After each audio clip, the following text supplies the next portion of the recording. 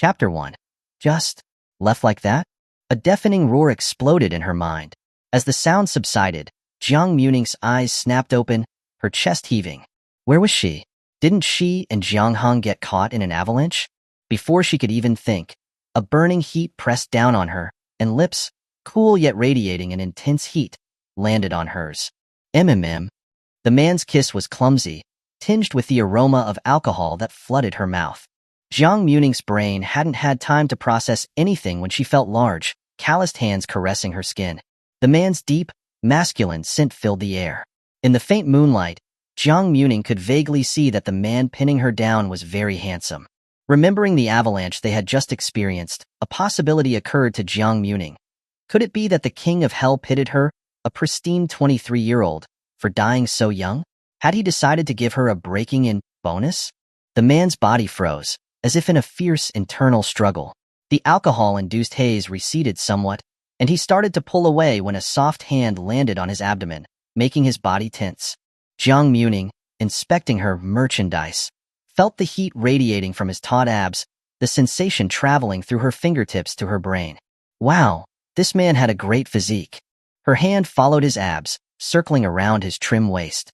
The man went stiff with surprise at her response. His retreating desire surged forth again, like a floodgate had been opened. He plunged his teeth into her lip, biting hard, his powerful arms grasping her long, beautiful legs. After several passionate encounters, Jiang Muming was lost in the throes of pleasure.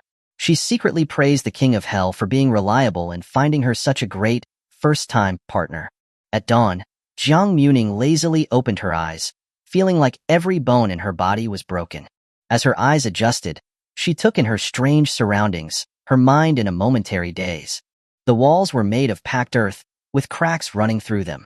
There was an old wooden cabinet against one wall with a round mirror on top. The window frame was wooden, covered with white paper, and slivers of sunlight streamed in through the torn sections. What the hell was this place? When she saw Qin Muye bending over, pulling up his pants, Jiang Muming's eyes widened in shock. The man before her had sharp, dark brows that angled upward, seemingly merging into his temples. His lips were thin and firmly set, and his eyes were as deep as pools of dark water. He had a high, straight nose and a sharp, defined jawline that accentuated the angles of his face. Then, a rush of memories that were not hers flooded her brain. She had transmigrated into a book. It was a novel set in the 1980s she had read the night before she died, and she was now in the body of the villainous ex-wife, who had the same name as her. In the original story, the male lead, Qin Muye, was forced to marry the original owner due to a marriage contract made by his late father. On their wedding night, they shared a bed, but nothing further happened. Before dawn, he left and joined the army. For 2 years, she heard nothing from him. Later, she learned from her sister-in-law that Qin Muye harbored a white moonlight love in his heart. Because her husband neglected her and was absent, the original owner suffered terribly in her in-laws' household. Her cruel mother-in-law and lazy sister-in-law, along with her absent husband, broke her down. The original owner repeatedly tried to contact Qin Muye in the army, but the operator always said he was unavailable. Before the age of 20, she was worn down to death by her mother-in-law and sister-in-law. When Qin Muye returned after hearing the news of her death, she was already buried. Afterward, Qin Muye didn't speak for several days and never went back to his hometown. He focused on his career, eventually rising through the ranks to become the youngest commander-in-chief in the military region. The female lead had always secretly loved him and fought alongside him. Qin Muye never accepted her until many years later, when she was captured while saving him and barely survived. Only then did Qin Muye agree to marry her. But why was she here? Where was the original owner? Thinking hard, Jiang Muming felt a sharp pain in the back of her head. She then remembered, before Qin Muye came in, Wang Guifan, claiming she was now part of the Qin family, tried to take away her dowry. The original owner refused, and in the struggle, Wang Guifan pushed her, causing her to hit her head on a pillar. Worried, Wang Guifan reluctantly left. The original owner had felt dizzy ever since, and went to bed to rest. So, the original owner just died like that? Before she could fully understand, she turned her head and saw Qin Muye getting ready to make a run for it. Seeing Jiang Muming looking at him, Qin Muye's back stiffened, and his hand tightened on the pants he was holding. Seeing her wide, beautiful eyes staring at him. Qin Muying's heart sank. Did she blame him for sleeping with her? Last night was their wedding night, and he had been drunk. When he laid down next to her, the alcohol hit him, and he had instinctively kissed her. He was going to pull away at the last minute, but his remaining reason was completely overwhelmed when her hand circled his waist. At that moment, he didn't care who was in her heart. All he knew was, she was his wife, so why shouldn't he sleep with her? Qin Muye tensed up, wanting to quickly put on his pants and run before she demanded a divorce. But just as he turned, her voice came from behind, "Stop." Her soft tone lacked any force, but Qin Muye obediently stood still. When she didn't speak, Qin Muye's usually expressionless face turned towards her. His deep voice asked, "What is it?" Jiang Muming moved her body slightly, her pretty brows furrowing slightly. "I want to take a bath." Her voice was soft and lazy, with a hint of coyness. Qin Muye was momentarily speechless. Seeing that he wasn't moving, Jiang Muming's pretty eyes held a hint of complaint. "You were too rough, and now I have no strength." Qin Muye's ears turned hot as he looked at the girl languidly lying on the bed. He said nothing, and just turned and left. Seeing this, Jiang Muming blinked in disbelief. Just left like that? Jiang Muming was so angry she wanted to hit someone, but her body was too weak. Just as she was mentally cursing Qin Muye, he walked back in, carrying a basin of water. Qin Muye cleared his throat. "Do you need help?" Too weak, Jiang Muming, without any pretense of modesty, placed her hand on his leg. She wasn't lazy, but she would never lift a finger if someone else was willing to help. Qin Muye's ears were burning as he lowered his gaze, wrung out a towel, and began wiping her slender arms and neck. When he lifted the blanket, seeing the bruises all over her body, Qin Muye's throat tightened. Even his breath felt hot. He dared not look, lowering his head as he wiped her carefully, afraid of accidentally hurting her. Jiang Muming watched him intently, surprised by his attentiveness. If she didn't know he had a white moonlight, she would think this man was interested in her. "Don't go anywhere," Jiang Muming said sleepily. The hand holding the towel paused, but Qin Muye said nothing. Qin Muye's face was red as he finally finished bathing her.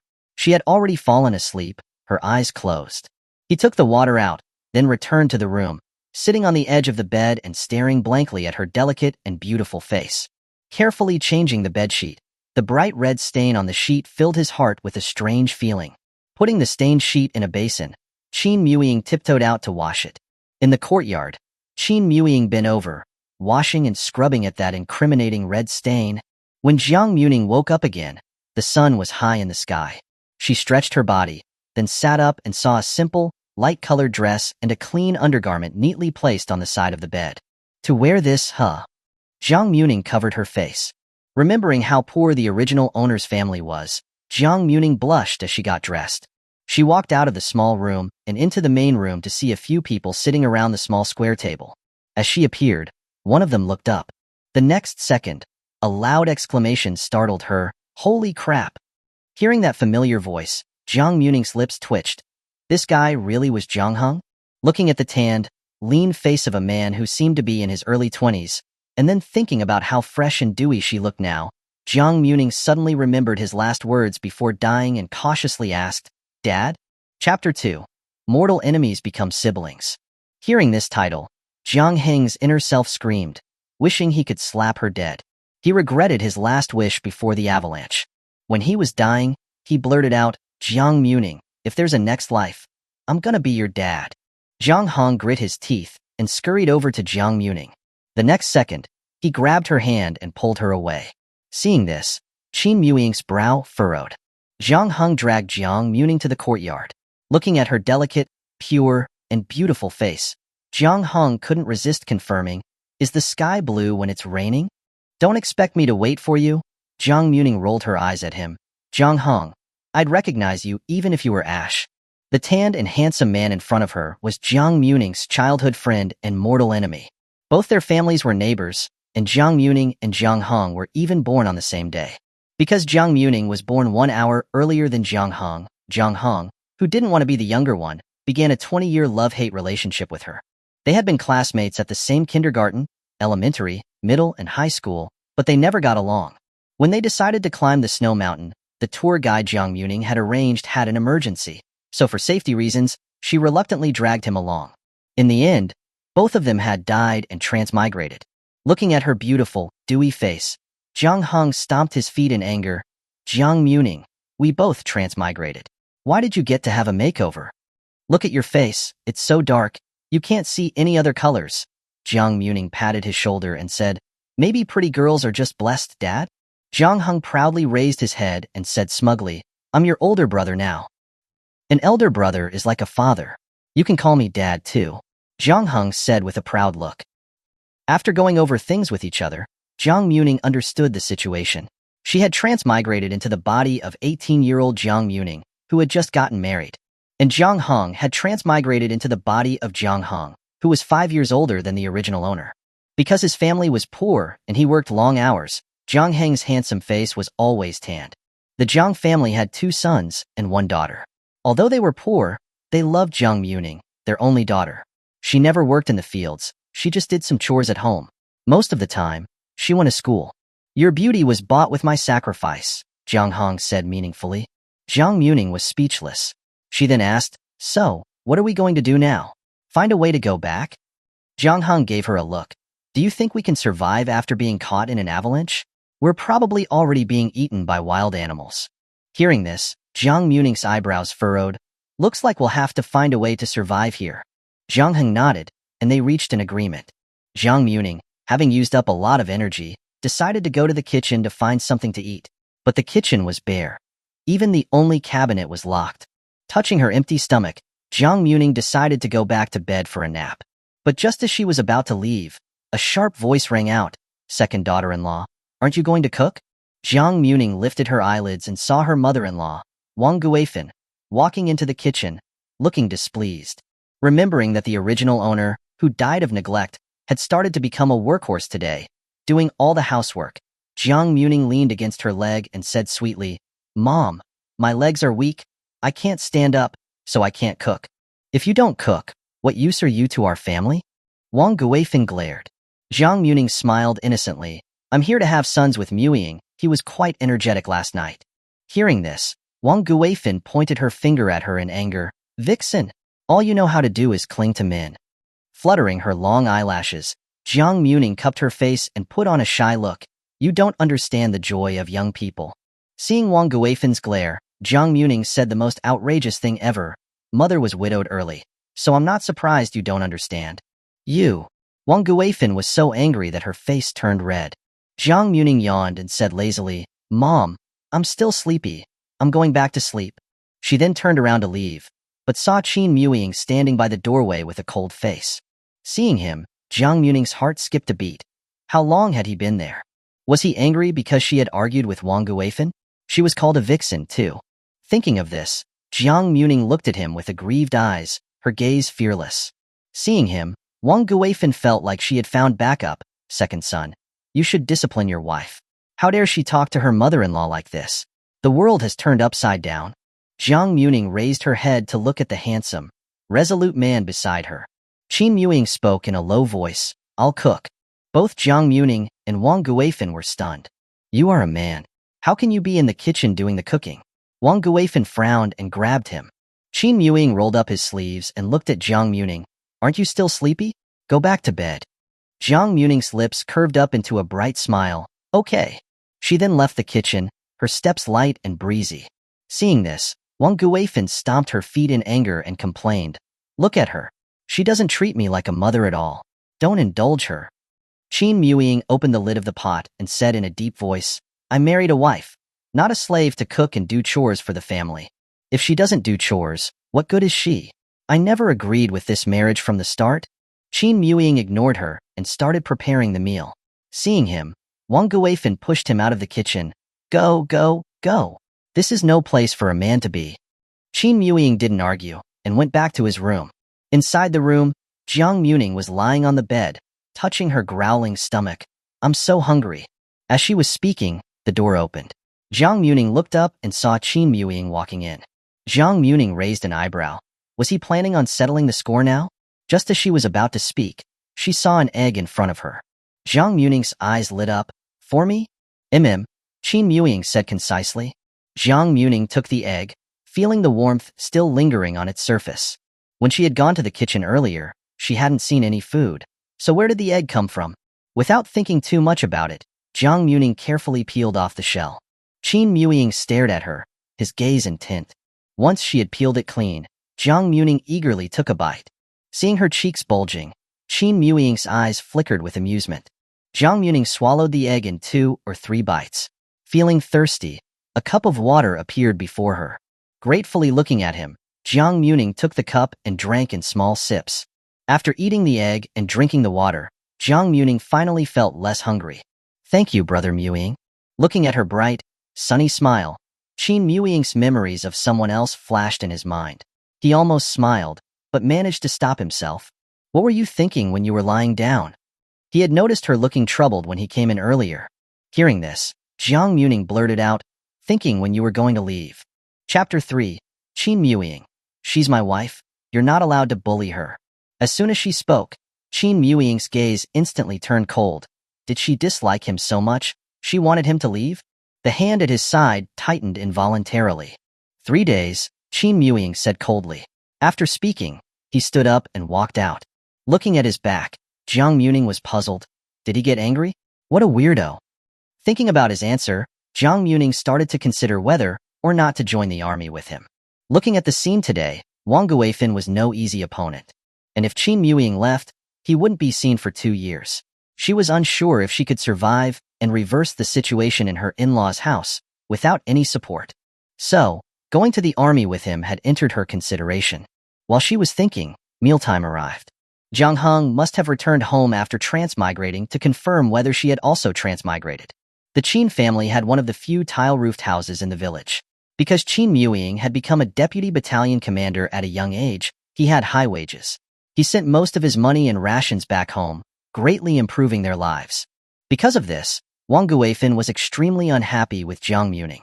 In her opinion, if the Jiang family hadn't clung to this marriage, Qin Muying, with his looks and status, could have married a girl from the city. Therefore, after Jiang Muming entered the house, she tried her best to torment her to death so that Qin Muying would have a legitimate reason to remarry in the future. Qin Yi, the eldest son of the family, returned from working in the fields, and his wife, Li Hua, set out the bowls and chopsticks. As soon as Jiang Muming sat down at the table, her eyes went dark as she saw the dishes in front of her. She was the only child of a well-off family from Jiangsu and Zhejiang. She had never wanted for anything and her parents spoiled her. They would buy her anything she liked, making her a carefree princess. But now, the little princess was eating wild greens. There were 4 dishes, 1 wild greens, 1 boiled cabbage, 1 vegetable and tofu soup, and only the small portion of braised pork looked good.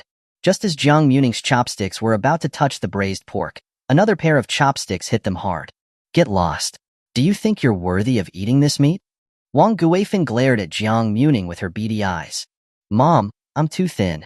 I need to eat more, otherwise how will I get pregnant and have a baby? As Jiang Muming spoke, she was going to grab a piece, but Wang Guifin quickly put all the meat into Qin Ye's and Qin Muying's bowls. Both pieces of meat were gone. Jiang Muming was depressed. She looked longingly at the meat in Qin Muying's bowl, then looked at him with a pitiful expression. Her beautiful eyes were begging him for a piece. Qin Muying said nothing, and silently put the meat from his bowl into hers. Second son. Before Wang Guifin could finish, Jiang Muming quickly grabbed the meat and bit into it, as if to say, "This is mine now." Wang Guifin was furious. You greedy, lazy girl. Second son, you indulge her too much. Seeing her fuming, Jiang Muming felt happy. She thought Qin Muying was better than she imagined. Although he didn't love her, he wasn't as mean to her as Wang Guifin was. After the meal, Jiang Muming had just stood up when she heard Qin Wan ordering her. Jiang Muming, aren't you going to wash the dishes? Jiang Muming looked at the arrogant girl and smiled softly. Can't you wash them? You are my second brother's wife. It's natural for you to do these things. If you don't wash the dishes, I'll get my second brother to beat you. Qin Wan shook her fist. His fists are really hard. She always reacted poorly to being bossed around. Looking at the water in the pot, Jiang Muming pretended to hold her chest with a troubled expression. Little aunt, to be honest, I have aquaphobia. Seeing all this water, I feel dizzy and nauseous. Qin Wan couldn't believe her ears. Aquaphobia? Then how do you do your work usually? Jiang Muming raised her slender hand and said softly, My mom said, these hands are for holding pins, not for doing chores. So, little aunt, you have to wash the dishes. Holding pins? You really think you're a rich young lady. My mom said, when you marry into our family, you have to serve us. Qin Muye said as she went to drag her to do the dishes. The next second, Jiang Muming bent her knee and directly kicked her. Qin Muye didn't expect that and doubled over, crying in pain. Then, as Qin Muye glared at her, Jiang Muming smiled and left. Qin Muye came in after hearing the commotion. Qin Muye was in pain and crying, "Second brother, control that woman. She actually kicked me." Qin Muying's expression was serious. "What did you do?" "I just told her to wash the dishes, and she beat me. What does she think she is?" Qin Muye was furious. As soon as she finished speaking, Qin Muying's gaze turned cold. "She's my wife. You're not allowed to bully her." Qin Muye shouted angrily. "I just asked her to wash the dishes. How is that bullying? Mom said that she was the one who insisted on marrying you, and that she is our maid, and she has to do all the chores." Hearing this, Qin Muying's already gloomy face turned even colder. On the other side, Jiang Muming went back to the room, lay down on the bed, and looked at the tiles on the roof, thinking about the big issues in life. That Qin Muye is pretty good looking and fits my aesthetic. He's really handsome, but he has a white moonlight in his heart. He must love her a lot, otherwise, he wouldn't have refused to sleep with the female lead after marrying her. In the original story, the female lead managed to marry Qin Muye in the end, but he respected her and never touched her. Because of this, she focused on her career and eventually became a top medical scientist. She guessed that it was only because he was drunk last night, and because she had taken the initiative to seduce him, that he had slept with her. So, she did not want to compete with that white moonlight. She couldn't possibly win. He wasn't willing to marry the original owner. It's already good enough that he doesn't resent me because of it. Jiang Muming sat up abruptly. Could it be that this marriage is the reason he broke up with his white moonlight? Thinking about this possibility, Jiang Muming looked worried. She wanted to divorce him, so he could be with his white moonlight. But she was broke, and her family was poor, so even if she wanted to start a business, it was just a thought. Divorcing him would mean sacrificing herself for someone else. She didn't want to do something so noble. Should I get a divorce? Jiang Muming muttered to herself. As soon as she said that, the tall figure standing at the door suddenly froze. A low, rich voice came from the doorway. "You want a divorce?" Chapter 4, Brother Mewing, that hurts? Startled by the sudden voice, Jiang Muming turned her head quickly to see Qin Muye standing in the doorway. His tall figure cast a shadow, making her feel a chilling coldness. Seeing his expression, Jiang Muming swallowed hard. Why did Qin Muye's gaze make her feel like she was the bad guy? He knew she had someone else in her heart and didn't want to marry him, but they had just gotten married, and she was already thinking about divorce. The more she thought about it, the more Qin Muye's lips pressed together and the tighter his fists clenched. Noticing the veins bulging on his arms, Jiang Muming's heart skipped a beat. Was he planning to hit her? The book didn't say Qin Muye was a wife-beater. Jiang Muming sat up quickly and immediately shook her head. No. Qin Muye walked over to her, the corners of his eyes tinged with red. His fingers, with distinct knuckles, pinched her chin. "Jiang Muming, this is a military marriage. You can't just divorce me and leave." Huh. Why did his words sound so strange? "I didn't say I wanted a divorce." Her jaw was aching a little, and Jiang Muming frowned. "Brother Mewing, that hurts?" Hearing this, Qin Muye snapped back to reality and withdrew his hand as if he had been shocked, his eyes flashing with annoyance. He forgot that his grip was very strong. Did he hurt her? Looking at Jiang Muming, who was rubbing her jaw, Qin Muye wanted to ask, but couldn't get the words out. "I was just talking," Jiang Muming mumbled. Qin Muye adjusted his emotions and said frostily, "I know you didn't want to marry me, but military marriages can't be dissolved." Huh. She didn't want to? Wasn't he the one who didn't want this marriage? Just as she was about to explain, Qin Muye turned around with a cold face and walked out of the room in long strides, without even looking back. Jiang Muming rubbed her chin. That man is really fierce. That night, Qin Muye went back to the room to sleep. Thinking of the fiery encounters the night before, Jiang Muming was a little nervous.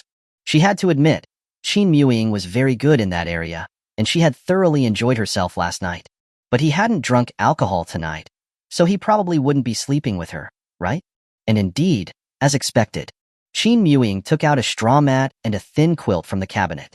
Seeing her looking at him, Qin Muye said in a low voice, "I'll sleep on the floor." As soon as he finished, Qin Muye spread the straw mat on the floor and lay directly on it. Having expected this outcome, Jiang Muming didn't push him and closed her eyes to go to sleep. The kerosene lamp was turned off, and the room became dark, with only moonlight streaming in through the windows. Qin Muye quietly looked towards the bed, seeing Jiang Muming lying on her side with her back to him. The image of her embracing his waist last night floated into his mind, and Qin Muye suddenly felt parched. But she didn't like him. If he forced her, she would only dislike him even more. Thinking this, Qin Muye endured the discomfort and closed his eyes. The next day, when Jiang Muming woke up, Qin Muye was nowhere to be seen on the floor. She didn't want to get up, but Qin Muye had said yesterday that he had to return to the military base, so the day of her visit back to her parents' house had been moved up. Thinking about how haggard Jiang Heng was, Jiang Muming's mood instantly improved. She threw off the blanket and got up, ready to wash up and go back to her parents' home. Arriving in the kitchen, she saw there was no food in the pot. Just as Jiang Muming was feeling frustrated, 2 warm buns and an egg appeared before her. Lifting her eyes, she saw Qin Muying's expressionless face. "Thank you, Brother Muying," Jiang Muming replied sweetly, reaching out for the bun. Her fingertip accidentally brushed against his palm, scratching it lightly. Qin Muying's heart skipped a beat, his ears burning. Seeing her holding the bun and eating elegantly, Qin Muying didn't make a sound, and silently peeled the eggshell, reaching his hand out to her. Seeing this, Jiang Muming obediently lowered her head and took a bite of the egg. Wang Guifan walked into the kitchen and saw the egg in Qin Muying's hand, and stomped her foot in anger. "Second son, I was saving that egg for you. Why did you give it to her?" As she spoke, Wang Guifan reached out to snatch it. Jiang Muming quickly stuffed the rest of the egg into her mouth, and handed Wang Guifan the eggshell, her cheeks bulging as she spoke unclearly, "Here, for you." Wang Guifan's face turned ashen with anger, and she slapped the eggshell out of her hand. "I'll deal with you sooner or later." Hearing this, Jiang Muming quickly turned her head. Her cheeks puffed up as she complained to Qin Muying. "Husband, mother-in-law said she wants to bully me." Hearing that term, Qin Muying's face flushed, and he cleared his throat and said seriously, "Mom, don't bully my wife." Wang Guifan's hand trembled with anger. "Vixen." Jiang Muming made a face at her. "I'm my husband's vixen." Although he didn't understand the 2 words, husband, for some reason, that term combined with Jiang Muming's coquettish tone made his heart beat faster. Wang Guifan was so angry she could barely breathe. Jiang Muming was much more quick-witted than she had thought. Once Qin Muye went back to the military base, with no one to back her, she would definitely deal with her properly. Seeing Wang Guifan leave in a huff, Jiang Muming felt even more pleased with her cheap husband. After filling her stomach, Jiang Muming and Qin Muye got ready to go back to her family home. In the main room, seeing the meager return gifts, Jiang Muming frowned and turned to the man beside her. "Is this it?" This was a very important tradition, and it symbolized whether a new bride was valued by her in-laws. The book had mentioned that Wang Guifan had given very little, because she was unhappy about the marriage. Qin Muye had felt it was inappropriate, and had asked Wang Guifan to take them out, but she had refused. Although the original owner felt wronged, her gentle nature prevented her from offending Wang Guifan, and she had eventually persuaded Qin Muye to give up. Qin Muye had originally planned to buy some meat in town, but the original owner, afraid that it would delay them, had stopped him. Later, because of this, Jiang Muming had been the subject of gossip, and the villagers had looked down on her. Jiang Muming had known it would be a stingy gift, but she hadn't expected it to be this bad. There were only some candies, 4 green onions, and 2 bags of vermicelli. That was all. Qin Muying's expression was equally serious. "Mom, didn't I buy a lot of things? This marriage is the Jiang family's fault for clinging to us. It's good enough that we're giving this much," Wang Guifan said haughtily. "If you don't think it's good enough, don't take anything." Qin Muye had bought so much, she couldn't possibly give it all away, benefiting the Jiang family. Seeing this, Jiang Muming's eyes flashed with coldness. She wasn't the original owner, and she wouldn't let Wang Guifan bully her. Thinking this, Jiang Muming lightly pulled on Qin Muying's sleeve, and said with a wrong tone, "Brother Muying, I know you don't like me, but you shouldn't bully me like this." "I don't." Qin Muye blurted out instinctively. "This is my first visit back to my parents' home. If I only take these, wouldn't I become a laughing stock? If you're not home later and I get bullied here, who in my family will support me?" Jiang Muming choked back tears. "Maybe when you come back, you'll only see my dead body." "Don't talk nonsense." Qin Muying's expression darkened, and he looked at Wang Guifan with sharp eyes. "Mom, take out the things I bought." Seeing his cold gaze, Wang Guifen's heart skipped a beat. Out of her 2 sons, she was most afraid of her youngest. He was always cold, and from a young age, he never changed his mind when he made a decision. That's enough. I gave the rest away to other people, Wang Guifen said guiltily. Hearing this, Qin Muying's voice was firm and imposing. Are you going to take them out, or am I going to find them myself? Chapter 5. If you join the military, I'll go with you. Seeing that cold expression, Wang Guifan swallowed nervously, then said unwillingly, Okay. She then took a large basket from the cabinet. Jiang Muming went forward and looked down, to see good things inside: 2 packs of Dakiamin cigarettes, 2 bottles of Incheon wine, 2 bottles of canned oranges. These things were already very expensive, and Qin Muye had even prepared a few pounds of pork belly. No wonder Wang Guifan didn't want to give them.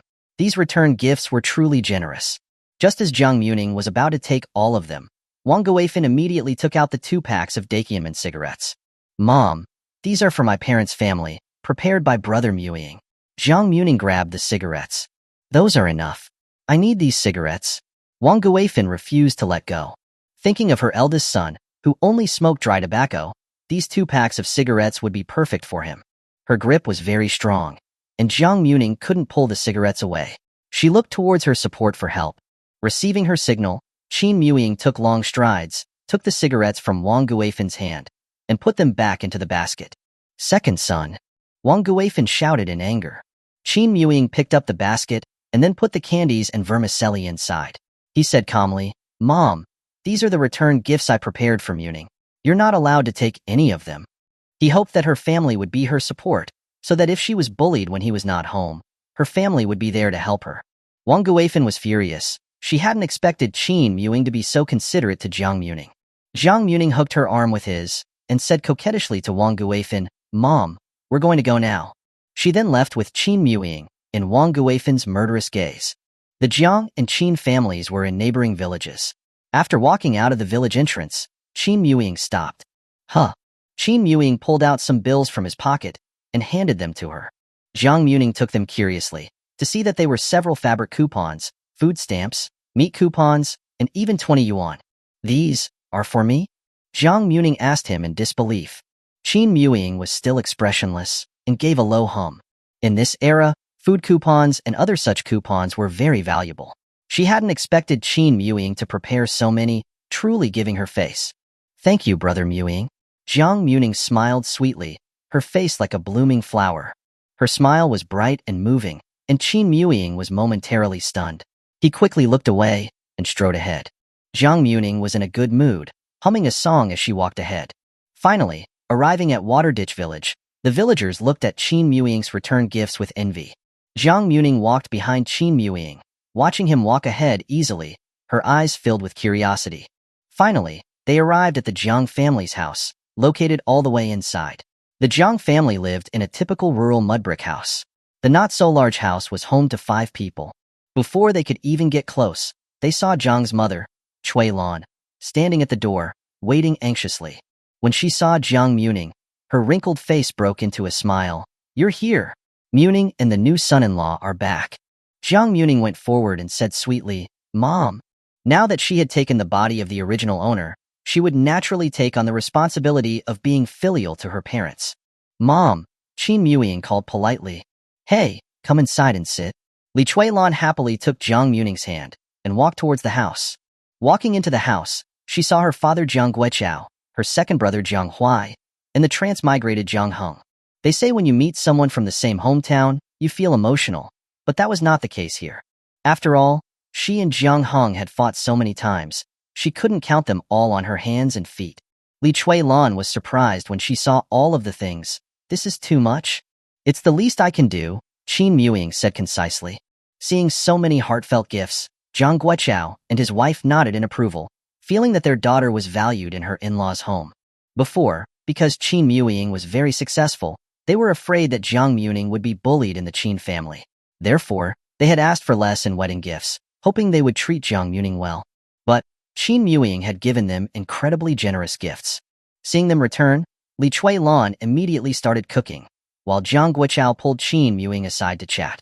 Jiang Muming walked into the kitchen. Mom, I'll help you. Seeing her, Li Chuilan quickly said, You child.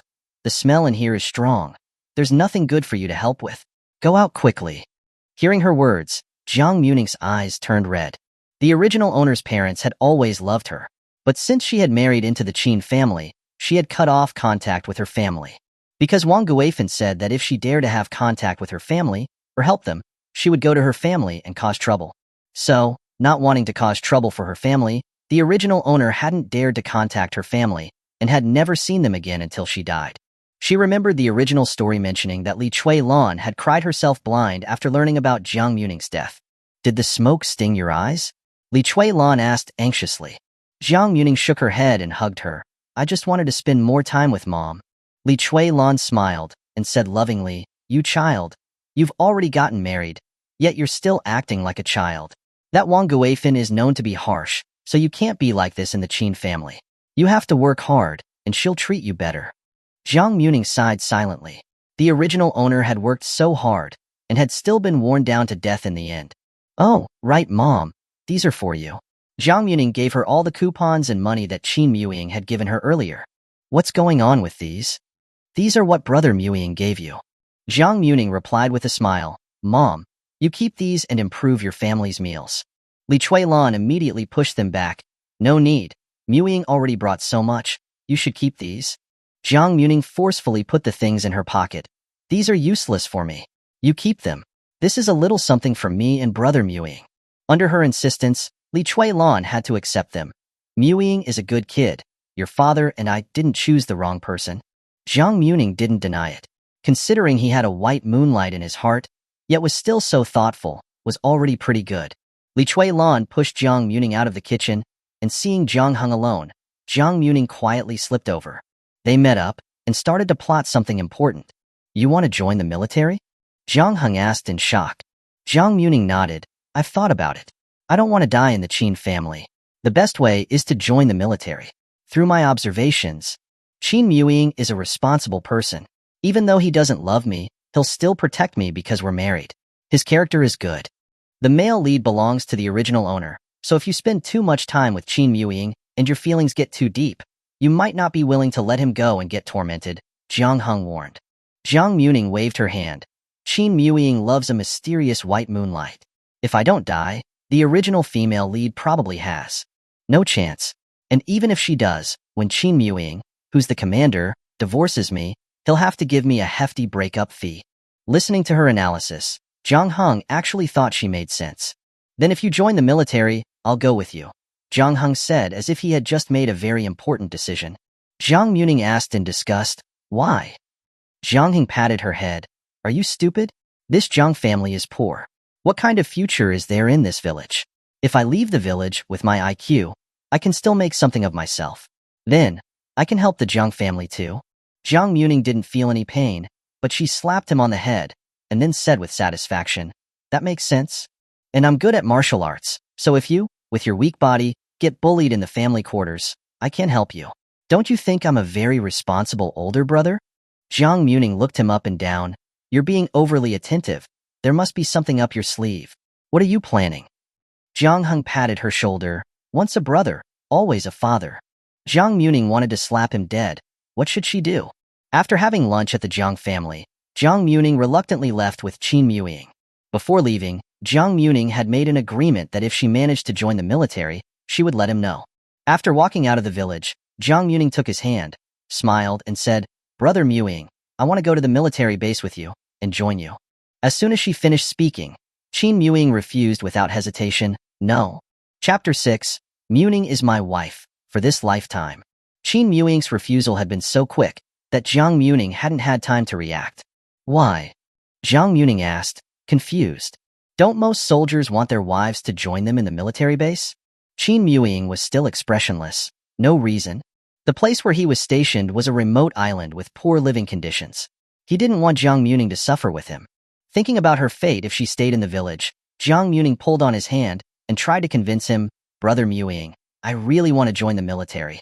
The soft touch from her palm sent a shiver down Qin Muye's spine, but he still refused her with a heavy heart. "No." After saying this decisively, Qin Muye took long strides ahead. Seeing Qin Muye walk away, Jiang Muming pouted in annoyance. Of course, She knew why Qin Muye had refused so resolutely. It was all because of his white moonlight. Jiang Muming guessed that Qin Muye probably didn't want to spend time with her day and night, and didn't want to betray his true love. That's why he wanted to leave her in the village to fend for herself. If you can't forget your white moonlight, why did you marry a wife? What a jerk. Jiang Muming stood there, with her hands on her hips, and said angrily. Seeing that they were almost at the village, Qin Muye deliberately slowed down, but saw that Jiang Muming was not catching up. So, he stopped at the village entrance and turned back to look at her. Seeing him standing there, Jiang Muming stopped. They looked at each other from a distance, neither of them speaking. She wanted to see if Qin Muye would become impatient and turn to leave. 5 minutes, then 10 minutes passed. Qin Muye stubbornly waited there. Jiang Muming instantly deflated and started walking again. As she got closer, Qin Muye found her face, which was beautiful, and slightly puffed up with anger, to be strangely cute. Seeing that she didn't want to talk to him, Qin Muye quietly walked behind her. The two of them returned to the Qin family home, one in front of the other. When Wang Guifan saw Jiang Muming, she shouted, "Second daughter-in-law, hurry up and cook." "I'm not going to." Jiang Muming flicked her hair with an arrogant air. As soon as she finished, a door slammed shut with a bang. Seeing the closed door, Wang Guifan shouted in anger, "Second son, look at the wife you married. She doesn't respect her mother-in-law at all. Divorce her. Divorce her right away." Qin Muye knew she was angry at him for refusing her request to join him in the military, but he didn't know how to explain himself. He couldn't very well tell her that the island had harsh conditions, and that he was worried that she would regret joining the military later and run away, right? And what he didn't understand was, shouldn't Jiang Muming be happy that she didn't have to join him in the military? After all, she had someone else in her heart, and it should be very unfair to her to follow him to a remote and poor island. "Second son, I'm talking to you. Divorce that little slut right away," Wang Guifan shouted angrily. Qin Muye raised his head and saw Wang Guifan's face, which was red with anger. "Military marriages can't be dissolved. Don't say such things again." Qin Muye said seriously, "Muming is my wife, for this lifetime." Hearing this, Wang Guifan advised him earnestly, "Besides her pretty face, what else is good about that Jiang Muming? You're a deputy commander now. Not to mention marrying the village chief's daughter, even marrying a girl from the city would be possible." Before her words could finish, a sharp glare was sent straight to Wang Guifan, making her shrink her neck. "When it comes to marriage, I'll only marry the person I love. Mom, don't let me hear that kind of nonsense again." After speaking, Qin Muye turned away angrily. Wang Guifan felt a tightness in her chest and continuously patted herself to smooth her breathing. "This second son, is he trying to make me angry? He refused to break off this marriage at the beginning, and now he protects her like she's his own eyes. I refuse to believe that I can't deal with a little girl. You say you can't get a divorce? Men are fickle. If that little slut were to die early, I want to see if you will marry another one," Wang Guifan said resentfully. She had heard from a villager who was in the military that a political commissar's daughter liked Qin Muye. If Qin Muye hadn't been determined to not break off the engagement, she would have already ruined this marriage. Jiang Muming didn't know what was happening outside. At this moment, she was sitting cross-legged on the bed, thinking about what to do to make Qin Muye agree to let her join him in the military. "I need to throw a tantrum appropriately so that Qin Muye knows my determination to join the military," Jiang Muming said seriously. But then, thinking about something, her head drooped, and she gave up. "But he doesn't like me. Even if I throw a tantrum, it won't work." Thinking of this, Jiang Muming felt a strong sense of frustration. But giving up easily was not her style. Jiang Muming racked her brain to think, if being forceful doesn't work, then I'll try to be gentle. Through these past few days, Qin Muye is a very responsible person. I remember in the original story, Wang Guifan would make the original owner do everything. Before she could finish, there was a loud knock on the door. Recalling the original story, Jiang Muming happily went to open the door, and sure enough, she saw Wang Guifan standing outside, with 2 buckets of dirty clothes. "Mom, what is this?" Jiang Muming blinked, asking with a confused expression. Wang Guifan dumped the 2 buckets of dirty clothes in front of her and ordered, "Go to the stream and wash these clothes clean. Otherwise you can forget about dinner." So she wanted to be tortured, did she? Jiang Muming nodded obediently, "Okay." Seeing how quickly she had agreed, Wang Guifan felt a little out of place. But she didn't think too much about it. Her goal was to make her work and exhaust her to death. Jiang Muming picked up the 2 large buckets of clothes and walked out, somewhat unsteadily. Following her memory, Jiang Muming arrived at the stream. Looking at the sunset, Jiang Muming's lips curved up into a smile. It's getting dark soon. Taking out the dirty clothes, which were full of mud, Jiang Muming frowned in disgust. Then, she began to wash them clumsily. As night fell, Qin Muye returned home and saw that Qin Yi and Li Hua had already come back from the fields. The family was all in the main room, getting ready to eat. Eldest and second, come eat, Wang Guifan called from the kitchen. Qin Muye looked around, his gaze landing on Qin Wan. Where's your second sister-in-law? Thinking of how she had made her wash the dishes yesterday, Qin Wan tossed her head. How would I know? She's probably slacking off in her room again. Brother, she's just a lazy bones. Qin Muye frowned and didn't bother with her. He then returned to his room. Thinking about their little argument from earlier in the day, Qin Muye hesitated at the door for a bit, going over how to open the conversation in his head before finally entering the room. But when he went in, he saw that there was nobody there. Did she get angry and leave? Qin Muye's heart skipped a beat, and he turned around and ran. He rushed back to the main room and said sternly, Have you seen Muning? She's not in the room. Wang Guifan came out of the kitchen carrying dishes and yelled, Why are you shouting so loudly? You startled me. She's not at home. I'm going to go find her. As Qin Muye turned, he heard Wang Guifan say resentfully, Find her? It takes her so long to wash clothes. She must be slacking off somewhere. Washing clothes? Yes, she went to wash them at 4 or 5 o'clock. She hasn't come back yet. Second son, it's not that I'm saying this, but this woman that you married, second son, come back. We haven't eaten yet. Chapter 7. A protector of her own. The entire village was shrouded in darkness as Qin Muye ran towards the stream. There were no lights at the washing stream, and he worried that Jiang Muming, washing clothes in the dark, might have an accident. As Qin Muye ran towards the stream, his heart pounded in his throat. He ran to the stream as quickly as he could, and from a distance, he saw a slender figure, hunched over, washing clothes. Jiang Muming. Hearing the voice, Jiang Muming raised her head to see Qin Muye running towards her. Seeing that he had actually come, Jiang Muming was still somewhat surprised. After all, the original story didn't focus much on Qin Muye, the cannon fodder ex-husband. The story did mention a scene where Wang Guifan told her to go wash clothes, but it didn't mention whether Qin Muye came to find her. Therefore, she was gambling on his sense of responsibility as a husband. Qin Muye ran over quickly, and in the moonlight, Jiang Muming noticed the fine beads of sweat on his forehead. Why haven't you gone back so late? Don't you know it's dangerous to be washing clothes here? Qin Muye said sternly. Although they were in the same village, there were still some bad eggs. What if someone took advantage of the darkness to bully her? Qin Muye's eyes were red, and the veins on his arms bulged out because of his forceful grip. Thinking about their avalanche death, Jiang Muming's eyes shimmered with tears, and she looked at him with a wronged expression. There are too many clothes, I can't finish them. Hearing this, Qin Muye noticed the 2 buckets of dirty clothes beside her. It had been 2 hours, and Jiang Muming had only washed a few pieces. Seeing him not speak, Jiang Muming raised her hands. In the bright moonlight, Qin Muye saw that her little hands had been soaked white and were all wrinkled. When I was at home, my parents never let me wash clothes. The clothes are so dirty and hard to wash. I've been washing them for so long. Jiang Muming complained, her voice filled with a sense of injustice. Seeing her small, waterlogged hands, his dark eyes were full of distress. He said in a low voice, You go over there and rest. I'll do it. He then rolled up his sleeves, squatted down, and got ready to wash the clothes. I can't get up. My legs are numb. Jiang Muming looked at him miserably.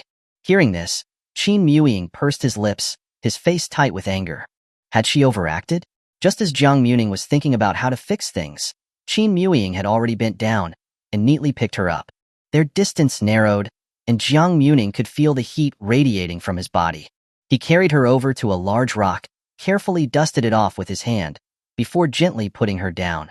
Seeing his series of actions, Jiang Muming was in a daze. If she didn't know he had a white moonlight, she would have thought that he liked her. After settling her down, Qin Muye went back to the stream and started washing clothes. Jiang Muming sat there, watching Qin Muye wash a women's shirt with a grim face, and said in a melancholy tone, Mom told me to wash everyone's clothes. There are so many. I would have to wash until dawn to finish them. She then sighed at the appropriate moment and said sadly, "You're still at home, and Mom is already like this. If you go to the military base in the future and are gone for long periods of time, I don't know what to do." Qin Muye said nothing, but his lips pursed tighter, and his furrowed brow could have pinched a fly.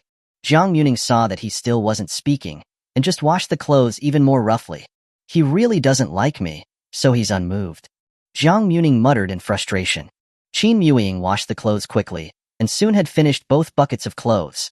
Then, Jiang Muming walked in front, with her hands empty. Qin Muye carried the 2 buckets of clothes home. Seeing them, Wang Guifan said in dissatisfaction, "You take so long to wash clothes, you're so useless. Go and hang the clothes to dry." Before she could finish her sentence, Qin Muye heavily put the 2 buckets of clothes on the ground, startling everyone. "Qin Wan, you go hang them," Qin Muye said coldly. Qin Wan, who was sitting there eating sunflower seeds and watching the show, was shocked. "I hang them? I don't want to." Qin Muye's sharp gaze swept over, and Qin Wan swallowed nervously. She then stood up unwillingly. Fine, I'll hang them. Why are you glaring at me so fiercely?" She then unwillingly picked up the buckets and walked towards the clothes rack in the yard. Qin Muye looked at Wang Guifan. "Mom, in the future, everyone should wash their own clothes. Don't throw them all to my wife. Otherwise, you can forget about my salary." "How can that be?" Wang Guifan blurted out. Qin Muye was a deputy commander, with a monthly salary of 150 yuan. The people in the village could earn a maximum of 10 yuan a month. He used to send back 30 yuan every month, and the family's expenses depended on him. Qin Muye's attitude was firm, and there was no room for refusal. Wang Guifan didn't dare to get angry with him, and instead turned her head to scold Jiang Muming. "You troublemaking spirit. You've only been here for 2 days, and you've already caused so much trouble." Being scolded, Jiang Muming fearfully hid behind Qin Muye and grabbed the back of his shirt. Seeing her acting like a bullied wife, Wang Guifan raised her fists, ready to hit her. But Qin Muye's gaze was so cold it could kill, and she felt a shiver and quietly put her hands down. Just then, Jiang Muming's stomach growled loudly. "Let's go eat," Qin Muye said, as he led Jiang Muming towards the kitchen. When they passed by Wang Guifan, Jiang Muming made a face at her, making Wang Guifan yell again. Arriving in the kitchen, she saw that the dishes were all gone. Jiang Muming was hungry and thinking about what to eat when she heard someone say in a low voice, "Go sit there." Jiang Muming raised her head, her clear black eyes falling on him.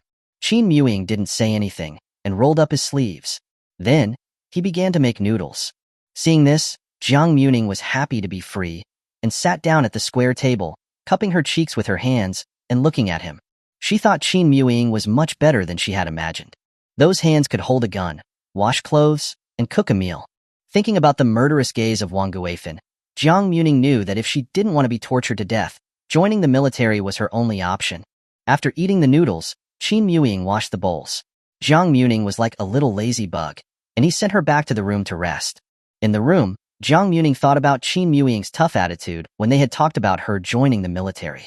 She worried that she wouldn't be able to persuade him. If persuasion didn't work, there wasn't much entertainment in the 1980s at night, especially in the countryside. At 8 o'clock in the evening, everyone got ready to sleep. Qin Muye had showered and went back to the room. Just as he was about to take out the straw mat from the cabinet, he saw that Jiang Muming was lying on her side on the bed, with her head covered. Thinking about Wang Guifan's scolding from tonight, Qin Muye's eyes flashed with worry. Was she scared? Sitting down on the edge of the bed, Qin Muye reached out and tentatively put his hand on the quilt. "Muming?" Hearing his voice, Jiang Muming slowly pulled her head out from under the covers, looking at him with pleading eyes. Looking at her exquisite, yet pure face, Qin Muye's breathing hitched slightly. "Are you angry?" Jiang Muming didn't speak, and just sat up in bed. Before he could speak, Jiang Muming circled her arms around his neck and kissed his lips proactively. Qin Muye's pupils widened, and his mind was completely blank. Was she mistaken? Her soft lips stimulated his mind. Just as Qin Muye was about to speak, his voice trembled slightly. "Who am I?" Jiang Muming released his lips and slowly lifted her eyelids, her soft voice sounding like a hook. "Qin Muye." Before she could finish her sentence, Qin Muye kissed her lips. Unlike the passiveness before, now he was like a fierce beast, wanting to devour her.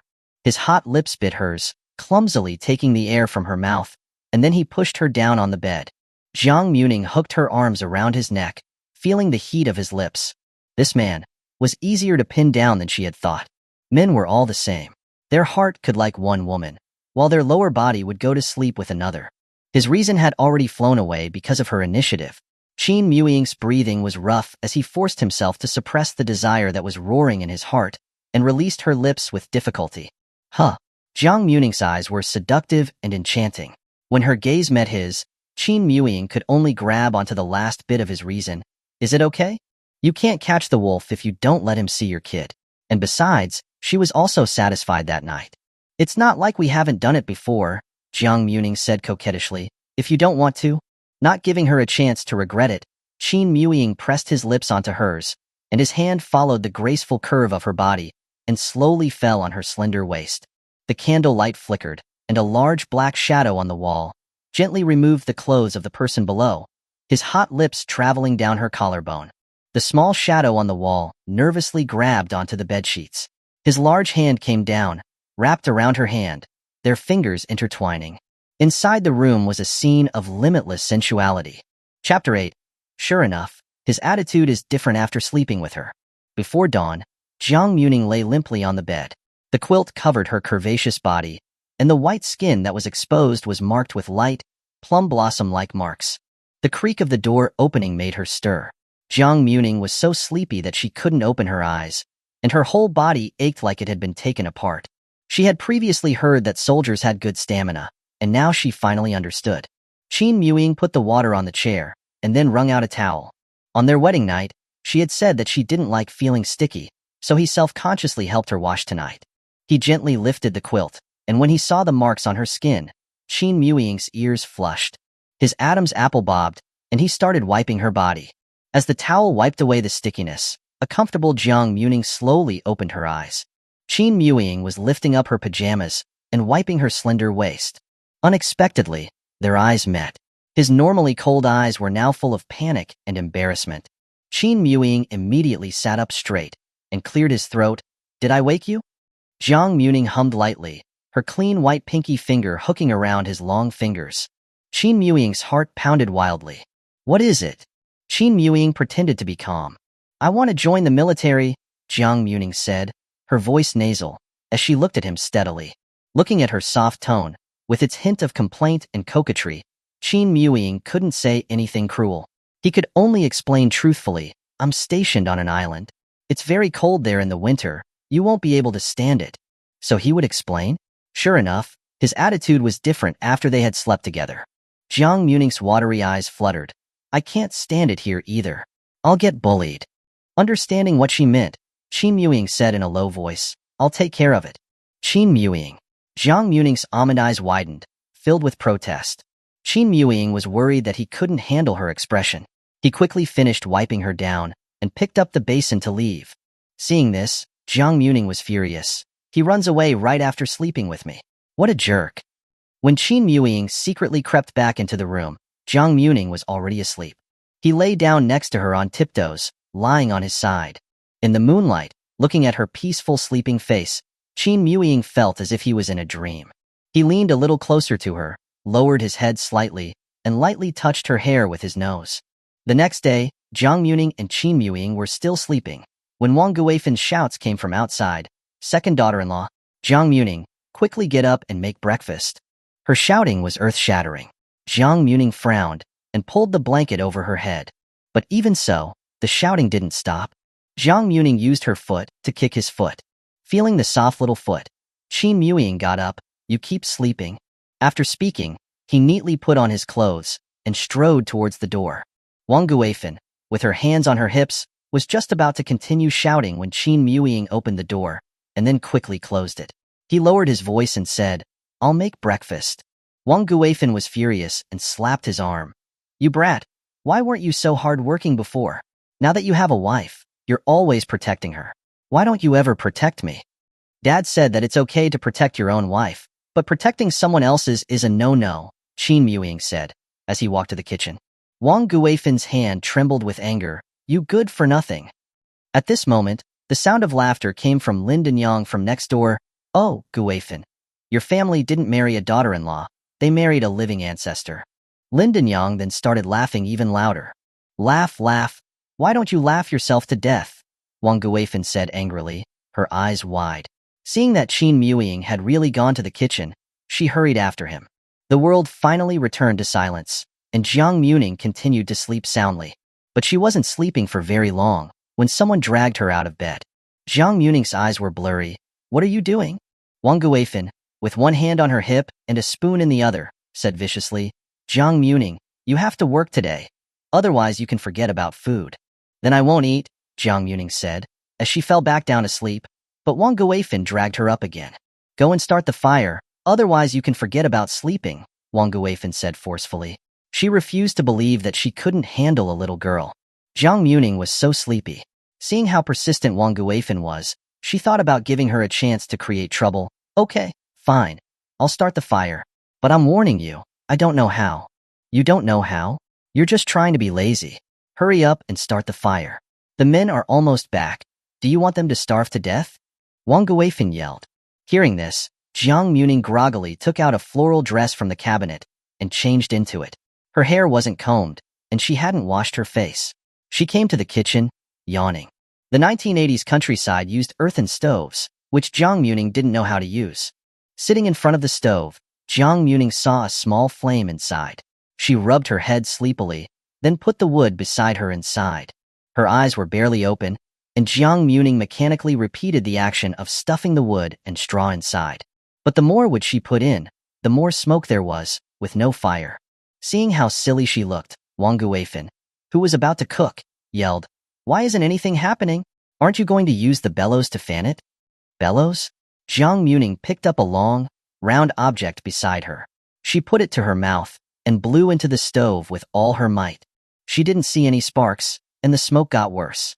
Seeing this, Jiang Muming blew again. With a loud whoosh, the flames burst out, and along with them came billowing smoke, filling the entire kitchen.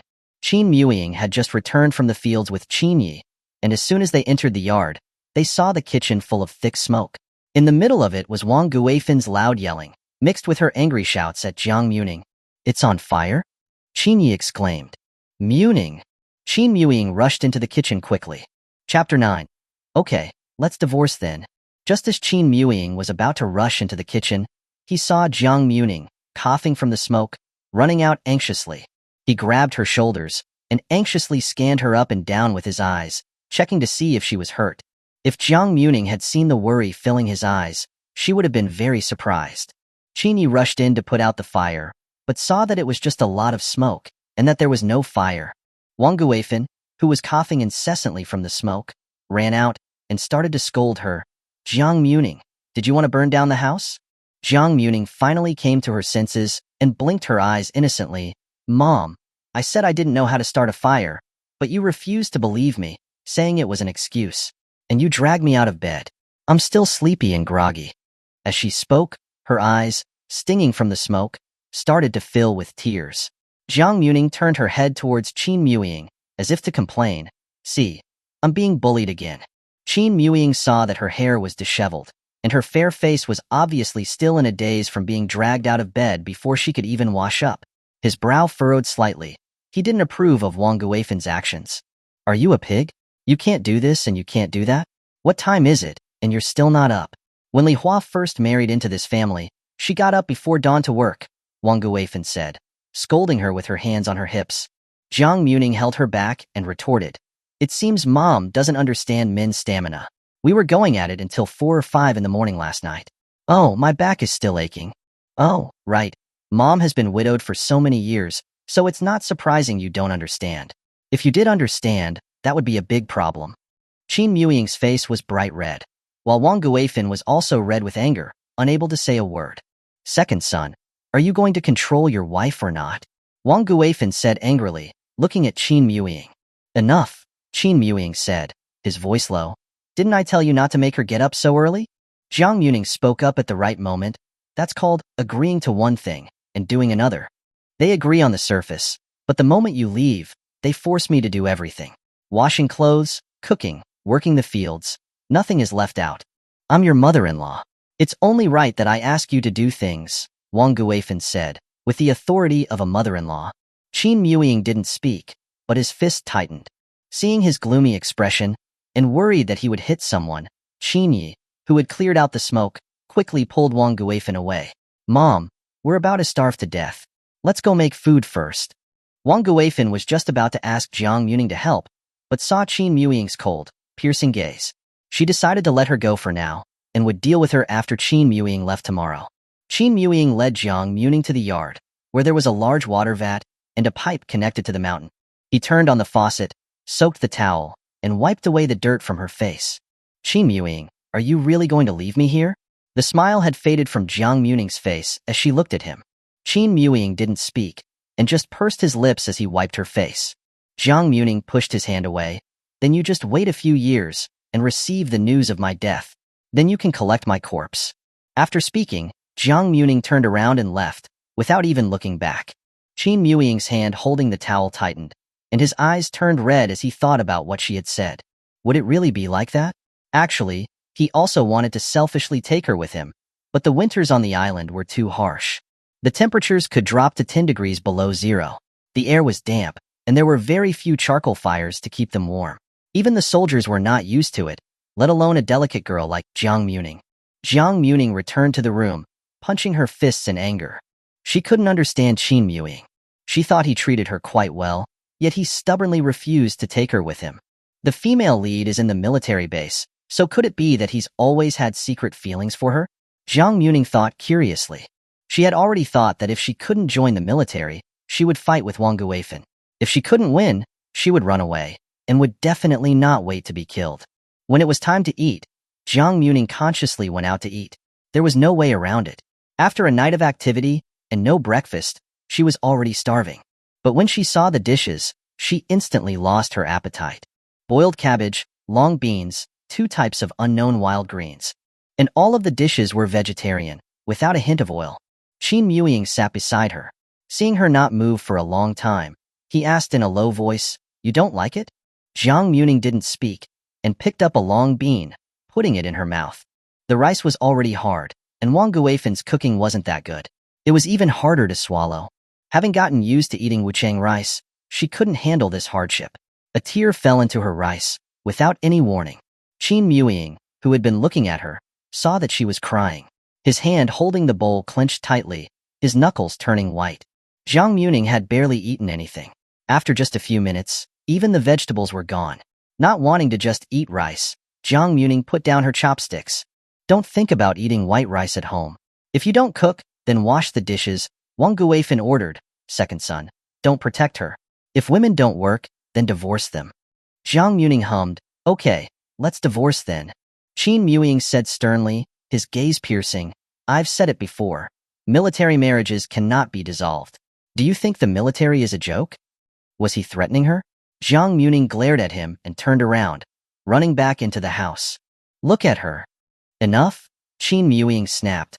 "Not only can we not divorce, but if you intentionally bully her, the military can put you in jail." Wang Guifan stared in terror. Jail? Yes. Wang Guifan was terrified. She didn't know that you couldn't bully the wives of soldiers. Did this mean she would have to serve the living ancestor? Qin Muying got up and strode towards the room. Seeing the closed door, and thinking that she had barely eaten, he guessed that she would be hungry. Thinking of this, he finally pushed open the door. Seeing him, Jiang Muming glared at him with resentment. She tossed her head, not wanting to talk to him. Qin Muying had never coaxed anyone since he was young. Seeing her like this, he didn't know what to do. "Military marriages cannot be dissolved. That's the rule," Qin Muying said in a low voice. Jiang Muming stubbornly turned her head away, not looking at him. Qin Muying had a headache. Worried that he wouldn't be able to coax her, he decided to try a different approach. "Let's go." Chapter 10. A kiss, and her eyes lit up. "Go?" Jiang Muming was intrigued, and looked at him in confusion. "Go where?" "Go to town to buy some things," Qin Muying said succinctly. He had to buy some things for his return to the military base tomorrow. Hearing that she could go to town, Jiang Muming's eyes lit up, and she agreed readily. Looking in the mirror at her fair skin and delicate features, her face full of collagen, she was very satisfied. It had been many years since she had seen herself like this. After all, she had already been 23 years old before she transmigrated. She combed her hair and tied it into 2 pigtails before finally standing up, satisfied. Qin Muye looked at her and was in a daze for a moment. It was as if he was seeing the figure from years ago, sitting in the bamboo grove with a book, taking a nap. At that time, the sunlight had fallen on her through the trees, and she had unknowingly entered his world. Jiang Muming waved her hand in front of him. Am I mesmerizing you? Hearing this, Qin Muye returned to his senses. His ears turned red at her words. He then took out an egg from his pocket, pretending to be calm, and handed it to her. Seeing the egg, Jiang Muming smiled brightly and quickly peeled off the shell. These past 2 days, Qin Muye would often secretly give her an egg. If she hadn't read the book, she would think he had a crush on her. Could it be that after sleeping together 2 nights, they had developed some feelings? After eating the egg, Jiang Muming's stomach felt much more comfortable. Just as they got to the door, they bumped into Wang Guifin, second son. Where are you taking her? To town to buy some things. I'm going back to the military base tomorrow afternoon. Qin Muye straddled the bicycle borrowed from the village chief. Then what is she doing there? She should stay home and work, Wang Guifin said, pointing at Jiang Muming. Jiang Muming sat on the back seat and said coquettishly, Of course I'm there to help Brother Muming choose what to buy. I think you just want to slack off. Why did we marry such a ghoul? Wang Guifin wanted to drag her down, but saw that Qin Muye had already put his foot on the pedal. The wheels started moving quickly. Jiang Muming quickly hugged his waist, her soft hand circling around his muscular waist. Qin Muye's Adam's apple bobbed, and his heart pounded. The softness around his waist kept stimulating his senses, and his lower abdomen tightened again and again. Unaware that she was playing with fire, Jiang Muming closed her eyes, enjoying the mountain breeze and looking at the way her skirt was flying. After a bumpy ride, they finally arrived in town. Jiang Muming's stomach was already aching from the ride. That egg ultimately hadn't been enough. The sound of the bustling market filled the air. Jiang Muming looked at the people and felt a sense of the everyday that she had never experienced before. The bike stopped, and Jiang Muming jumped off. Her stomach was already empty. Just as she was thinking of acting spoiled to buy some food, she saw Qin Muye lock the bike and say in a low voice, Let's go. Seeing the state-run restaurant ahead, Jiang Muming asked in surprise, Are we going there? I didn't eat enough at noon, Qin Muye replied casually. Jiang Muming thought suspiciously. He seemed to have eaten quite a bit though. But since they were going to eat, she wouldn't be so stupid as to refuse. Her fair, beautiful face broke into a smile. Let's go. I'm really hungry. Qin Muye didn't say anything. You couldn't tell what he was thinking from his stern, expressionless face. Inside the restaurant, Jiang Muming and Qin Muye found a seat by the window. Order whatever you want to eat, Qin Muye said in a low voice. Meat is okay too. Hearing that addition, Jiang Muming's eyes lit up. Then I won't hold back. I want braised pork, stir-fried pork with peppers, mixed vegetable soup, and a stir-fried cabbage. Qin Muye said calmly to the boss. Bring these dishes. Okay, you two wait a moment, the boss replied with a smile, before walking to the kitchen. Soon, the dishes arrived. Jiang Muming, who was so hungry she was seeing stars, picked up her chopsticks and started eating. Seeing the bright smile on her face as she ate the stir-fried pork with peppers, and thinking about how she hadn't been able to eat lunch, Qin Muye hesitated. When he wasn't home, even if they cooked meat, it would be difficult for her to get her share. Jiang Muming was only focused on eating, not noticing that her goal of joining the military was getting closer. When she was full, she realized that all of the dishes had gone into her stomach. After filling her stomach, Jiang Muming happily walked out of the restaurant. One meal cost 5 yuan. She hadn't expected Qin Muye to be so generous. In a good mood, she tiptoed and kissed his cheek happily. The moment her lips touched his cheek, Qin Muye's normally calm eyes instantly lit up. She looked at him blankly and saw that his normally cold face had a rare hint of embarrassment and shyness. Seeing his reaction, Jiang Muming took the opportunity to shake his hand gently and said in a spoiled tone, Brother Muye, I can eat my fill when I'm with you, and I like it. I want to join you in the military. I'm not afraid of any cold winter. Qin Muye's Adam's apple bobbed. Please, just take me with you. Jiang Muming said with her eyelashes fluttering and a pitiful look on her face. Or when you come back, even if I don't get bullied to death, I'll be a bag of bones. It'll be uncomfortable to even hug me. Qin Muye finally moved his lips and said hoarsely, I'll consider it. Seeing that he was starting to loosen up, Jiang Muming's eyebrows curved into a smile, revealing her clean white teeth. Think about it carefully. Then, Qin Muye went to the market and bought a lot of things to take with him to the base. Even natural beauty needs to be maintained. Jiang Muming wanted to buy skincare products. She thought Qin Muye would refuse, but when she brought it up, he readily agreed. She went to the town's department store and finally bought a clam cream and a bottle of snow cream, spending 11 yuan. Seeing the price, Jiang Muming finally understood why girls in the countryside rarely bought snow cream. The people in the village could earn a maximum of 10 yuan a month. One bottle was equal to a whole month of hard work. When they passed a stall selling sesame twists, Jiang Muming only looked at it for a moment, and Qin Muye bought it for her. Men who are willing to spend money on women are the most handsome, and Jiang Muming's liking for Qin Muye rose sharply. She also realized that Qin Muye was richer than she had thought. When they got home, Jiang Muming sat in front of the vanity table, squeezed out a little snow cream, and lightly smeared it on her face. "It's quite moisturizing," Jiang Muming muttered. She was about to continue applying it when the snow cream suddenly disappeared from her hand. Jiang Muming looked up to see Qin Wan holding her snow cream. "That's mine." Jiang Muming got up unhappily. "I've always wanted this snow cream," Qin Wan said haughtily. "It's mine now." As she spoke, she was about to take the snow cream away. Seeing this, Jiang Muming didn't say a word and directly snatched the snow cream back. "This was bought for me by my man. If you want it, you should also find a man and get married, and then have him buy it for you." Jiang Muming said rudely. "What my brother bought is mine. Give it to me," Qin Wan said as she lunged at her. Although Qin Wan was short, she was fat and had a lot of strength. "Give it to me." "I won't." Qin Wan grabbed Jiang Muming's hair, causing her scalp to hurt. Seeing that the snow cream was about to be snatched away, Jiang Muming yelled loudly, "Husband!" Chapter 11. Qin Muye, I want to go home to my family. Upon hearing that unique form of address, Qin Muye bolted towards the room. As he got closer, he heard Jiang Muming and Qin Wan's screams.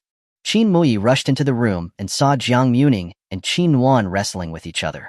Without wasting any words, Qin Muye strode forward and decisively separated the two. Jiang Muming's eyes were red with anger, her pigtails already disheveled, and she glared at Qin Wan. Qin Wan's chest heaved violently, clearly not expecting Jiang Muming to be so difficult to deal with. "Second brother, this bitch is bullying me," Qin Wan accused, playing the victim. "Who are you calling a bitch?" "I'm calling you a bitch." Only after saying it did Qin Wan realize she had fallen for her trap. Angrily about to retaliate, she was met with Qin Muye's stern shout, "Shut up!" Seeing his anger, Qin Wan obediently shut her mouth, glaring furiously. "What happened?" Qin Muye asked, turning to Jiang Muming. Jiang Muming pointed at the cold cream in Qin Wan's hand. "She was trying to take my cold cream. This was bought by my second brother. It belongs to our Qin family." Qin Wan shouted loudly. Hearing this, Qin Muye frowned and looked at Qin Wan. "Give it to her." Upon hearing this, Qin Wan's eyes widened in disbelief, and she hid the cold cream behind her back. "I won't give it. I want this cold cream." "Second brother, why are you helping an outsider?" Qin Wan's cheeks puffed up with anger. In the past, Qin Muye would have doted on her, but now he was helping that little bitch bully her. Qin Wan was furious. "Jiang Muming is my wife, the person I will spend my life with," Qin Muye stated solemnly. "Give it to her yourself, or I will break your hand." Qin Wan knew that Qin Muye meant what he said. Reluctantly, she took the cold cream from behind her back, still unwilling to give it away. "Second brother, I'm your family. Mom said that Jiang Muming is just a servant in our family. She's just cheap. Seeing that you're successful, she has to." Before Qin Wan could finish her words, Qin Muye raised his hand, and a loud slap landed on her cheek. Qin Muye was livid, his normally serious face now filled with a coldness, his gaze terrifying as he looked at the Qin Wan he barely recognized. Her cheek burned, and Qin Wan looked at him in disbelief. "You hit me? You hit me for this bitch?" Qin Muye gave her another slap. "She's your sister-in-law." Tears welled up in her eyes, and Qin Wan angrily threw the cold cream on the ground, crying and shouting at Qin Muye, "Second brother, I hate you. I'm never talking to you again." With that, Qin Wan ran away, heartbroken. Seeing all this unfold, Jiang Muming was also astonished. She remembered in the novel that Qin Muye was quite protective of his only younger sister. Yet now, he was actually disciplining her to defend her? Seeing her stunned and silent, Qin Muye thought she was frightened. He bent down to pick up the cold cream from the ground and handed it to her. Qin Muye then took the initiative to apologize. "I'm sorry. Qin Wan was a little spoiled and has a stubborn personality. Don't take those words to heart." Jiang Muming took it, looking at him with a smile that didn't reach her eyes. On the second day of our marriage, your mother said I was a servant in your family. That marrying me was to have me serve the whole family. Before she could finish, Qin Muye replied firmly, that's not true. Looking at the cold cream in her hand, Jiang Muming said slowly, Brother Muye, you can protect me at home, but what about when you're at the army base? She turned around, placed the cold cream on the dressing table, and said with a soft smile, so, ultimately, you can't protect me. Maybe the next time you come back, you'll be attending my funeral. Jiang Muming spoke the original owner's fate in a joking tone. But she was different from the original owner, and absolutely wouldn't sit around waiting to be abused like a fool.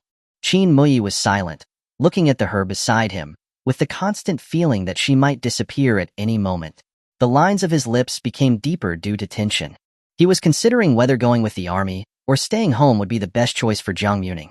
The next day, Jiang Muming got up, the sun shining brightly through the window, and looking at the empty bed beside her, Jiang Muming felt like a deflated ball. He's just gone like that? All the effort of these past few days, was it all for nothing? Dejected, Jiang Muming left the room, and before she could get breakfast, Wang Guifan stopped her. Come with me to the fields to work. Farm work? Jiang Muming shook her head. I don't know how. You have to, even if you don't know how, staying around like a parasite, doing nothing but eating. Wang Guifan said with disgust. Remembering how Qin Wan had cried and complained to her last night, saying that Qin Muye had hit her because of Jiang Muming, it infuriated her. But thinking that Qin Muye was leaving today, she decided to bear with it. Once he left, she would deal with her properly. I still sleep with Brother Muye. Jiang Muming replied calmly. You? Wang Guifan pointed at her. Listen to those words, aren't you ashamed? Is mother envious? You want to find a second father-in-law for me? Jiang Muming looked at her with bright eyes. Wang Guifan's face flushed with anger, and she shouted, Go work. Otherwise you won't get to eat my family's rice this afternoon. Thinking that she had been eating their rice for the past few days, and since there was nothing else to do at home, Jiang Muming grudgingly agreed. Following Wang Guifan into the fields, many men couldn't help but stare at Jiang Muming. Seeing this, Wang Guifan angrily said, What are you looking at? Having a beautiful wife. Why can't people look? A rough man shouted with a smile. Even if you look, she's not yours. With your poor, miserable self, you'll be single for life. Wang Guifan retorted rudely. The rough man's face turned red as he was hit where it hurt. Finally arriving at the field, Qin Yi and Li Hua were already working. Where's second brother? Wang Guifan looked around. Second brother went to the village chief's house. Qin Yi replied. Hearing this, Wang Guifan didn't say anything else and, with her hands on her hips, said to Jiang Muming, The weeds are growing too fast, and the seedlings can't grow. Go and pull out the weeds in the fields. Looking at all the greenery, Jiang Muming was dumbfounded. Which ones are weeds? Hearing this, Wang Guifan angrily pulled up a handful of weeds from the field. These are weeds, weeds. Seeing how agitated she was, Jiang Muming kindly reminded her, Mom, don't get so worked up. Be careful your blood pressure rises and causes a brain hemorrhage, and then you'll just kick the bucket. You're cursing me to die? You want to kill me? Jiang Muming looked at her innocently. Mom, don't wrongly accuse me. If I had the ability to curse you to death, you'd probably be nearing your Memorial Day. Jiang Muming. Wang Guifan was so angry she felt dizzy, almost losing her breath. Seeing this, Jiang Muming was truly worried that she would be angered to death, and she decided to be generous and let her off this time. Then she rolled up her sleeves. Let's do it. Seeing that she had actually started to pull the weeds, Wang Guifan finally calmed down and went back to her own work. Jiang Muming looked at the lush and lively weeds, feeling a bit reluctant. After all, weeds also had life, and so with kindness in her heart, she left some behind. However, as she pulled and pulled, Jiang Muming slowly forgot what the seedlings looked like. A roar like a lion was heard throughout the fields. Jiang Muming, look what you're pulling. Weeds. Jiang Muming held up the weed in her hand with conviction. Li Hua chuckled, Sister-in-law, those are seedlings. Jiang Muming tilted her head with a confused expression. I messed up? Jiang Muming, from a well-to-do family in a bustling first-tier city, had never been to the countryside. To her, weeds and seedlings looked the same, all green. What's more, the weeds were more lively than the seedlings. Wang Guifan was so angry she almost passed out. My sins, how did such a troublemaker appear in our family? Then why don't I go home? Jiang Muming asked, full of expectation. It was nearing noon. The sun was blazing, making her head a little dizzy. Put all the seedlings back, or no food for you, Wang Guifan commanded with exasperation. Jiang Muming pouted reluctantly and had to replant the seedlings. But planting the seedlings required constant getting up and squatting, and the discomfort grew stronger and stronger. Her vision started to blur, and the next thing she knew, Jiang Muming blacked out and fell into the field.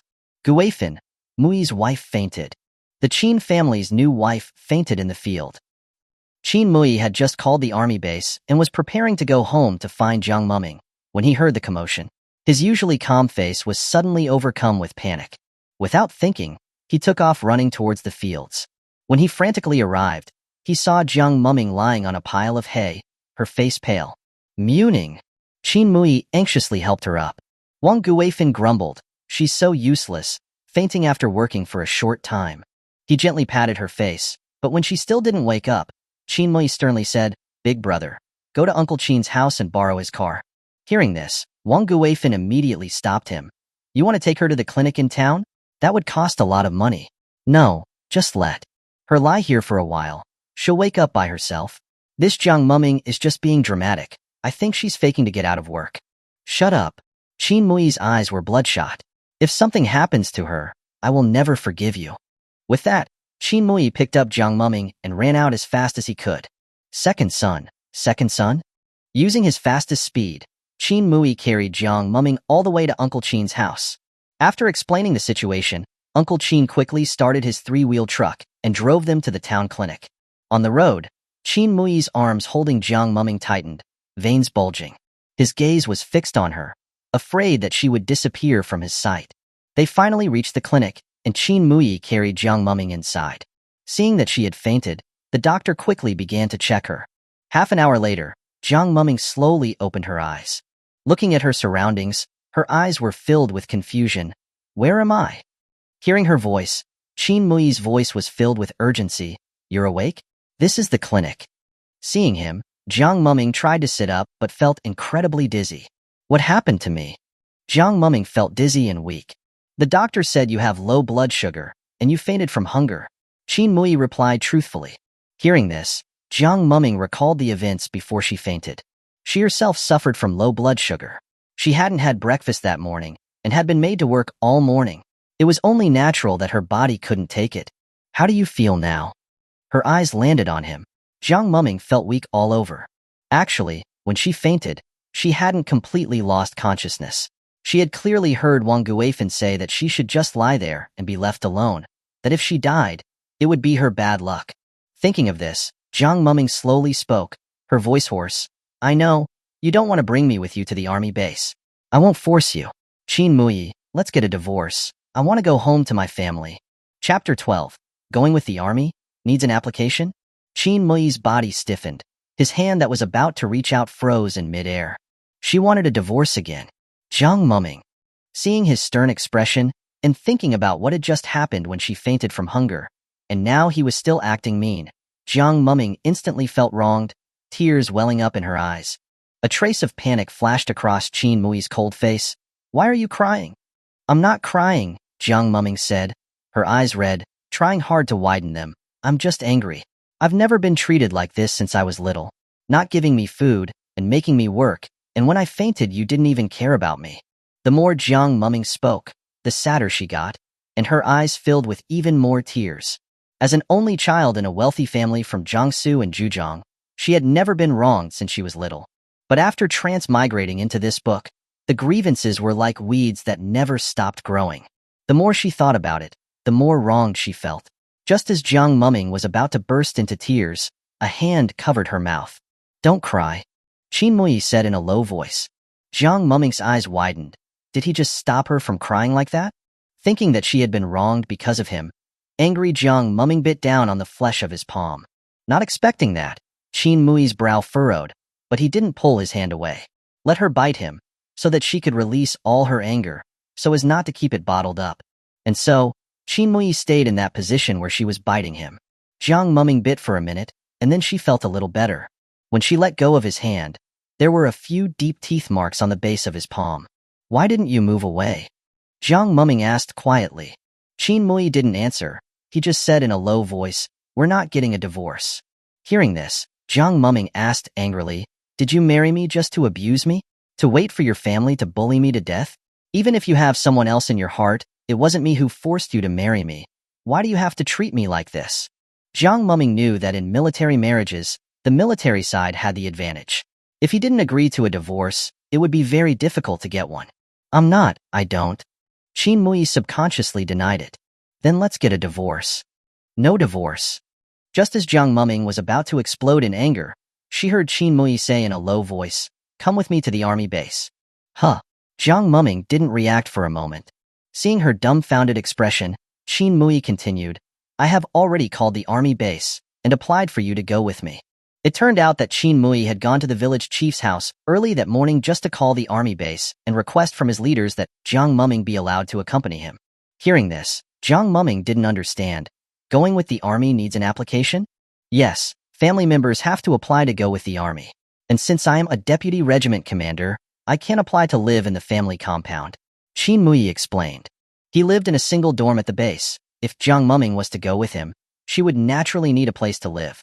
As deputy regiment commander, he was qualified to live in the military family compound. Only now did Jiang Muming realize that Qin Muye had already planned for her to come with him. Thinking about how she had wasted her tears earlier, Jiang Muming angrily hit his chest. You bastard. Why didn't you say so earlier, making me so sad just now? You didn't ask. Qin Muye replied honestly.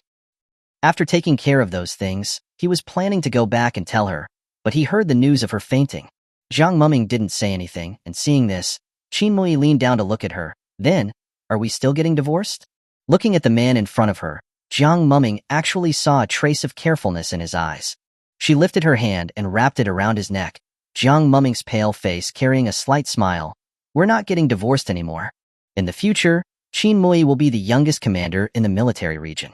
Who cares who he has in his heart, as long as she's only interested in physical pleasure and not emotions? While using this powerful tree to further her own career, wouldn't that make her a winner in life? Besides, from what she had seen, Qin Muye was a decent husband.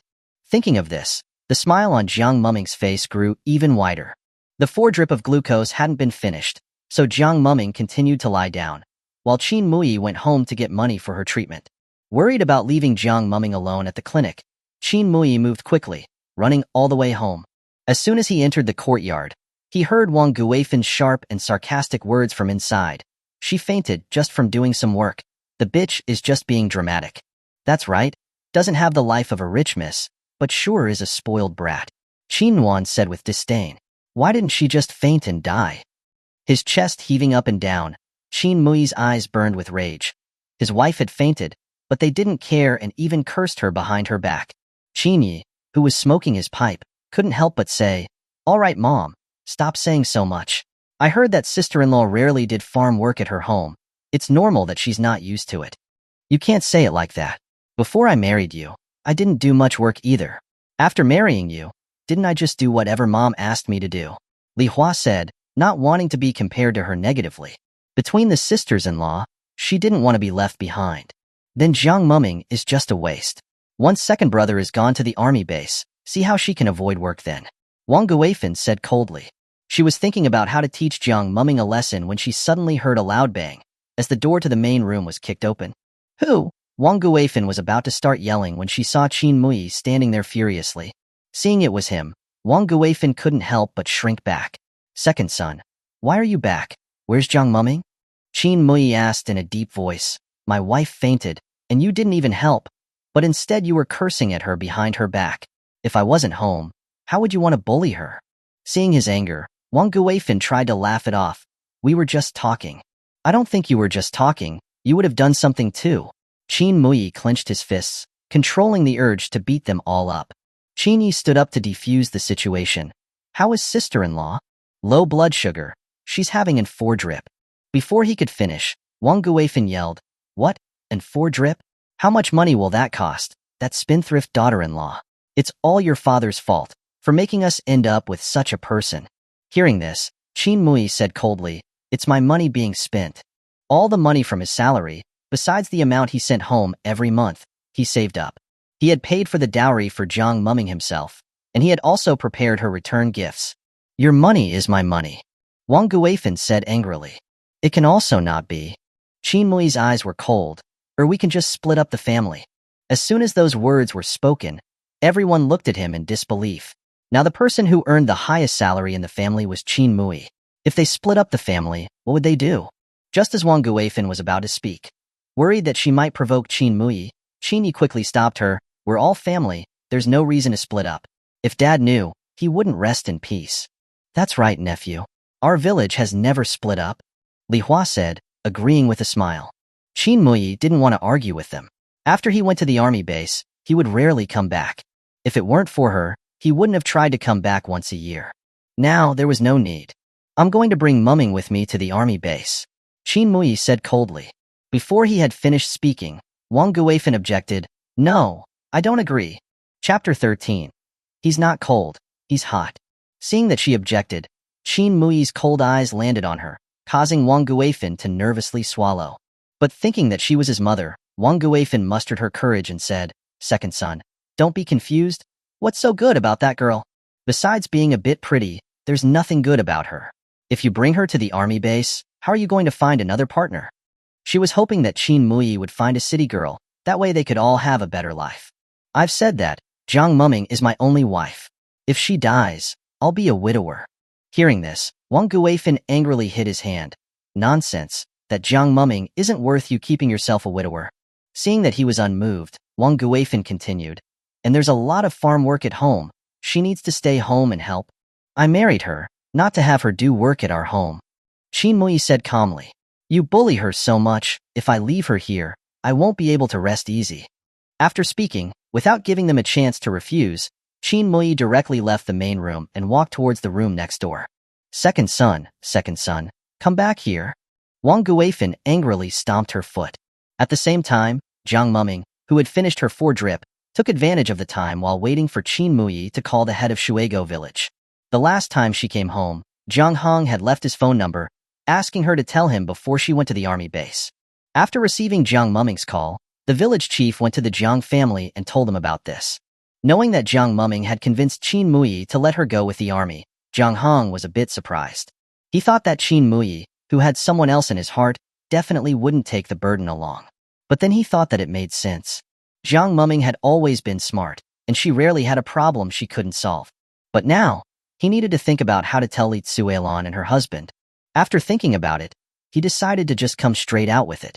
Mom, I want to go with Jiang Muming, Jiang Hong said, lifting his head. Li Tsuelon said in surprise, Go with her? You want to go with the army? Not to go with the army, but to go to the same place as her. Jiang Hong explained, The village is too poor, and we'll have no future if we're farming the land all our lives. I might as well go out to see the world. I can take the college entrance examination, or start a small business, and earn some money for our family. Listening to what he said, Li Tsuelon said with worry, But it's not easy to start a business, and we don't have any capital. It's better to stay in the village, and occasionally go to the town to do some odd jobs. I can go out and work, and use the money I earn to start a business. And what if Qin Muye bullies Jiang Muming with her small arms and legs? If she doesn't have her family to back her up, how miserable will she be? Before he had finished speaking, Li Tsuelon immediately replied, You're right. Muming is such a well-behaved and gentle child. If she's bullied in the army base compound, what will we do? Ahing, you go and pack up quickly. Mom will borrow some money for your travel expenses. While saying this, Li Tsuelon quickly got busy, urging him, You need to pack faster, or you might miss it. Seeing her completely different attitude, Jiang Hong sighed. As expected, no matter what time period, my parents' true love will always be Jiang Muming. I'm just a mistake. Sigh. My heart is bitter, but I won't say it. However, thinking about how this was the 1980s, an era full of business opportunities, Jiang Hong proudly tossed his hair, and his fighting spirit was high. Long out yin, here I come. After paying the clinic bill, Qin Muye took Jiang Muming home. Worried that she wouldn't get enough to eat at home, Qin Muye first took her to a restaurant. It was almost dark when they got home. The delicate Jiang Muming was about to go back to her room to rest. Seeing the expressions on Wang Guifan and Qin Wan's faces, like they wanted to eat her, Jiang Muming was quite happy. She enjoyed the way they wanted to kill her, but couldn't. Because of what happened, Qin Muye changed his time to go back to the army base. He was taking the train tomorrow at noon.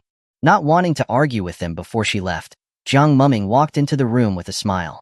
But her smile, in Wang Guifen's eyes, was a blatant provocation.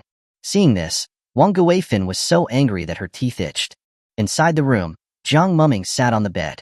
Qin Muye stood in front of the wardrobe, searching through the clothes, and then took something out. He walked up to her and handed it to her. Jiang Muming was surprised. For me? Mm. Jiang Muming took it curiously. It was something wrapped in old newspaper. When she opened it and saw what was inside, Jiang Muming's eyes widened in shock. Inside was money and various coupons. After counting carefully, there was 680 yuan in just cash, not to mention a lot of food coupons, fabric coupons, and meat coupons. Is it all for me? Jiang Muming asked again, confirming. Qin Muye nodded seriously. These are all my savings from the past years. After spending money on the dowry and the return gifts, this is all that's left. Although not much, this was all his assets. Jiang Muming's eyes were wide. She had instantly gone from being broke to being a little broke. Jiang Muming held the money, her lips curving upwards. Then she suddenly thought of something. If I wasn't going with you, you would have taken it all for yourself? No, I was going to give it to you before I left. Qin Muye didn't hide it, his deep eyes looking at her. Hearing what he said, and thinking of the moments they had spent together these past few days, Jiang Muming could feel that Qin Muye was really good to his wife to whom he had a marriage contract. But what she found strange was that in the novel, Qin Muye only treated the female lead with politeness. Not only did they not share a bed after marriage, but they also rarely communicated, even though they were under the same roof. Could it be that now he's still young and hasn't reached the stage of being cold and emotionless? Jiang Muming murmured. As a soldier, Qin Muye's hearing was very sensitive, and he quickly caught two words, cold. Did his wife think that he was cold sexually? Thinking this, Qin Muye seriously looked at her. Wife, can we sleep? Huh. Jiang Muming looked at him in surprise. Now? Qin Muye said seriously, yes, I'm not cold sexually. With a boom, Jiang Muming's cheeks instantly flushed red. Qin Muye didn't say anything, and then took off his shoes and got into bed. He needed to prove himself. He was not cold sexually, he was hot. Before Jiang Muming could say anything, Qin Muye immediately pressed her down on the bed, wanting to get her heated up. On the other side, Wang Guifin was about to go into the room. But when she reached her second son's door, she heard lewd noises coming from inside, and Wang Guifin angrily left with grumbles. If she wasn't afraid that Qin Muye would have a stroke, she would have barged in. Vixen, Vixen, Wang Guifin said, angrily drinking water. Those noises, just listening to them made her feel inflamed. Qin Wan walked in from outside. Mom, since second brother is going to take that bitch with him, let her go serve him, so I won't be annoyed by seeing her. Your second brother treasures Jiang Muming like his own eyeball. Would he let her serve him? I think that it's second son who is serving her. Wang Guifin said angrily, slapping the table. Shouldn't be, right? Qin Wan wasn't sure. She didn't remember when it started, but it seemed like Qin Muye had been looking forward to getting a wife. Wang Guifin frowned, worried. I'm just worried that little Vixen will whisper in his ear, and he won't send money home anymore.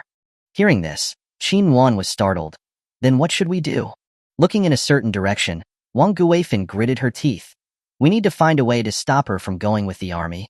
Chapter 14. Playing tricks. Mu Yi Gu. She's trying to harm me. At 7 in the morning, Jiang Muming, exhausted from the previous night, was still sound asleep. Qin Muye got out of bed very carefully, gently pulling the quilt up to cover her. Looking at her peaceful sleeping face and remembering her seductive moans beneath him the night before, Qin Muye felt like he was in a dream. He pinched his cheek hard, the clear pain making him realize this was not a dream. Stepping off the bed, Qin Muye put on his pants and tiptoed towards the door. He was leaving to go back to the military unit at noon today, and he needed to go to town early to buy some food. There wasn't much to eat on the train, and the journey was over 10 hours. He had to prepare something so she wouldn't go hungry. Afraid of waking her, he even pushed the door open gently. Once outside the room, Qin Muye reverted to his usual self. His expression became stern, and his long legs moved forward with no hesitation. Seeing him leave, Qin Wan quickly rushed to his room. She wants to go with him to the military and cut off our family's money? In your dreams, Qin Wan thought, gritting her teeth. Just as she was about to push the door open forcefully, she remembered Wang Guifin's instructions. Carefully pushing the door open, to avoid waking Jiang Muming and ruining their plan. Coming to the bedside, she saw Jiang Muming's fair and pretty face. Qin Yuan's eyes filled with jealousy. Since Jiang Muming's arrival, she was now the village beauty. Taking out a small bottle from her pocket, she lightly sprinkled the powder inside onto Jiang Muming's pillow. Then, unwilling to stop there, she poured some of the powder into her palm and rubbed it onto her face. Jiang Muming moved uncomfortably, startling Qin Yuan. Seeing that she didn't wake up, Qin Yuan secretly left, gloating as she waited for the show to begin. At 8 in the morning, a loud scream came from Qin's second son's room.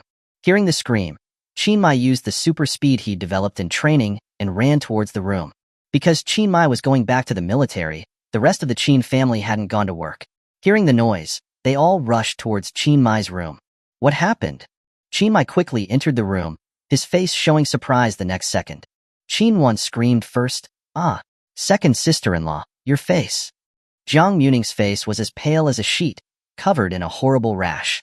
"I don't know what happened. I just woke up like this," Jiang Muming said nervously, her body trembling lightly. It was so itchy, Jiang Muming wanted to reach up and scratch, but Qin Muye caught her hand. "Don't scratch, or you'll break the skin," Qin Muye reminded her in a low voice.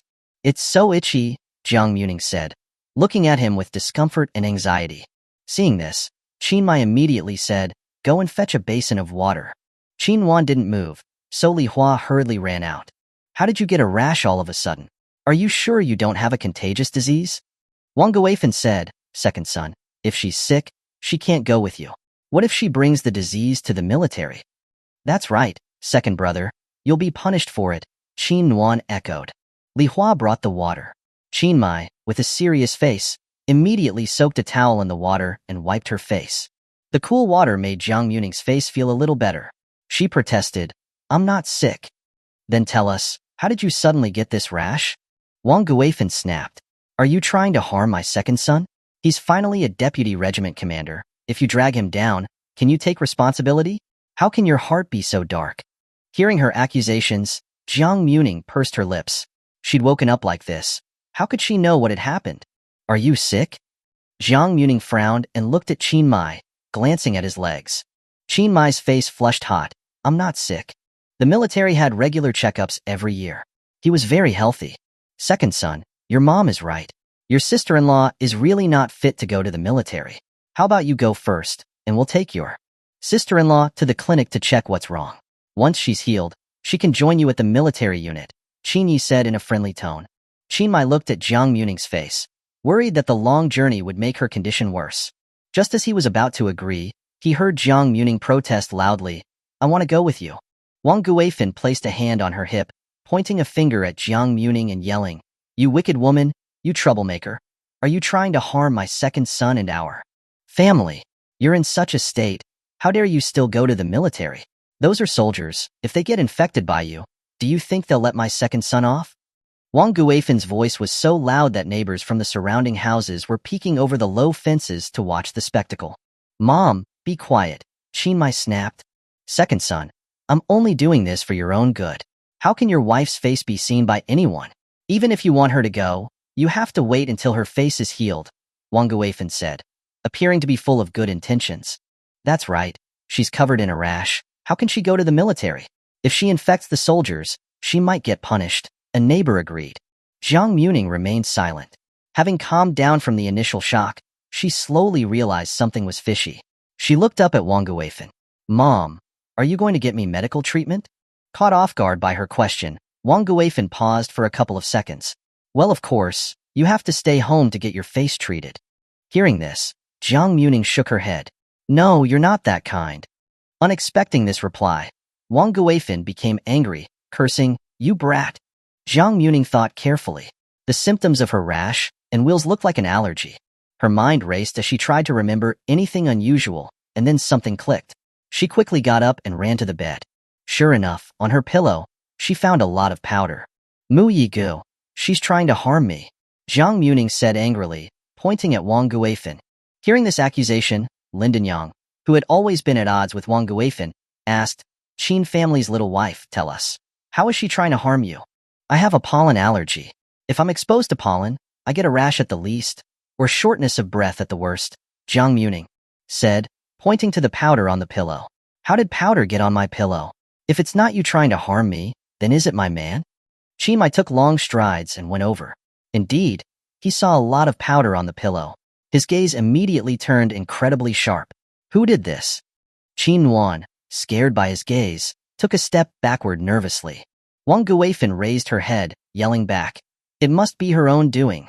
This woman has a black heart. She wants to cause a rift between our mother and son so that you won't send money back in the future. Jiang Muming suddenly understood. So you're afraid that if I go with him to the military, Muye Gu won't send money to you. So you're using this despicable method to keep me behind? Caught. A flicker of anxiety crossed Wang Guifan's eyes. You're talking nonsense. Jiang Muming coldly looked at them. She saw Qin Yuan trying to hide her hand behind her. The person who harmed me might have touched the pollen. Everyone, show me your hands. I want to see who has pollen on their hands. As soon as she spoke, Qin Yuan's eyes opened wide in panic. Qin Muye, who had been observing them, stepped forward and without saying anything, grabbed her hand. Qin Yuan was as scared as a rabbit. A grain of pollen fell from her palm. It's you, Qin Muye said, looking at her with a cold gaze. Exposed, Qin Yuan blurted out the truth. It was Mom. Mom told me to do it. Chapter 15. His wife is bullying people and he doesn't care. Wang Guifan never expected Qin Yuan to be so useless and to rat her out so quickly. Qin Muye looked at Wang Guifan, his eyes filled with intense fury. Qin Yuan's wrist was hurting from the pressure, and she begged, Second brother, I didn't mean to. My bones are going to break. Qin Muye released her and Qin Yuan hid behind Wang Guifan, and then, feeling unsafe, quickly hid behind Qin Yi. Is what Qin Yuan said true? Qin Muye asked, his face grave. Caught in the act, Wang Guifan felt guilty. She raised her head and tried to defend herself. I was just afraid that this temptress would bewitch you and turn you against our family. The veins on his forehead throbbed. Qin Muye clenched his fists. The veins on the back of his hand showed his anger. But Wang Guifan was his mother, and he couldn't hit her. The one truly driving me away from this family is you, Qin Muye said coldly. From now on, every 6 months, I'll send back 60 yuan. Hearing this, Wang Guifan jumped in a rage. No, it's 30 yuan a month, not a penny less. You think it's too little? You'll get nothing, Qin Muye said coldly and firmly. Wang Guifan immediately started throwing a tantrum. You heartless thing. I raised you with all my blood, sweat and tears, and you're paying us back with this little bit of money. It's all your dad's fault. He had to marry this jinx, bringing ruin to the entire family. Hearing her words, Jiang Muming opened her mouth with a smile. Mom, what you said isn't right. Dad is already dead, big brother is married, and Qin Yuan is already an adult. Are you unable to use your hands and feet? Are you born disabled? Why does Muye Gu have to support the entire family? You think 10 yuan is too little? Why don't you go try robbing 10 yuan in the village and see if you can manage that? That's right, 10 yuan is a lot. I'd be thankful if my useless son could give me 5 yuan every month, Linden Yang said with a smile. It pleased her to see Wang Guifan losing money and bragging in front of her, and she loved to put down her own useless son. Yeah, if my mother was bullying my wife like that, I wouldn't give a single penny, not even one. A man who was enjoying the drama said with a grin. Wang Guifan's face went from red to white, and then green. It was multicolored and incredibly funny. Qin Muye looked at Jiang Muming. Pack your things. We'll leave after seeing a doctor. Okay. Jiang Muming readily agreed. Seeing that he was actually packing, Wang Guifan went to stop him, but Qin Muye pushed her hand away. Mom, if you keep making a scene, we'll separate the family and you won't get a single penny. I mean it. Wang Guifan knew her son well. Seeing his face, she knew he was really angry. Since he was a child, she had never seen him so serious about anything. All she did was cause Jiang Muming a little trouble. Worried about her face, Qin Muye packed very quickly, carrying 2 large bags in his hands. Second son, Wang Guifan called anxiously. Qin Muye looked nonchalant. Mom, we'll be leaving now. Jiang Muming smiled innocently. Mom, I'm also leaving. I'm sure you'll live to a ripe old age. After all, evil persists for 1,000 years. At your level, living 100 years isn't a problem.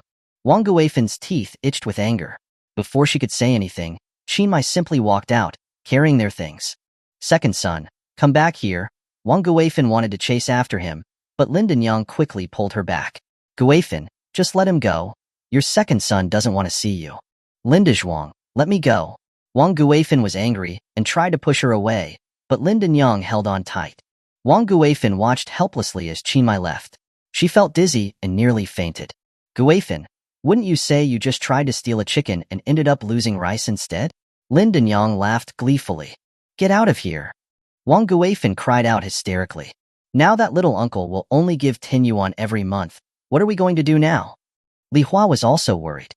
All these years, the reason why they were able to eat meat and buy new clothes was because of the money and food coupons that Qin Muye sent. Although Qin Yi was also annoyed, he still said, we have to be more frugal. Mom, you really went too far this time. Second brother is angry, and he has every right to be. In a few days, we'll go to the military base to visit him and smooth things over. After all, we're still family. Wang Guifan didn't say anything. Her face looked serious, as if she was thinking about something. Leaving home, Qin Muye took Jiang Muming to find a barefoot doctor. His medical skills were quite good, and he had a lot of medicine stocked at home. After applying some ointment, Jiang Muming finally felt some relief on her face. Jiang Muming started feeling hungry, so Qin Muye gave her the food that he had bought in the morning. I'm sorry, Qin Muye said sincerely. After marrying him, she had suffered a lot of grievances. I forgive you, for the sake of the beef pancake, Jiang Muming said, eating gracefully, oil smearing on her lips. Qin Muye was a qualified husband. He supported her and stood up against his own mother. It was beyond her expectations. Thinking of his face, dark as charcoal, she had wondered if Wang Guifan had stepped on his soft spot. Is 10 yuan per month okay? Qin Muye thought he needed to ask Jiang Muming's opinion. Jiang Muming considered it and replied, okay. After all, you're still family. If you don't give anything, people will gossip. That was also what he was considering. If he hadn't said he'd give 10 yuan, Wang Guifan would probably spread rumors that it was Jiang Muming's fault and ruin her reputation instead. Jiang Muming was eating contentedly. When they were about to reach the entrance of the village, they saw a big goofball waving his hand towards them, grinning a silly, worthless grin. Seeing Zheng Heng, Qin Muye was surprised. Brother-in-law, why are you here? Being called brother-in-law by his peer was a little awkward for Zheng Heng, but he thought about it and then let it go. After all, he was Jiang Muming's older brother. Finally free of the role of being the younger one, he was in a good mood. Zheng Heng was about to speak when he suddenly noticed Jiang Muming's face, then burst out laughing, ha ha ha. Jiang Muming, your face is so ugly. Before he could finish, Jiang Muming raised her foot to kick him, but he nimbly dodged. Get lost, Jiang Muming glared at him. If you laugh again, I'll shave your head bald. As if remembering some awful experience, Zheng Heng immediately protected his hair, so ruthless. Brother-in-law, won't you control her? Qin Muye didn't say anything. If his wife bullied people, he wouldn't care. If other people bullied his wife, he would. Brother-in-law, you haven't answered me. I'm waiting for you. I'm going to the military base with you. Zheng Heng was carrying a large bag on his back and another small bag in his hand. Qin Muye looked at Jiang Muming, confused, as if he was asking her a question. Jiang Muming looked up while eating, tag along. I'm not. Zheng Heng said matter-of-factly, there's not much prospect in the countryside. I heard that your place is on an island, so I was thinking of doing some small business there, selling some seafood. He wouldn't say it, that he was afraid that Qin Muye, with his white moonlight in his heart, would bully Jiang Muming. Hearing this, Qin Muye didn't say anything. Although there were troops stationed on the island was very big, and there were other residents. Let's go. Qin Muye calmly started walking. Seeing that he didn't object, Jiang Muming and Zheng Heng breathed a sigh of relief. As they were about to walk to the town, they happened to meet Uncle Qin, who was going to town to buy some things. So the three of them rode his tricycle to the train station. Before they left, Qin Muye gave Uncle Qin 1 yuan as the fee for the ride. Inside the train station, as they were about to get in line for the ticket check, Qin Muye grabbed her wrist. Jiang Muming was puzzled. Do you really want to go with me to the military base? Qin Muye asked to confirm again. Looking at his serious expression, Jiang Muming was suspicious. Was there a secret at the military base? Was his white moonlight hiding at the military base? Chapter 16. Qin Muye, close your eyes. Yes, Jiang Muming answered resolutely. Going with him to the military was something that she had managed to get with great effort. She wouldn't stupidly give it up because of his white moonlight. A gentleman would help others, but she was a woman and she didn't need to. Looking at her eyes, Qin Muye let go of her hand, his cold face showing a serious expression. He had to think of ways to make sure she was doing better on the island when the winter came. Jiang Muming looked at his serious face with knitted eyebrows and pouted her lips, dejected. Did he really not like her going that much? Thinking of this, Jiang Muming tossed her long black hair and quickened her pace forward. After going through the ticket check, they prepared to board the train. Jiang Hong, looking at the large bags that he and Qin Muye were carrying, and then at Jiang Muming, who had both her hands empty, offered her the small bag he was carrying. "What for?" Jiang Muming said, unwilling to accept it. "To share the load," Jiang Hong said truthfully. Jiang Muming frowned, her whole body rejecting it. Before she could say anything, she heard Qin Muye's deep voice, "Brother-in-law, can't you even carry that?" "It's not that I can't." As soon as Jiang Hong said it, Qin Muye calmly said, "Then carry it yourself."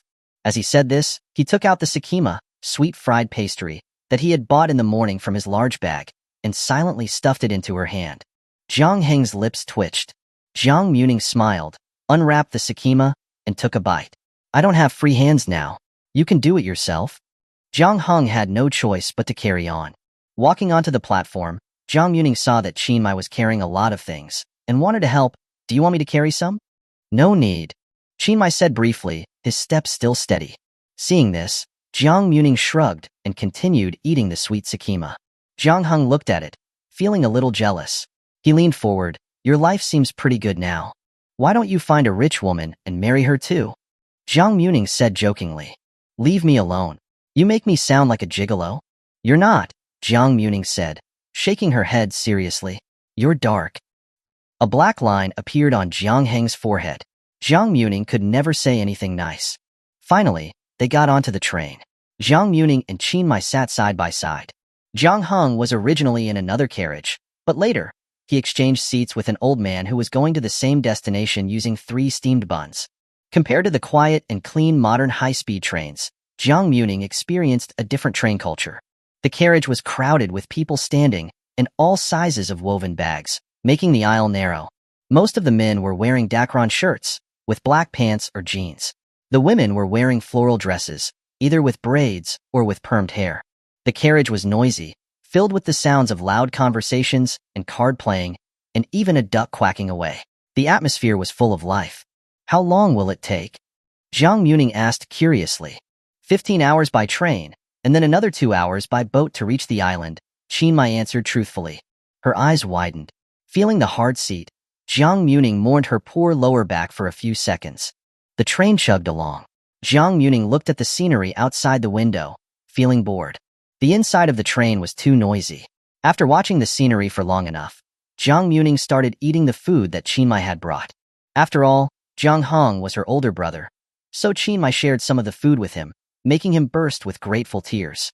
Since transmigrating into this novel, other than the day Jiang Muming went back to her family, he hadn't eaten anything good. "Jiang Hong, what food did you bring?" Jiang Muming asked curiously. Jiang Hong suddenly remembered something and rummaged in his woven bag, bringing out several large pancakes. "This is the sorghum pancake that Mom baked.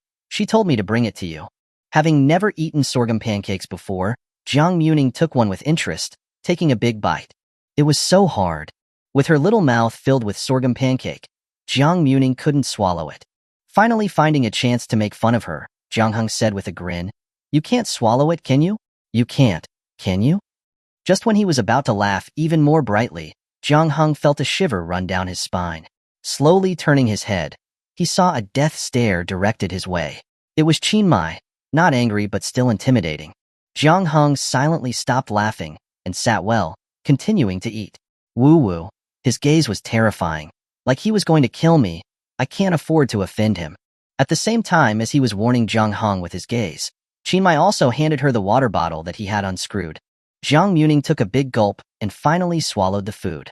"Finally alive," Jiang Muming said, breathing a sigh of relief. Although she had been eating vegetables these days, because of Qin Muye's protection, she didn't really have it that hard. The sorghum pancake gave her a very realistic taste of real life. Thinking of this, Jiang Muming looked at the man beside her with a burning gaze. "No matter what, I have to cling to his coattails. As long as I am alive, you all will have to be my concubines." Qin Muye looked at her, confused, his heart pounding as he anxiously looked away. So, Jiang Muming gave all her remaining sorghum pancakes to Qin Muye, and she continued to eat the pastries that he had bought. As night fell, Jiang Muming felt sleepy and kept yawning. "Sleepy?" A deep voice sounded. Jiang Muming, still yawning, looked up at him with misty eyes, her eyebrows furrowed lightly. She nodded. It's too noisy. I can't sleep. The environment was too noisy, and she had never been able to sleep well in noisy places. Now, some people were yelling as they played Pai Gao, a Chinese domino game. Qin Muye's expression was serious. This wasn't the military barracks. He had no authority to tell them to be quiet. After a moment, Qin Muye pressed her head on his shoulder. Just as Jiang Muming was wondering, the noise around her suddenly lessened. His shoulder was now blocking her ears, his big hand covering her ears, blocking out the noise. Qin Muye lowered his head. His deep voice sounded almost hypnotic. Close your eyes. He then adjusted his hand. His slender fingers were still blocking her ears, and his palm covered her eyes, blocking out the light in the carriage. The world became quiet, and the darkness in front of her brought a sense of security. Jiang Muming listened obediently and closed her eyes. Sleepiness slowly washed over her, and Jiang Muming actually fell asleep. Qin Muye sat upright, not moving, to avoid startling her with any stray sounds. He turned his head, his lips touching her forehead. He didn't relax until he heard her even breathing. As the night grew later, the carriage finally quieted down. Qin Muye withdrew his hand, moving his stiff arm. He felt more comfortable. Seeing that some strands of hair were blocking her eyes, he carefully moved them away. The train rumbled on. When it turned, people would lean to one side, easily waking up. Seeing that a turn was approaching, Qin Muye hurriedly protected her head so that she would sleep steadily against him. Zhang Hong was sitting in the row behind them, observing Qin Muye's actions while munching on his steamed bun. He's so considerate. This is suspicious. Did he perhaps fall for Jiang Muming? Chapter 17.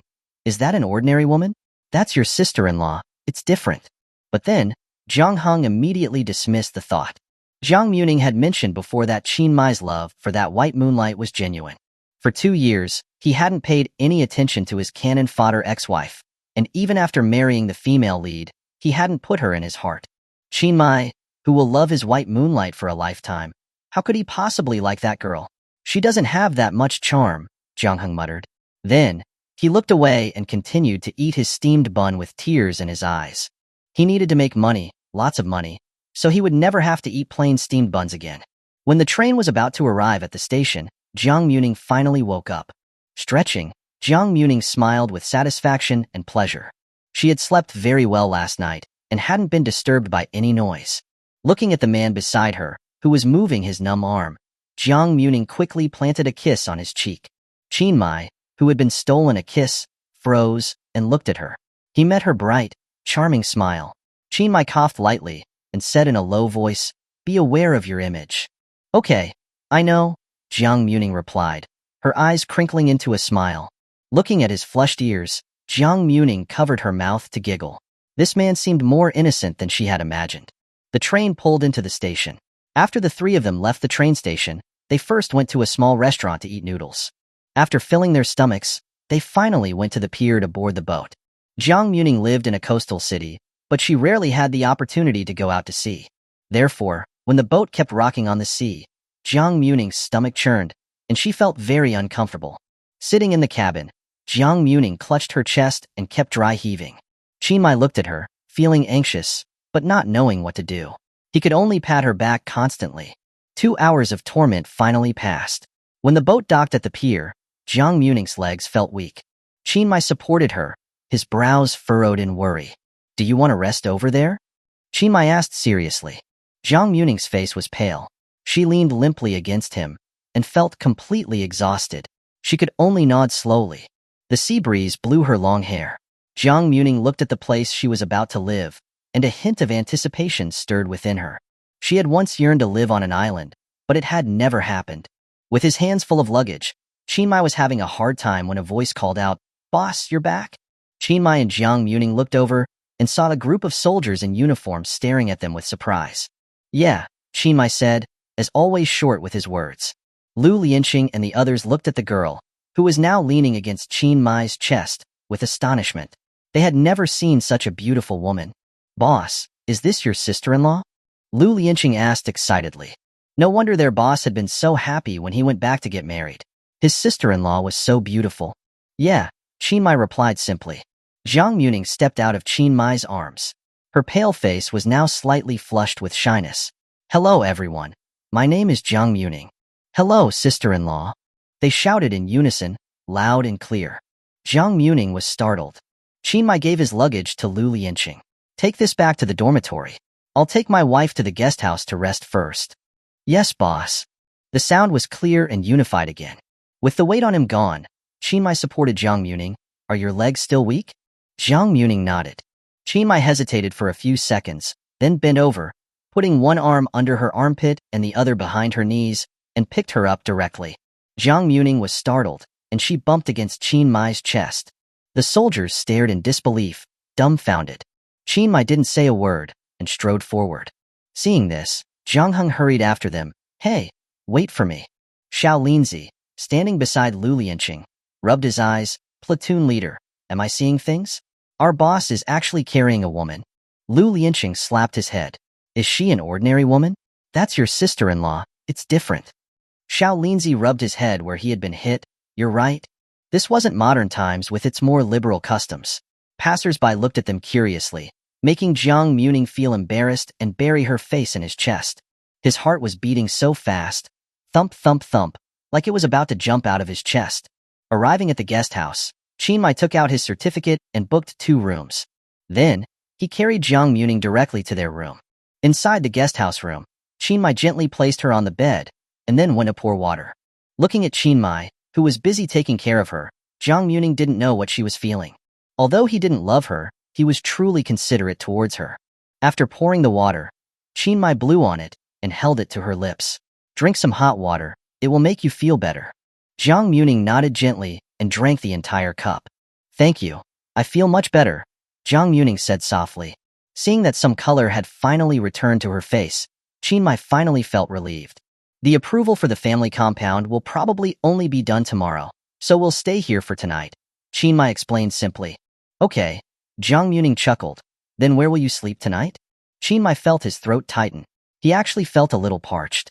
He had wanted to ask her where she wanted him to sleep, but he hesitated and swallowed the question. Her brother was next door. If he stayed here tonight, he might disturb him. I'll stay in the dormitory, Qin Muye answered in a low voice. A hint of disappointment flashed across Jiang Muming's eyes. He really doesn't like me. Okay, Jiang Muming said nonchalantly. Qin Muye was confused. Why did he feel like Jiang Muming seemed unhappy? You lie down and rest. I'll go to the dormitory and bring some of your change of clothes. Okay. Seeing her fatigue, Qin Muye stood up. He then walked out. Jiang Muming watched his figure disappear and told herself, just get the physical relationship, don't get emotionally attached, or you'll end up crying in the future. A knock sounded at the door. Jiang Muming was surprised and dragged her tired body to stand up. Opening the door, she saw Jiang Heng standing outside. Are you okay, girl? Jiang Heng walked in. Jiang Muming returned to the bed and deflated like a punctured balloon. I almost died. Sitting on a chair, Jiang Heng crossed his legs. Look at your older brother, so relaxed. Jiang Muming rolled her eyes and ignored him. Seeing that she wasn't talking, Jiang Heng moved his chair and sat beside her. Seriously though, I heard that when you transmigrate in novels, you get a golden finger. Where's yours? Jiang Muming shook her head. I don't have one. How about you? If I did, would I be asking you? Do you have a space or something? It can't be that we were just that unlucky and came here completely empty-handed, right? Speaking of this, Jiang Muming felt down. That's right. Why don't we even have a space? We haven't done anything bad. Why don't we even have a space? Exactly. Before they had finished speaking, a somewhat familiar voice sounded in both of their ears. Welcome to the Deserted Island Survival Game Space. Chapter 18. Unlocking the Deserted Island Game Space. As the voice echoed, Jiang Muming and Jiang Heng suddenly noticed that their surroundings had clearly changed. They were now standing on a barren, deserted island. But this island, isn't this the Deserted Island survival game we used to play? Jiang Heng asked in surprise. Jiang Muming also realized it. The scene in front of her was exactly the same as the interface in the game at the time. Everything looked desolate. Are we in the game world? Jiang Muming was a bit confused. As they were wondering, a cute little snowball appeared in midair and said in a childish voice, Welcome to hosts for successfully opening the Deserted Island survival space. From today, you can become wealthy through this space. Hearing this, Jiang Muming and Jiang Heng finally realized that they too had a space.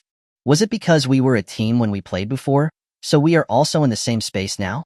Jiang Heng asked curiously. Tsk tisk, I'm so diligent and capable.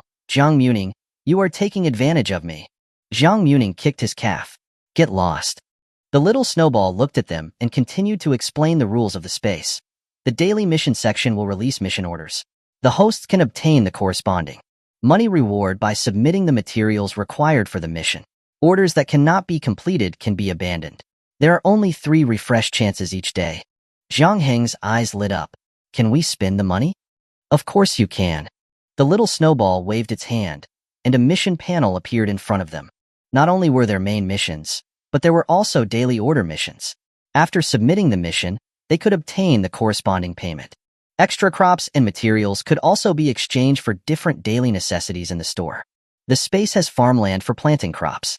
All seafood must be obtained by the hosts in the real world, and then submitted to the space orders. Can we use this money in reality? Jiang Muming asked honestly. Of course. The little snowball said with a smile. The hosts can not only make money, but also build the deserted island through mining and other methods. As the island develops, the level will increase and more permissions will be unlocked. There will also be unexpected surprise gift packs. Hearing that they could use the money in real life, Jiang Muming and Jiang Hong became excited. After all, they were poor in the 1980s. Making money was very important. Hard work pays off. 2 hosts, cheer up, said the little snowball and quickly disappeared. Jiang Hong put his hands on his hips, looking proud. I will achieve financial freedom here. This era is short of supplies. There are so many treasures in this system store, Jiang Muming said in surprise as she checked the items in the system store. 2 pounds of cabbage could be exchanged for half a pound of pork, and 1 pound of cauliflower could be exchanged for a bottle of milk. Looking at the main mission, the 2 of them rolled up their sleeves and started working. Jiang Hong was a man, so he took on the task of cultivating the farmland. The system had already given them 6 plots of land. Jiang Muming followed the mission guidelines, first loosening the soil, and then planting the gift cabbage seeds. Holding a hoe and working, Jiang Muming felt tired. Aren't other people's spaces fully automatic? Why do we have to work? We are the elite of humanity. The space also wants to test us. Otherwise, how can it be said that when heaven bestows a great responsibility on you, it must first strain your muscles and bones, Jiang Hong said proudly. Jiang Muming's lips twitched. This guy was still as cocky as ever. After planting the seeds, Jiang Muming started watering and fertilizing. After 2 hours of hard work, Jiang Muming finally managed to harvest more than a dozen cabbages. After submitting the mission, Jiang Muming panted. It took so long to earn 5 yuan.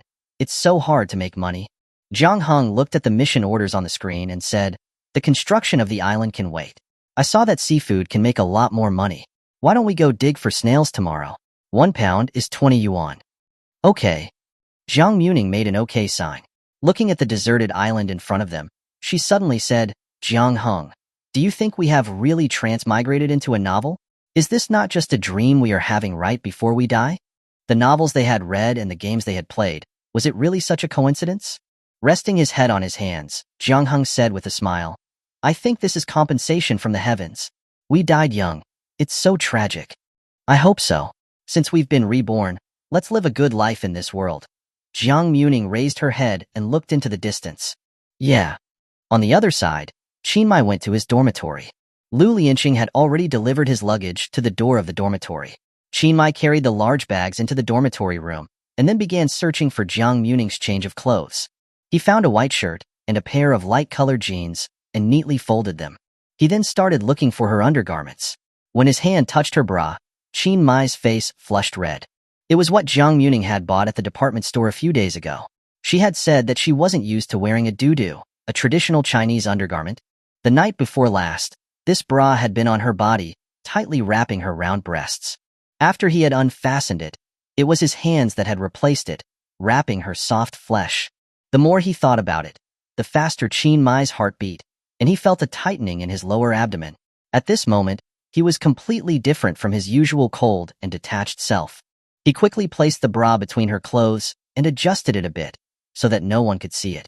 After packing, Qin Muye went downstairs.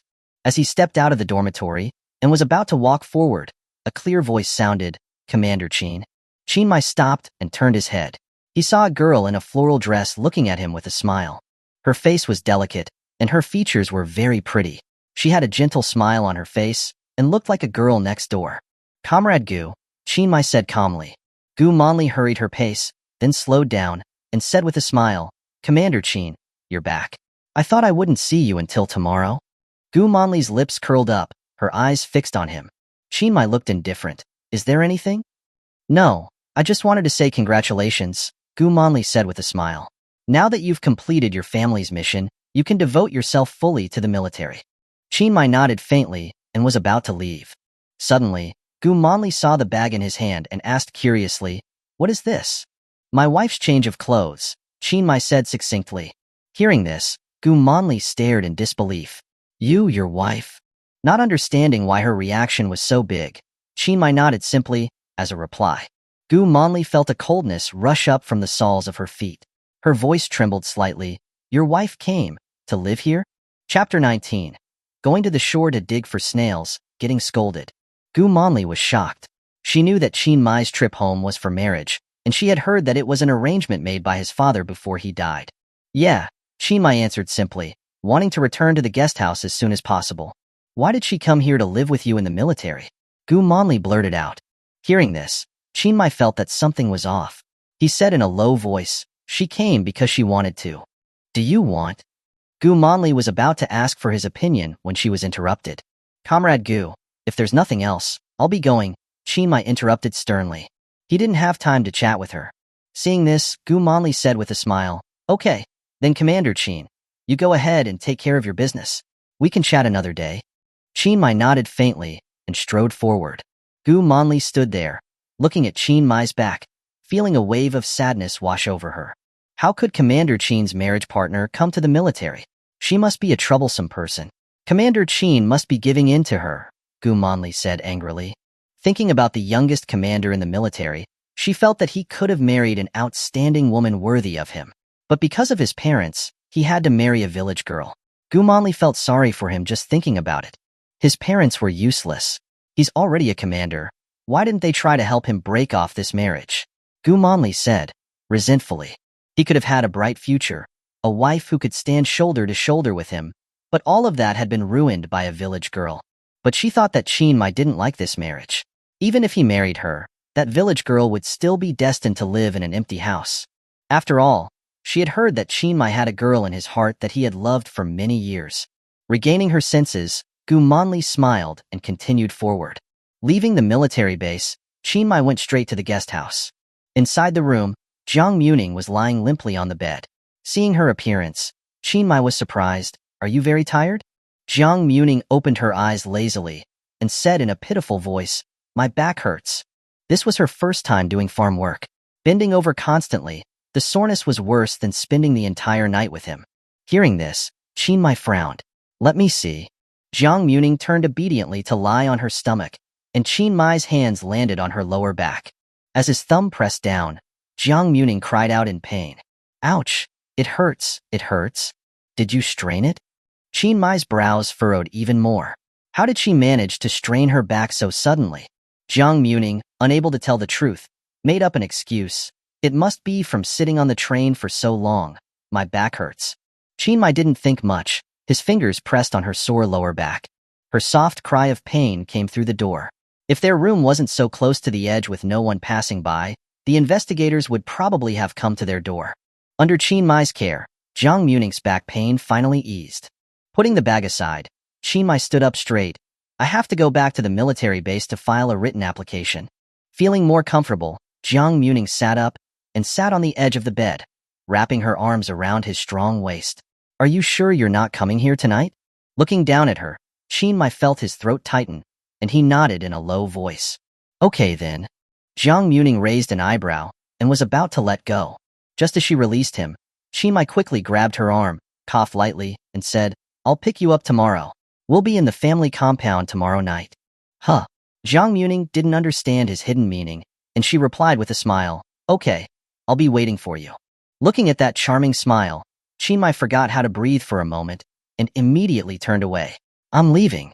Qin Muye started walking, his steps a bit chaotic as he left. Seeing him leave so quickly, Jiang Muming muttered, dejectedly, Why is he in such a hurry? It's like he dislikes me that much. Jiang Muming picked up the change of clothes that Qin Muye had brought and prepared to take a bath. The next morning, Jiang Muming and Jiang Hong got up early. Looking at her with pigtails, Jiang Hong said as usual, "You're pretending to be a little kid. You're already an old woman of 23 years. Jiang Muming kicked his butt and said proudly, "Get lost. Your older sister is 18, as beautiful as a flower. Unlike you, a withered old bean sprout." Jiang Heng's face was flushed. He put his hands on his hips and denied with his face red and thick neck, "This handsome man is fair-skinned. I just need to rest my face and I'll be back to a handsome, sunny, and cheerful young man." Jiang Hong felt a pang of pain in his heart. "We both transmigrated. How come Jiang Muming gets all the favor? She's fair-skinned, pretty, and looks younger, while I—" He had a lot of sad tears. Looking at his teary expression, Jiang Muming covered her mouth and giggled, patting his hard chest. All right, we'll use the money we earned to buy you skincare products first. You have a conscience after all," Jiang Hong said, satisfied. "Otherwise, if you can't find a girlfriend and become a lonely old bachelor, you'll blame it on me." The two bickered as they followed the directions on the space mission board and arrived at the seaside. There was no beach here, but there were many large reefs. Arriving at the reefs, the sea breeze blew against them. "When I went to the beach before, I saw a lot of people digging for snails on the reefs. We can finally give it a try," Jiang Hong said. Holding the basic tools given by the space, the two struggled to get to the biggest reef. Because the tide had just started to recede, the water had left marks on the reef. Jiang Muming moved closer to take a closer look and said with surprise, "There's so many. Let's start digging. These are chili snails. Let's get a few pounds. We can earn 100 yuan a day," Jiang Hong said. Hearing this, Jiang Muming became excited and started digging with a small pair of tongs on the reef. 20 minutes later, Jiang Muming looked at her fingers covered in cuts and bit her lip lightly in pain. She wanted to rest, but seeing that Jiang Hong was still digging, Jiang Muming gritted her teeth and continued. An hour later, the two finally finished their snail digging for the day. Jiang Muming sat on the reef, exhausted, watching the waves crashing against it. Jiang Hong put the chili snails into the space and submitted the order. "Guess how much we made? 100 yuan. Jiang Hong exclaimed excitedly. "I also saved some, so after you move into the family compound, you can boil them in water and dip them in vinegar." Hearing that number, Jiang Muming said with emotion, "Coming to this world, I finally understand that it's not easy to make money. I know, we are lucky to have been so ignorant back then. I know now." After enjoying the sea breeze for a while, the two prepared to return to the guest house, chatting about how to spend the money.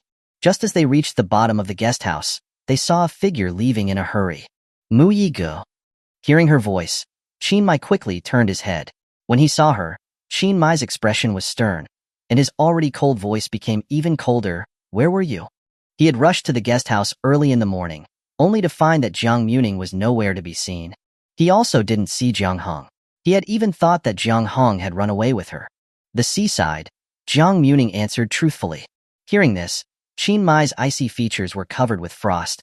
"You went to the seaside early in the morning. Jiang Muming, are you trying to die?" Seeing Qin Muye's angry face, Jiang Muming was stunned. Chapter 20. Coldly doing the work. From their wedding night until now, Qin Muye rarely showed her such anger. Seeing her being scolded, Jiang Hong immediately stepped forward to protect her. "Brother-in-law, I was the one who took Jiang Muming to the seaside. If you have anything, come at me." Qin Muye's sharp gaze fell on Jiang Hong, and he reprimanded, "The tide rises in the morning. Do you know how dangerous that is?" "The tide had already started to recede when we went," Jiang Hong explained. "That's still not okay," Qin Muye said with a stern face. They both had grown up in the mountains and didn't know much about the sea. When the tide was receding, a wave could easily sweep them away. From childhood to adulthood, Jiang Muming had never been scolded by anyone. Now, being scolded so fiercely by someone she had only known for a few days, she felt a surge of anger. "It's my business where I want to go. You can't control me." Jiang Muming. Jiang Muming ignored him and turned angrily to walk towards the guest house. Qin Muye subconsciously wanted to grab her hand, but accidentally touched her wound. Jiang Muming cried out softly in pain. Seeing this, Qin Muye immediately took her hand. Her small, fair fingers were covered with cuts, some bleeding. "What happened?" His voice was so fierce. Jiang Muming turned her head away, not speaking. Qin Muye looked at Jiang Hong, questioning him. Jiang Hong felt a chill down his spine from his gaze. He held up the small basket in his hand and answered truthfully, "We went to dig for snails, wanting to sell them for some money." Hearing this, Qin Muye's forehead throbbed. He looked at Jiang Hung sternly. Brother-in-law, I won't interfere if you want to make money, but don't take her with you. Jiang Hung swallowed, but before he could speak, Qin Muye had already pulled her into the guest house. That look in his eyes. If Jiang Muming has an accident, he might beat me to death, Jiang Hung said, patting his chest. Qin Muye's face was pale as he led Jiang Muming back to the room. Looking at his fierce expression, as if he wanted to eat her alive, Jiang Muming wisely kept silent. Otherwise, she was afraid of being beaten. Qin Muye pressed her down on the edge of the bed and took out a tube of ointment from her luggage. Put out your hand. Hearing the commanding tone, Jiang Muming was angry and unwilling to cooperate. Seeing this, Qin Muye did it himself, grabbing her fingers and applying the medicine. Qin Muye ignored her and continued to apply the medicine. Because it hurt, Jiang Muming flinched. Seeing this, Qin Muye tried to make his movements lighter. The cool ointment on her wound felt somewhat comfortable, and Jiang Muming finally stopped flinching. She looked at his cold face, wanting to say something, but not wanting to initiate it. Qin Muye also didn't speak. He just continued applying the medicine with a cold face.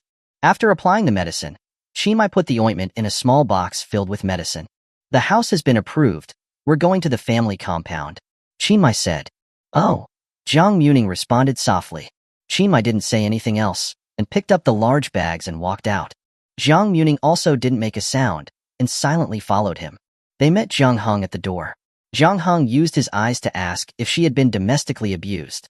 Jiang Muming didn't answer, but simply said, "You can use that money to rent a house." "Okay, I'll find you at the family compound after I settle down," Jiang Hung said readily. Looking at Qin Muye's expressionless face, Jiang Hung whispered, "Remember to call me if he hits you." Although Jiang Hung and Jiang Muming often argued, if anyone dared to bully Jiang Muming, he wouldn't hold back his fists. Jiang Muming made an okay gesture and then obediently followed Qin Muye out. A military vehicle was parked outside the guest house. Jiang Muming asked, curious, "Are we going in that?" Qin Muye nodded and then put all the luggage into the vehicle.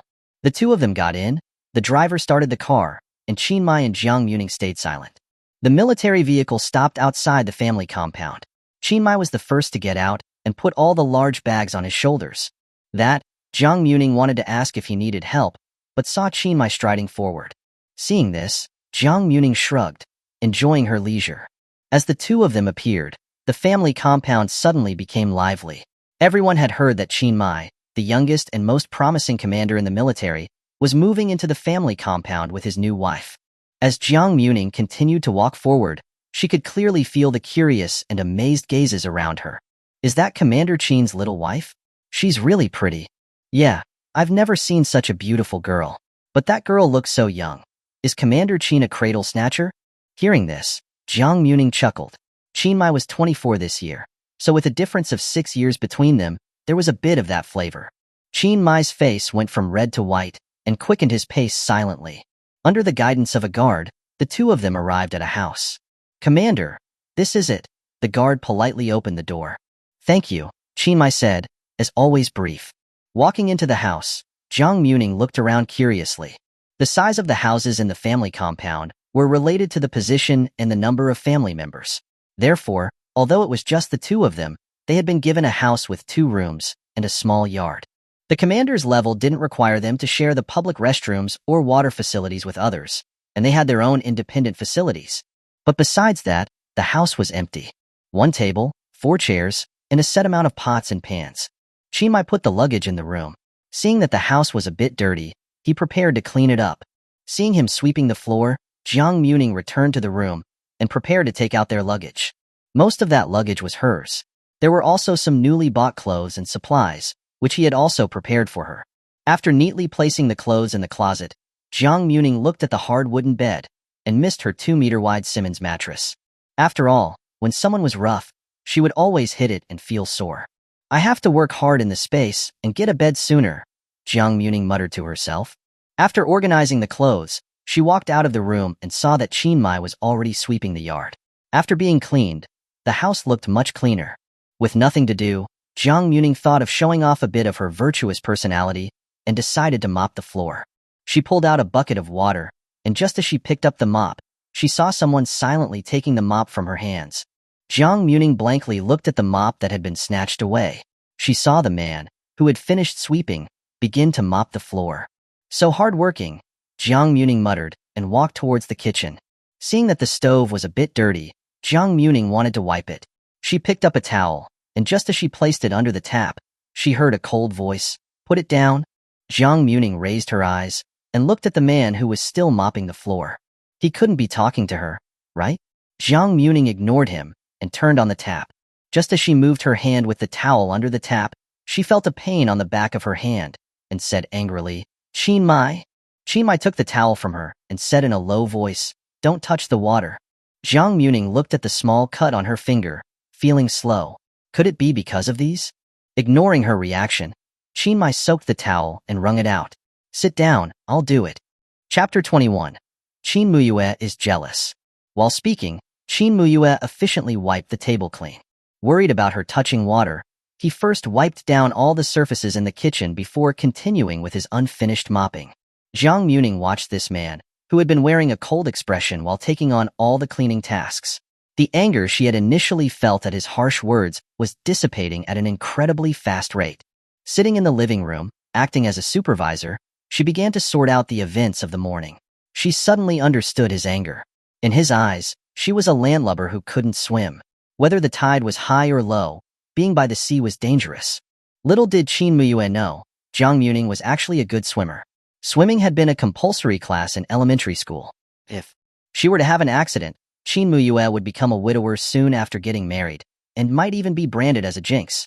Thinking about it this way, Jiang Muming wasn't as angry anymore. But being criticized still stung, and her naturally proud self couldn't bring herself to talk to him first. Qin Muye was naturally diligent and quickly finished all the cleaning at home. Looking at the spotless house, Jiang Muming was very satisfied. Seeing him about to leave, Jiang Muming quickly grabbed his sleeve. "Where are you going?" "The army." Qin Muye was a man of few words, but added, "I still have some things in the dorm to move out." He hadn't had the time this morning, and some of his personal belongings were still in the dormitory. "I'll go with you," Jiang Muming stated matter-of-factly. Qin Muye looked at her as if trying to see through her. He was silent for 2 seconds before humming in acknowledgement.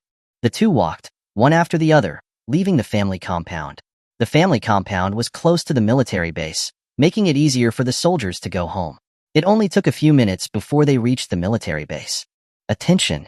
Salute!" The guard at the gate saluted Qin Muye. Qin Muye nodded in response, leading Jiang Muming inside. This was her first time at the military base. Her eyes were filled with curiosity as she watched the soldiers training not far away. When she saw soldiers moving incredibly quickly across the obstacle course, her eyes were full of awe. "The soldiers are so amazing," Jiang Muming couldn't help but praise. Looking at her profile, Qin Muye was confused. Amazing? Didn't she prefer those educated youths? As they were walking, a soldier spotted him and quickly ran over, reporting, "Regiment commander, the military commander is looking for you." Hearing this, Qin Muye stopped. "I'll be there in a bit." He then looked at the girl beside him. Jiang Muming understood. "I'll wait here for you." Qin Muye hummed and strode away. While waiting, Jiang Muming looked around with interest. Little did she know that her appearance with Qin Muye had already attracted the attention of many soldiers. Jiang Muming was idly looking around when she overheard a conversation between some women. "Is that the village girl who just married Regiment Commander Qin? She's really beautiful and quite a good match for him." "What's the point of being beautiful? She's still just a country bumpkin. Qin is a much better match with Manli." Manli? Jiang Muming immediately guessed that they were talking about the novel's female lead, Gu Manli, who Qin Muye would marry later. Perhaps due to the female lead's aura, or maybe just because Gu Manli herself was good, she was very popular in the novel and got along with many people. That's right. Sister Manli is of a higher status, beautiful, and has a great personality. She's a perfect match for Regiment Commander Qin. It's just a pity that he's already married. Indeed, Regiment Commander Qin is so pitiful. He and Manli were clearly meant for each other, yet he was forced to marry this woman. If it were me, I wouldn't be happy either. I heard he was drowning his sorrows in alcohol the day before he left. This woman will be abandoned sooner or later. Jiang Muming smiled at the two women who were talking. When the two gossiping women noticed her gaze, they quickly walked away. Jiang Muming wasn't angry because she knew very well that Qin Muye didn't love her, nor did he love Gu Manli. At least she had slept with Qin Muye, and could do so as many times as she wanted. Unlike Gu Manli, who didn't even get to touch Qin Muye's pants until her death. While she was bored, a delighted voice called out, "Sister-in-law?" Jiang Muming turned her head and saw dozens of soldiers looking at her. Lu Lianqing was beaming. "It really is sister-in-law. I thought I was seeing things." Seeing them, Jiang Muming smiled and greeted, "Hello, everyone." As soon as the words left her mouth, Lu Lianqing rushed over. "Sister-in-law, what are you doing here? Where's the boss?" The military commander called him away, so he told me to wait here. "The boss is very busy, don't mind it. Are you really coming to live here with him, sister-in-law?" "Yes, I am." Jiang Muming responded politely. Soon, news of Qin Muye's wife being at the military base spread, and many soldiers who weren't training flocked over to gossip and take a look. There were already few women in the military camp, and even fewer pretty ones. It was rare for such a beautiful woman to appear, and many were shoving their heads in for a glimpse. So when Qin Muye finished his work, he saw his wife surrounded by layers of people. Jiang Muming was standing in the middle of the crowd. She was smiling shyly, not knowing what the soldiers were saying to her. Seeing her smile so beautifully at other men, a sour feeling rose in Qin Muye's heart. Regiment Commander Qin's wife is really beautiful. Yeah, I wish my wife was even half as beautiful as his. Then you'd need to have the same abilities as Regiment Commander Qin. Seeing that all those men were staring at his wife, Qin Muye, whose face was already stern, was now covered in a layer of frost. He shouted in a sharp voice, "Aren't you all supposed to be training?" Hearing the voice, all the soldiers jumped in fright and scattered like birds. Seeing their boss's face that was as black as coal, Lu Lianqing quickly said, "Sister-in-law, we'll take off first. Come visit often if you have time." He took off running before Qin Muye could glare at him. Seeing this, Jiang Muming could feel how much these people feared Qin Muye. Qin Muye walked to Jiang Muming's side and then walked forward without saying a word. Jiang Muming followed behind him. Looking at his back, Jiang Muming was confused. Why does he seem angry? And so, without any exchange, the two arrived at the dormitory. Upon entering the dorm room, Qin Muye closed the door, his face grim. "Don't come to the base often." The way some of the soldiers were looking at her, he didn't like it. Huh. Jiang Muming looked at him in confusion. Remembering his repeated questioning at the train station, Jiang Muming confirmed her guess. His white moonlight was indeed at the base. No wonder, later, Qin Muye never returned to the village. Since she had already left the village, Jiang Muming thoughtfully said, "Mugi, if you want a divorce, you can bring it up. I'm not the type to force things on anyone." Hearing her talk about divorce again, a nameless fire ignited. The next second, Qin Muye lifted her chin with his calloused fingers, his thumb and forefinger gripping her jaw, while his other hand cradled the back of her head. His hot and burning lips captured hers. Chapter 22. Even if my sister-in-law's lips are soft, they can't take being kissed for too long. Jiang Muming stared at him blankly, her mouth opening in surprise. Qin Muye's nimble tongue entered her mouth, seeking out her tiny one. His kiss was full of heat and anger, a crazy storm sweeping over her. Jiang Muming's eyelashes fluttered as she pushed against his chest with both hands. His kiss was too forceful, and she was having trouble breathing. With her air being taken away, Jiang Muming tried to push him away. Feeling her resistance, Qin Muye's eyes turned red, and they even appeared a little aggrieved. The hand that had been supporting her chin now moved to her waist. Qin Muye punished her with his kiss, half pushing and half carrying her towards the bed in the middle of the room. Jiang Muming's legs went weak from his kisses. She didn't mind his cold, masculine scent, nor did she mind his touch. Qin Muye had initially only intended to punish her for bringing up divorce, but with each kiss, the kiss slowly changed in nature. When his awareness returned, Qin Muye had already pinned her to the bed. The kisses had moved from her lips to her collarbone, then to the unbuttoned buttons, revealing her pink bra beneath. Her eyes were glazed from the kisses, and her chest was rising and falling sharply. Her alluring lips were swollen from all the kissing. Qin Muye's eyes were red as he forced himself to stop, his husky breath hot against her skin. "Don't mention divorce," Qin Muye said in a low voice, his expression serious, but his eyes flashed with a hint of pleading. Jiang Muming thought she must be misunderstanding him. "You don't want a divorce?" Jiang Muming looked at him weakly. "No," Qin Muye said, looking at her. Jiang Muming's heart pounded. She blamed his deep and soulful eyes, as she almost thought he liked her. "All right then, if you're good to me, I won't mention it," Jiang Muming said honestly. She had given him a chance, and he didn't take it. In the future, He shouldn't blame her for taking his white moonlight's place. Okay, Qin Muye said, suppressing the discomfort in his body as he rebuttoned the buttons he had undone. Huh. Jiang Muming looked at him in surprise. Aren't we going to continue? Pack up. Qin Muye's voice was low and hoarse. He turned his back to her, not wanting her to see his little brother that was ready for action. He also knew that she didn't like to be clingy, and since this was a dormitory, it wasn't convenient to get water to help her clean up. Unaware of Qin Muye's inner thoughts, Jiang Muming sat up and casually tidied her messy hair. After the things were packed, Qin Muye finally suppressed his anger. He was about to leave when he noticed Jiang Muming looking at the mirror hanging on the wall. What's wrong? Qin Muye asked, puzzled. Jiang Muming turned around and pointed to her swollen, red lips. Look what you've done. Looking at those lips, Qin Muye's ears turned red. He was jealous and angry earlier, so he did kiss her a little roughly. Seeing her pout, Qin Muye bent over, leaned closer, and said seriously, how about you bite me back? His handsome face with its chiseled features was now magnified in front of her. Jiang Muming's heart skipped a beat. She quickly shifted her gaze away and said in a haughty tone, I'm not a dog. Qin Muye, who was called a dog, didn't refute her. He knew that he was a bit dog-like in bed and liked to bite. It's getting late. Let's go back, Jiang Muming said, covering her mouth as she walked out of the room. Seeing her leave, Qin Muye followed. Jiang Muming lowered her head and silently prayed not to run into any of Qin Muye's acquaintances. Clearly, the people up in the heavens had not heard her prayer. Muye, you're back? A pleasant male voice sounded. Qin Muye responded with his usual brevity. Seeing the girl walking in front of him, Lu Haoding teased, this must be your sister-in-law? She's indeed beautiful. No wonder you couldn't wait to get married. Couldn't wait? Wasn't Qin Muye reluctant to marry her? He even drank to drown his sorrows before the wedding.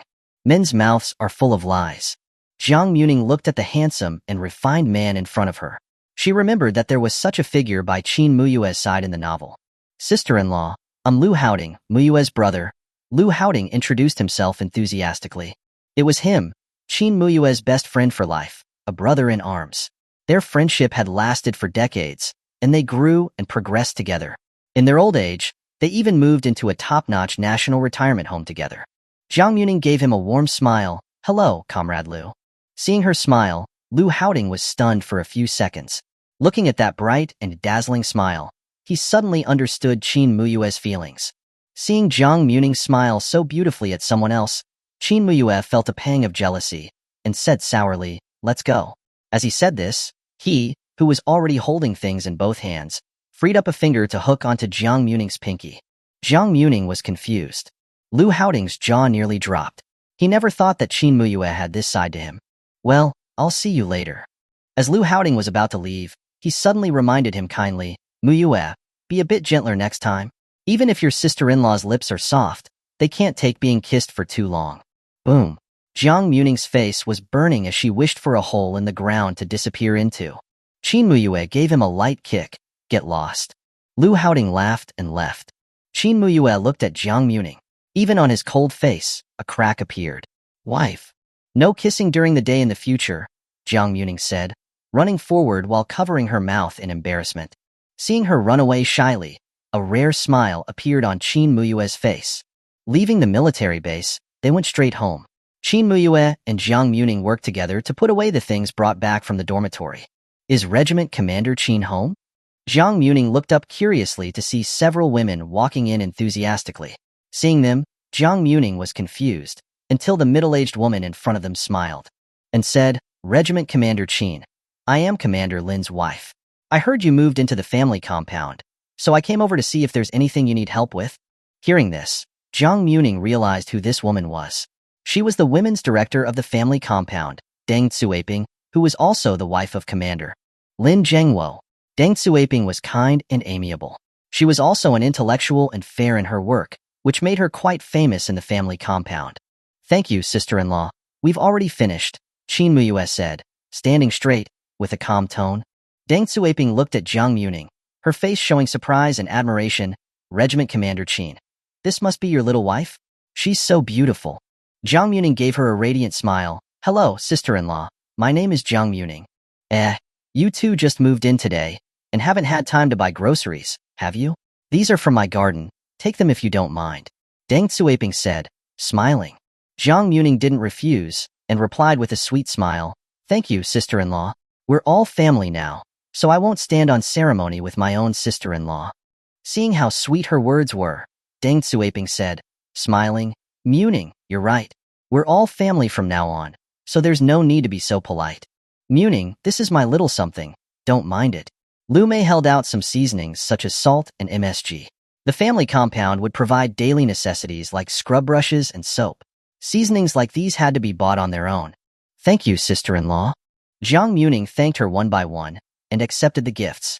In addition to Deng Tsuaping, Lu Mei, and 2 other women, were all members of the family compound committee and seemed to be easy to get along with.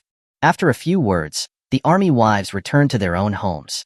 Jiang Muming put the vegetables in the kitchen, and when she turned around, she saw Qin Muye gazing intently at her.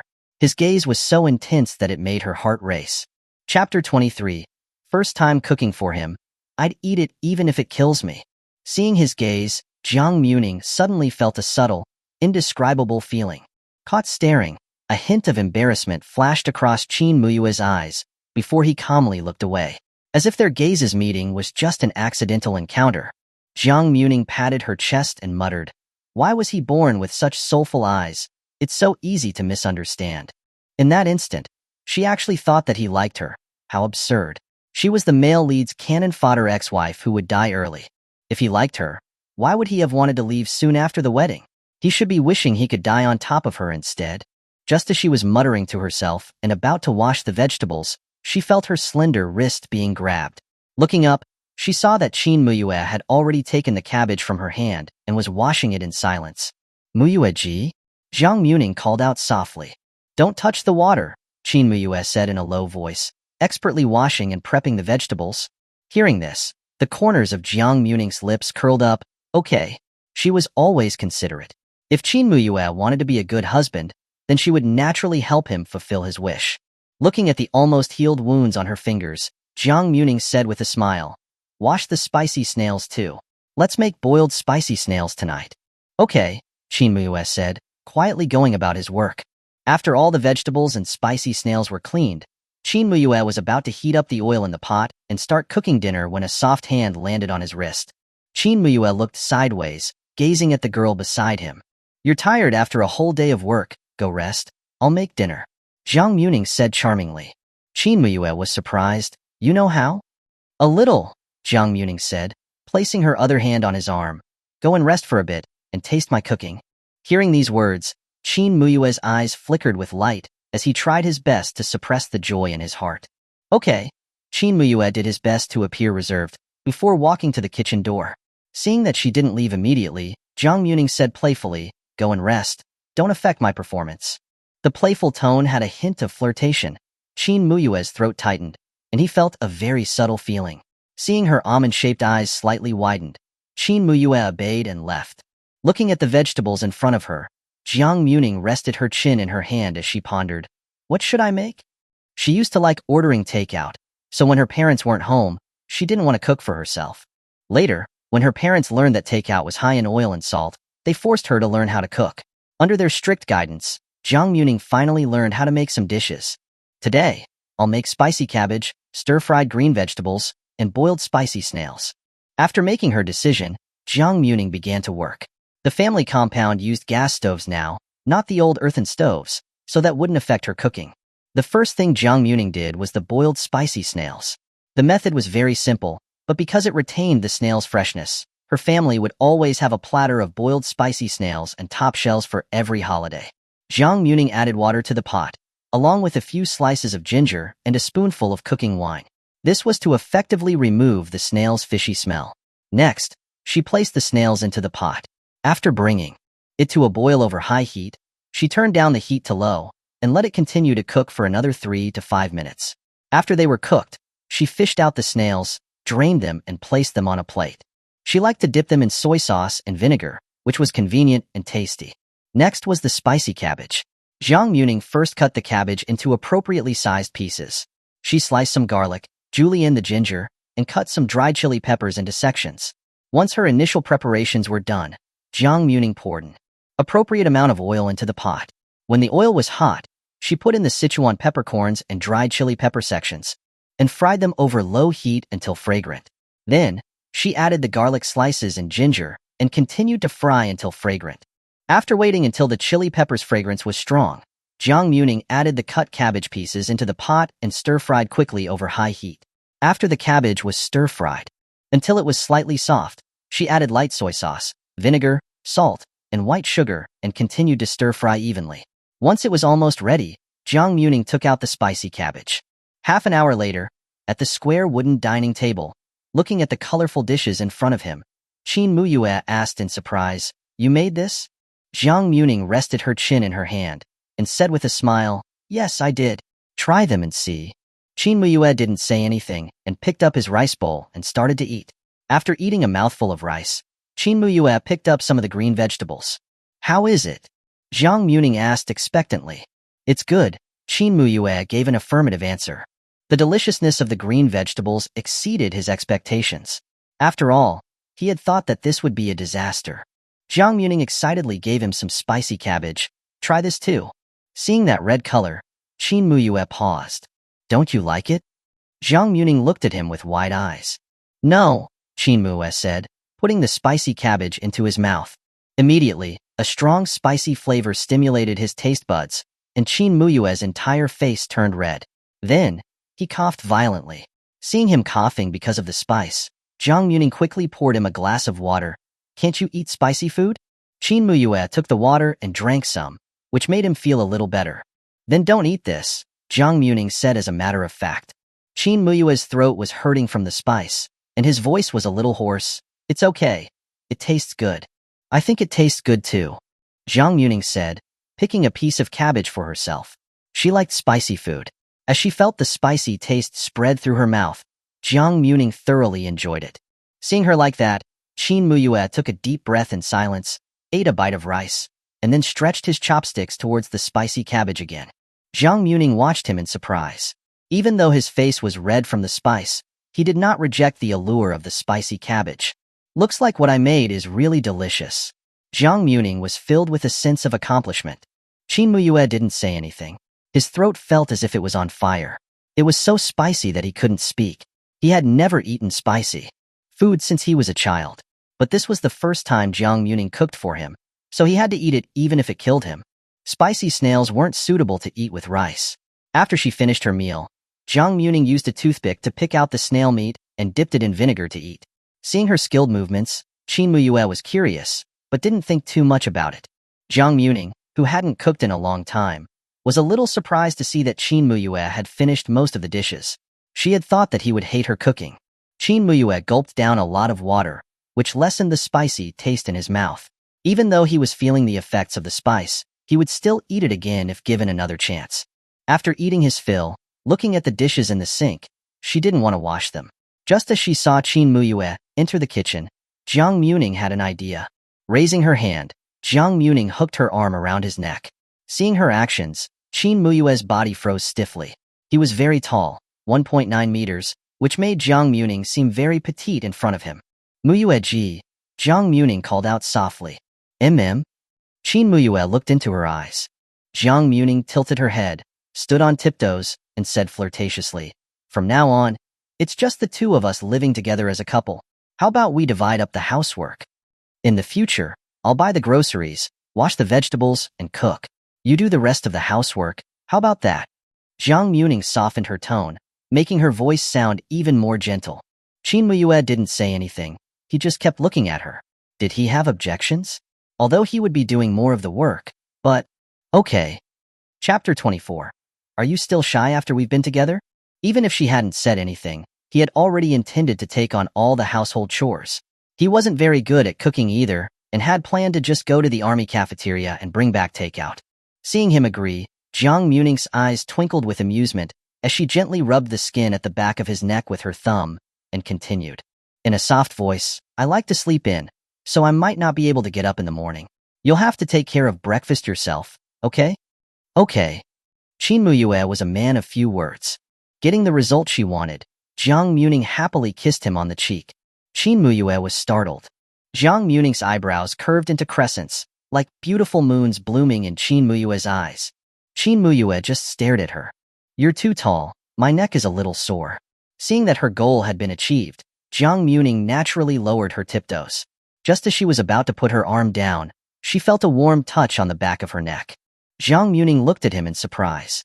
Qin Muye's expression was serious, and his well-defined fingers were massaging her sore spot at the back of her neck. Boom! A string in Jiang Muming's mind snapped. Qin Muye didn't say anything, but bent down and carefully massaged her. His handsome face was enlarged in front of her, which was a visual assault. After a long while, Qin Muye finally looked into her eyes and asked, "Is it better now?" Jiang Muming immediately snapped back to her senses, quickly took a step back. Her cheeks slightly flushed. "It's much better. Then I won't disturb you from doing the dishes." After she said this, Jiang Muming ran away quickly.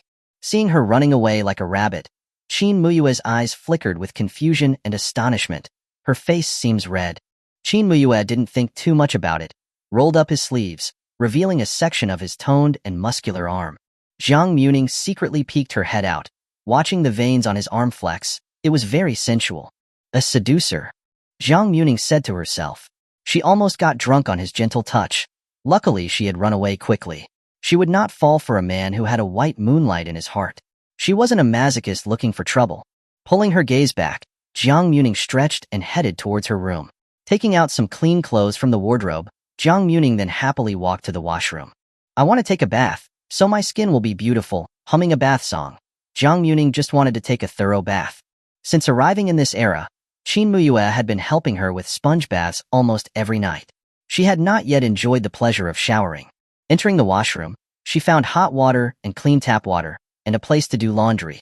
There was a small cubicle, like a place to shower, but without shower heads or anything similar. Seeing this, Jiang Muming said in frustration, still not able to take a nice hot shower. She then glumly placed her clothes in the cubicle, filled 2 buckets of water with the tap, and resigned herself to mix the water and bathe. After showering, Jiang Muming placed the dirty clothes she changed out of outside the cubicle and then continued to wash her hair. Since the villages only used water from the mountains, and it was troublesome to boil water, Jiang Muming had not washed her hair for several days. The island wasn't short of water resources, so Jiang Muming had a comfortable hair wash. When she finished her hair and stepped out in her pajamas, she saw Qin Muye holding the dirty clothes she'd left outside. He was carefully hand-washing her underwear. Under the dim yellow light, he was washing very carefully, applying soap, brushing hard with a scrubbing brush, and then rubbing it. Jiang Muming's face flushed red. Noticing her gaze, Qin Muye said in a low voice, "Dry your hair." "Okay," Jiang Muming said, holding her face in embarrassment as she left. Back in the room, Jiang Muming didn't find a hairdryer, so she used a dry towel to squeeze out the water in her hair. After washing the clothes, Qin Muye took a cold shower. After finishing all this, Qin Muye saw Jiang Muming wearing her pajamas, standing in front of the house. Seeing her hair, Qin Muye frowned. "It's not dry?"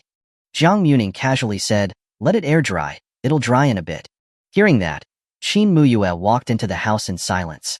2 minutes later, to Jiang Muming's surprise, he stepped out of the house. Jiang Muming didn't say anything and stood in the dark, wanting to let the night breeze help dry her hair. Soon, Qin Muye returned home.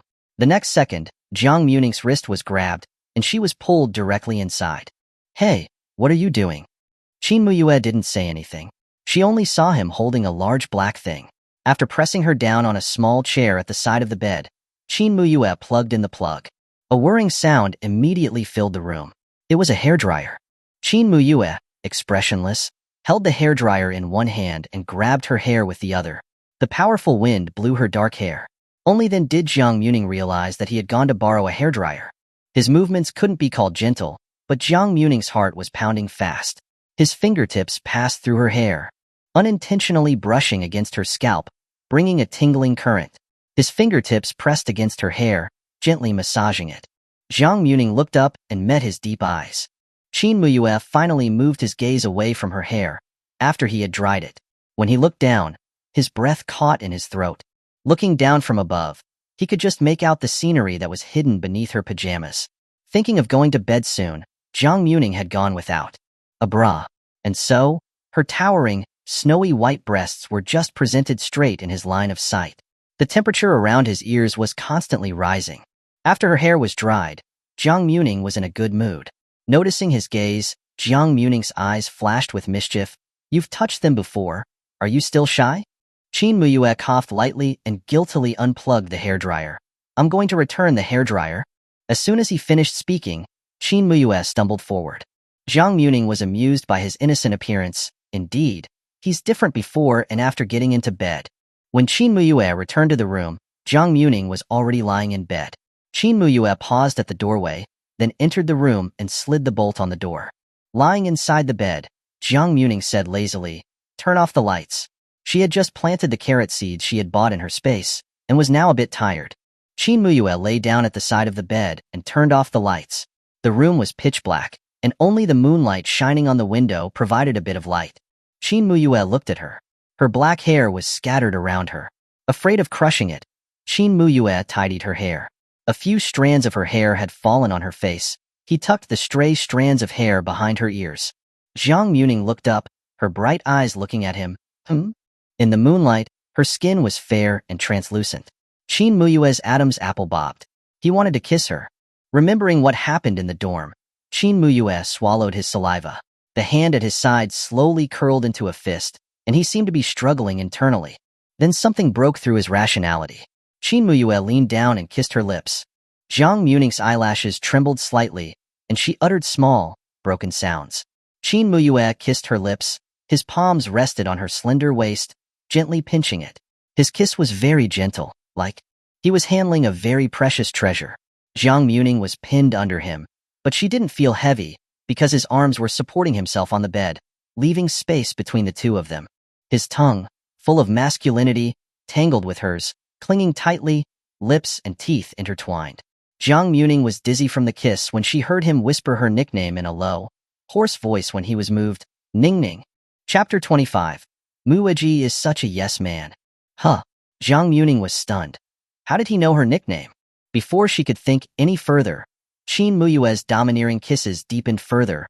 Her lips were sealed by his kisses, along with her pajamas being unbuttoned by his nimble fingers. Qin Muye was like a chef who had just graduated, kneading the dough in his hands into various shapes. The dough was soft, and in his hands, it was kneaded to the point of being deformed. Jiang Muming's face was red, feeling her breath being stolen. His hot lips finally released hers, giving her some space to breathe. The next moment, they landed on her breasts. The night was long and silent. Only the sounds of intimate moans could be heard. Jiang Muming fell into a deep sleep. After satisfying his desires, Qin Muye was responsible for the aftermath. Holding the refreshed Jiang Muming, Qin Muye gently kissed her forehead before wrapping his arms around her, feeling very satisfied. His lips gently rubbed against her hair, his hand around her waist feeling the warmth. Qin Muye's eyes were tinged with red, and he said in a low and gentle voice, Ning Ning. The name he had called countless times in his heart could finally be uttered while she was asleep. The next day, Jiang Muming woke up from her sleep, only to feel like all the bones in her body were about to fall apart. Turning over, the side of the bed was cold. Sitting up, she rubbed her aching waist. That dog man. When she was reading the book, she thought Qin Muye was a celibate and asexual man. Otherwise, he wouldn't have not had a relationship with the female lead for decades. Who knew? He was so wild. Looking down, the scenery inside her pajamas was so sensual. She covered her face in embarrassment. Her stomach rumbled. Looking at the clock on the wall, she saw that it was 9 o'clock. Jiang Muming dragged her tired and sleepy body out of bed. After a simple wash-up, she came to the kitchen. While thinking about getting something to eat, Jiang Muming was surprised to see that there was still a pot of warm red bean porridge. He made it? Jiang Muming was surprised. Thinking that he had just cooked more while making breakfast for himself, Jiang Muming scooped a bowl of red bean porridge and started to eat. After filling her stomach, Jiang Muming yawned and went back to bed to continue her sleep. But this time, she couldn't fall asleep. So Jiang Muming went into the space. As soon as she entered the space, she saw Jiang Heng harvesting the carrots that she had planted last night. Oh, you're up early. Jiang Heng teased, newlyweds, your man's no good. Jiang Muming kicked him. You're the one who's no good. He's great. Qin Muye was a soldier, and his stamina was incredible. He almost didn't need to rest. One time after another, she didn't even remember how many times he had asked for her last night. It was like he was never satisfied. Can you men really love one woman in your heart and then sleep with another? Jiang Muming complained. Not me. The person I sleep with has to be the person I love. Jiang Hung replied affirmatively. Jiang Muming sat on a stool, cupping her face with her hands. Do you think Qin Muye likes me a little bit?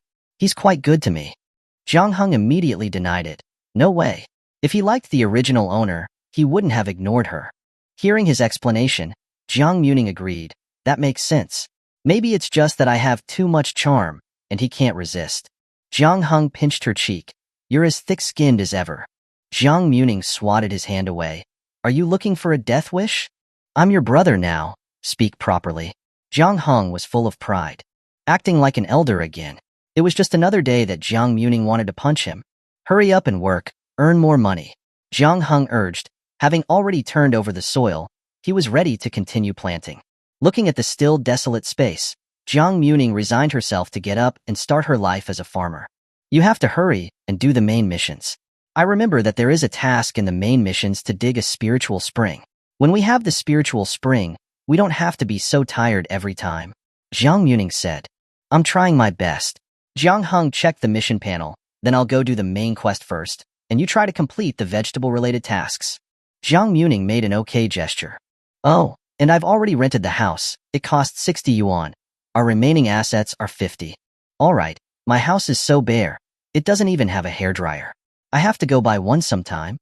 To buy household appliances is going to cost a lot of money. I'm going to go to the beach to get some snails to sell later. Although Jiang Hung and Jiang Muming didn't get along, always bickering since they were kids, this was the 80s, and as Jiang Muming's only family member, Jiang Hung felt it was his duty to take care of her. I'll also go when the tide recedes this evening. I'll meet you at the usual place. The two agreed and then started their mission mode. Just as Jiang Muming had finished fertilizing and was waiting for them to mature, she heard a familiar voice. Seeing that it was Qin Muye, Jiang Muming quickly returned to the real world. Seeing her open her eyes, Qin Muye finally relaxed. Why are you back? Jiang Muming asked in surprise. It's time to eat, Qin Muye said in a low voice. Looking at the clock on the wall, she realized it was already 11 o'clock. Wanting to get out of bed, she felt lazy all over. Jiang Muming stretched out her arms to him. I don't want to walk. Carry me. Qin Muye didn't say anything. He obediently picked her up. Leaning against his chest, she listened to his strong heartbeat. She could feel that Qin Muye liked her act. Arriving at the living room, she saw a food container placed there. Qin Muye carried her to a chair, and then opened the food container. Did you get takeout from the cafeteria? Jiang Muming was surprised. Qin Muye hummed in agreement. Knowing that Jiang Muming had a habit of sleeping in, Qin Muye had gone to get food for her, so she wouldn't have to make lunch herself. Jiang Muming didn't refuse, picked up her chopsticks, and lowered her head to eat. Qin Muye brought back 3 dishes and a soup, with both meat and vegetables. Having just gotten up, her appetite wasn't good, and she only took a few bites. What kind of dishes do you like? Qin Muye asked in a low voice. I like sweet and sour pork ribs, Jiang Muming blurted out. Qin Muye didn't say anything, but silently noted it down. After finishing her meal, Qin Muye stood up. Leave them after you're done. I'll come and clear them away later. After saying this, he walked out. Jiang Muming didn't refuse. Who would want to be a nanny when she could be a little princess? When she finished her meal and went outside, she saw that Qin Muye was busy in the washroom. The sounds of banging kept coming. Seeing this, Jiang Muming walked over curiously. What are you doing? She saw that there were many pipes on the ground. Qin Muye had rolled up his sleeves, grabbed a long pipe, and the veins on his arms were bulging as he exerted force, revealing his masculine strength. Making a place for a shower, Qin Muye gave a concise answer. Jiang Muming looked at him in surprise. She saw that Qin Muye had installed a connector at the hot water tap in the washroom and used a pipe to connect the hot water to the cubicle in the washroom. Then he fixed a pipe to the wall. He was designing a shower space. Thinking about the mutterings she made last night, Jiang Muming asked in shock, Did you hear everything? He had 2 hours for his lunch break. He had to hurry and get it done. Jiang Muming's heart stirred. She smiled brightly. Muye is such a yes man. Qin Muye didn't say anything. His willingness to comply was only for certain people. Chapter 26. Divorcing Regiment Commander Qin. You're not good enough for him. Seeing the sweat on his forehead, Jiang Muming reached out her hand and affectionately wiped away the sweat for him. Rest for a bit if you're tired, Jiang Muming said in a gentle voice. Looking at the girl in front of him who was concerned about him, Qin Muye's heart felt warm. A rare smile appeared on his cold face. It's okay. Jiang Muming was surprised to see the smile on his face. So he could smile too. Reaching out and pinching his cheek, Jiang Muming smiled. You look really handsome when you smile. You should smile more often. His cheek felt her soft touch. Qin Muye was stunned. Looking at her pupils reflecting his face, Qin Muye was a little embarrassed and looked away, continuing to work. Seeing him work with even more energy, a bright smile appeared on Jiang Muming's face. A little over an hour later, Qin Muye had finally finished installing the simple shower device. Try it. Qin Muye was a man of few words. Okay. Jiang Muming happily went over, turned on the tap, and water immediately flowed down. There were 2 pipes in the water pipe, mixing hot and cold water, so the temperature was just right. It works, Jiang Muming said happily. Seeing the smile in her eyes, Qin Muye felt that the effort he put in this hour or so was worth it. After tidying up the things on the ground, Qin Muye left without saying anything to tidy up the food container. When Jiang Muming returned to the living room, the diligent Qin Muye had already cleaned the container and was preparing to leave. Jiang Muming took the initiative to hug his narrow waist, feeling the heat emanating from his skin through his military uniform. I'll make dinner tonight. Jiang Muming looked at him with a beaming smile. What kind of dishes do you want to eat? Anything. Qin Muye wasn't picky, he would eat anything she made. Spicy is okay too? Jiang Muming raised an eyebrow lightly. Thinking about the spicy cabbage last night, Qin Muye's throat hurt, but his cold face didn't show any change. Do you like it? Qin Muye replied with a question. I like spicy food. The air humidity was high in Jiangsu and Zhejiang. Eating spicy food once in a while could remove dampness. Anything? All right then, I'll just decide. Jiang Muming said playfully. Thinking of something, Qin Muye grabbed her hand and checked the wound from yesterday. His thumb gently touched the delicate skin that had been cut. I'll wash the vegetables, Qin Muye said concisely. Jiang Muming was amused by his behavior. Are you treating me like a porcelain doll? It doesn't hurt anymore. Qin Muye didn't say anything, just looked at her intently. Meeting his deep eyes, Jiang Muming's heart was pounding. What were his feelings for her?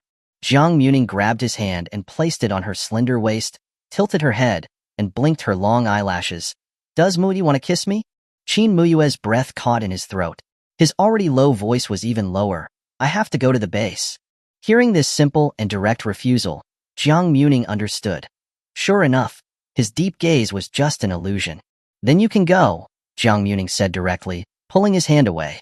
Why did she seem angry? Qin Muye didn't understand, but didn't think too much about it. He had to go to the base immediately.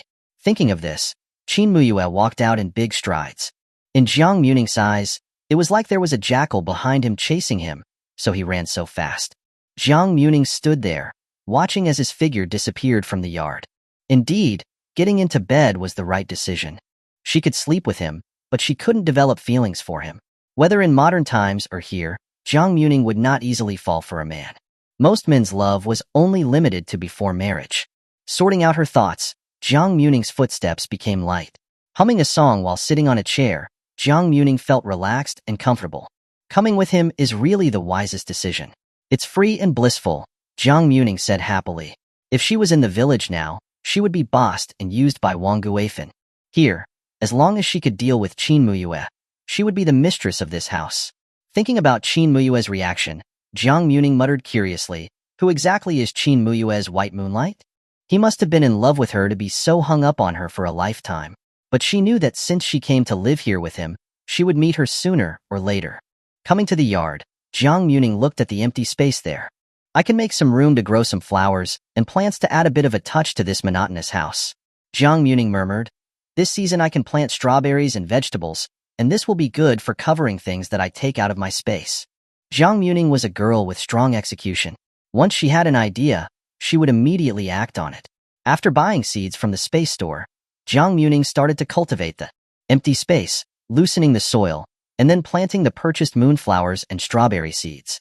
She also sprinkled some coriander and green onions, as these could grow quickly. Half an hour later, Jiang Muming had finally finished. Large beads of sweat rolled down her face. I really am not suited to being too diligent. Jiang Muming sat on a chair to rest. After recovering some strength, Jiang Muming went back to the living room. Looking at the empty house, she took out the money and tickets that Qin Muye had given her. I have to buy a TV and some small appliances. I guess this isn't enough. I need to earn more money. Although she had 600 yuan, she only planned to take out 300. Jiang Muming said, then hid everything away. The top priority was to go to the beach to earn money and achieve financial freedom, so she could buy things without any worries. Since she was going to the beach, Jiang Muming changed into pants, tied her long hair into a ponytail, and looked refreshed. That beautiful face could carry any style. Even a simple style couldn't hide her beauty. Jiang Muming walked out the door. Just as she was about to close the door, a hostile voice sounded, "Stop." Jiang Muming looked up and saw a girl, about 20 years old, arms crossed, looking down at her haughtily. She had an air of superiority. "You're Regiment Commander Qin's village wife?" Qin Muye said arrogantly. She had heard from people in the family compound that Qin Muye's wife was extremely beautiful. She didn't believe it. In her opinion, village girls were all vulgar and uncouth. She didn't expect that Jiang Muming was so beautiful. Her face was flawless, and as delicate as a peeled egg, that even she was nearly captivated by her beauty. Qin Muye quickly shook her head, and got rid of all the thoughts that she shouldn't have in her mind. Looking at the girl in front of her shaking her head like a silly child, Jiang Muming asked in confusion, "Is there something you need from me?" Qin Muye walked forward and said in a commanding tone, "Divorce Regiment Commander Qin. You're not good enough for him." Hearing this, Jiang Muming laughed and said softly, "Miss, who are you to Muye? My marriage with him isn't something that you can interfere with." Qin Muye glared at her and said loudly, "Regiment Commander Qin belongs to my sister. You are the one who is shameless and insists on clinging to him. If it wasn't for you, Muye would have married my sister a long time ago." Hearing this, Jiang Muming's eyes lit up and her voice was filled with excitement. "Who is your sister?" Chapter 27. Unlike me, someone's taking care of me. Jiang Muming's eyes were full of anticipation. Was she finally going to meet Qin Muye's white moonlight? Qin Muye looked at Jiang Muming in confusion. Why did she look so happy, with even her eyes twinkling? Seeing this, Qin Muye replied proudly, "My sister is Gu Manli." Hearing that it was Gu Manli, the light in Jiang Muming's eyes immediately faded. She just said a light, "Oh." Seeing this reaction, Qin Muye couldn't believe it and widened her eyes. What kind of attitude is that? She looked as if she disdained Gu Manli. Qin Muye's most admired person was her cousin, Gu Manli. She would not tolerate anyone looking down on her. So this was the white moonlight? Jiang Muming put on a warm smile and looked at her. "Miss, if you have anything you want to say, go say it to me. After all, it was him who wanted to marry me. If you want us to divorce, you should go discuss it with him." After saying this, Jiang Muming started to walk away. But she only took a few steps before Qin Muye grabbed her hand and said angrily, "How dare you speak to me like that? Do you know who I am?" Jiang Muming shook her head. "No, and I don't need to know." After saying that, she tried to pull her hand away. Qin Muye glared at her angrily. As the daughter of a military commander, when had she ever been so ignored by anyone? Thinking this, Qin Muye raised her hand, ready to teach her a lesson. Seeing that the slap was about to land on her cheek, Jiang Muming quickly grabbed her hand and twisted it behind her back. "Ah, how dare you hit me?" Qin Muye yelled angrily. Jiang Muming blinked her large eyes and looked at her innocently. "I wouldn't dare. I was just acting on instinct when encountering danger." "Let go of me." Jiang Muming pressed down harder on her hand, smiling harmlessly. "Miss, you should not think about bullying me. I'm someone who doesn't give in and who always retaliates. Anyone who dares to provoke me, I dare to destroy them." Qin Muye was stunned, staring at the seemingly weak girl in front of her. "Let go of me." Qin Muye struggled violently. Jiang Muming suddenly let go, causing Qin Muye to almost lose her balance. After moving her delicate wrists, Jiang Muming said playfully, "My hand is all red. Muye would be upset if he saw it. Miss, I'm leaving." After saying this, Jiang Muming arrogantly flicked her ponytail and walked away with light footsteps. Qin Muye moved her sore arms and shouted at her back, "Regiment Commander Qin belongs to my sister. You just wait, he will abandon you sooner or later." Jiang Muming didn't turn back, just raised her hand, giving an okay sign. Leaving the family compound, Jiang Muming followed the guidance of the task and headed towards the beach where she had been before. When she arrived at the beach, Jiang Heng was already there digging for snails. "I never saw you working so diligently when you were working a regular job. Have you changed?" Jiang Muming said jokingly. Seeing her, Jiang Heng handed her some gloves to avoid her hurting her fingers again. "Before, I had my parents who I could sponge off. Now, I can only rely on myself to survive. Can that be the same? Jiang Muming held her face in her hands and said playfully, "That's true. Unlike me, I have someone taking care of me." Jiang Heng said gleefully, "You'll probably be abandoned soon. Don't come crying to me then. It will be hard to make me cry," Jiang Muming said haughtily, lifting her chin. "Yeah, you have thick skin. I've rarely seen you cry," Jiang Heng said. "Get lost," Jiang Muming said, kicking him. While the two were bickering, Jiang Muming had already put on professional gloves, taken the snail-digging tools that Jiang Heng had bought, and started her earning mission. Because of the remote location of the island, transportation was inconvenient. Therefore, seafood was not bought and sold everywhere like in the future. As a result, not many people came to dig for spicy snails. In just 2 hours, the two had already dug half a bucket. Jiang Muming moved her sore arms. Jiang Heng, taking the opportunity when nobody was around, put the spicy snails into the space and submitted the task.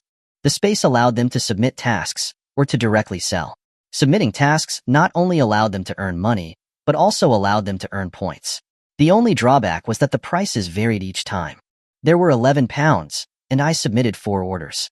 "I've put the rest up for sale on the stall," Jiang Heng said happily. 200 yuan in 2 hours, not bad. Having the space is so beneficial.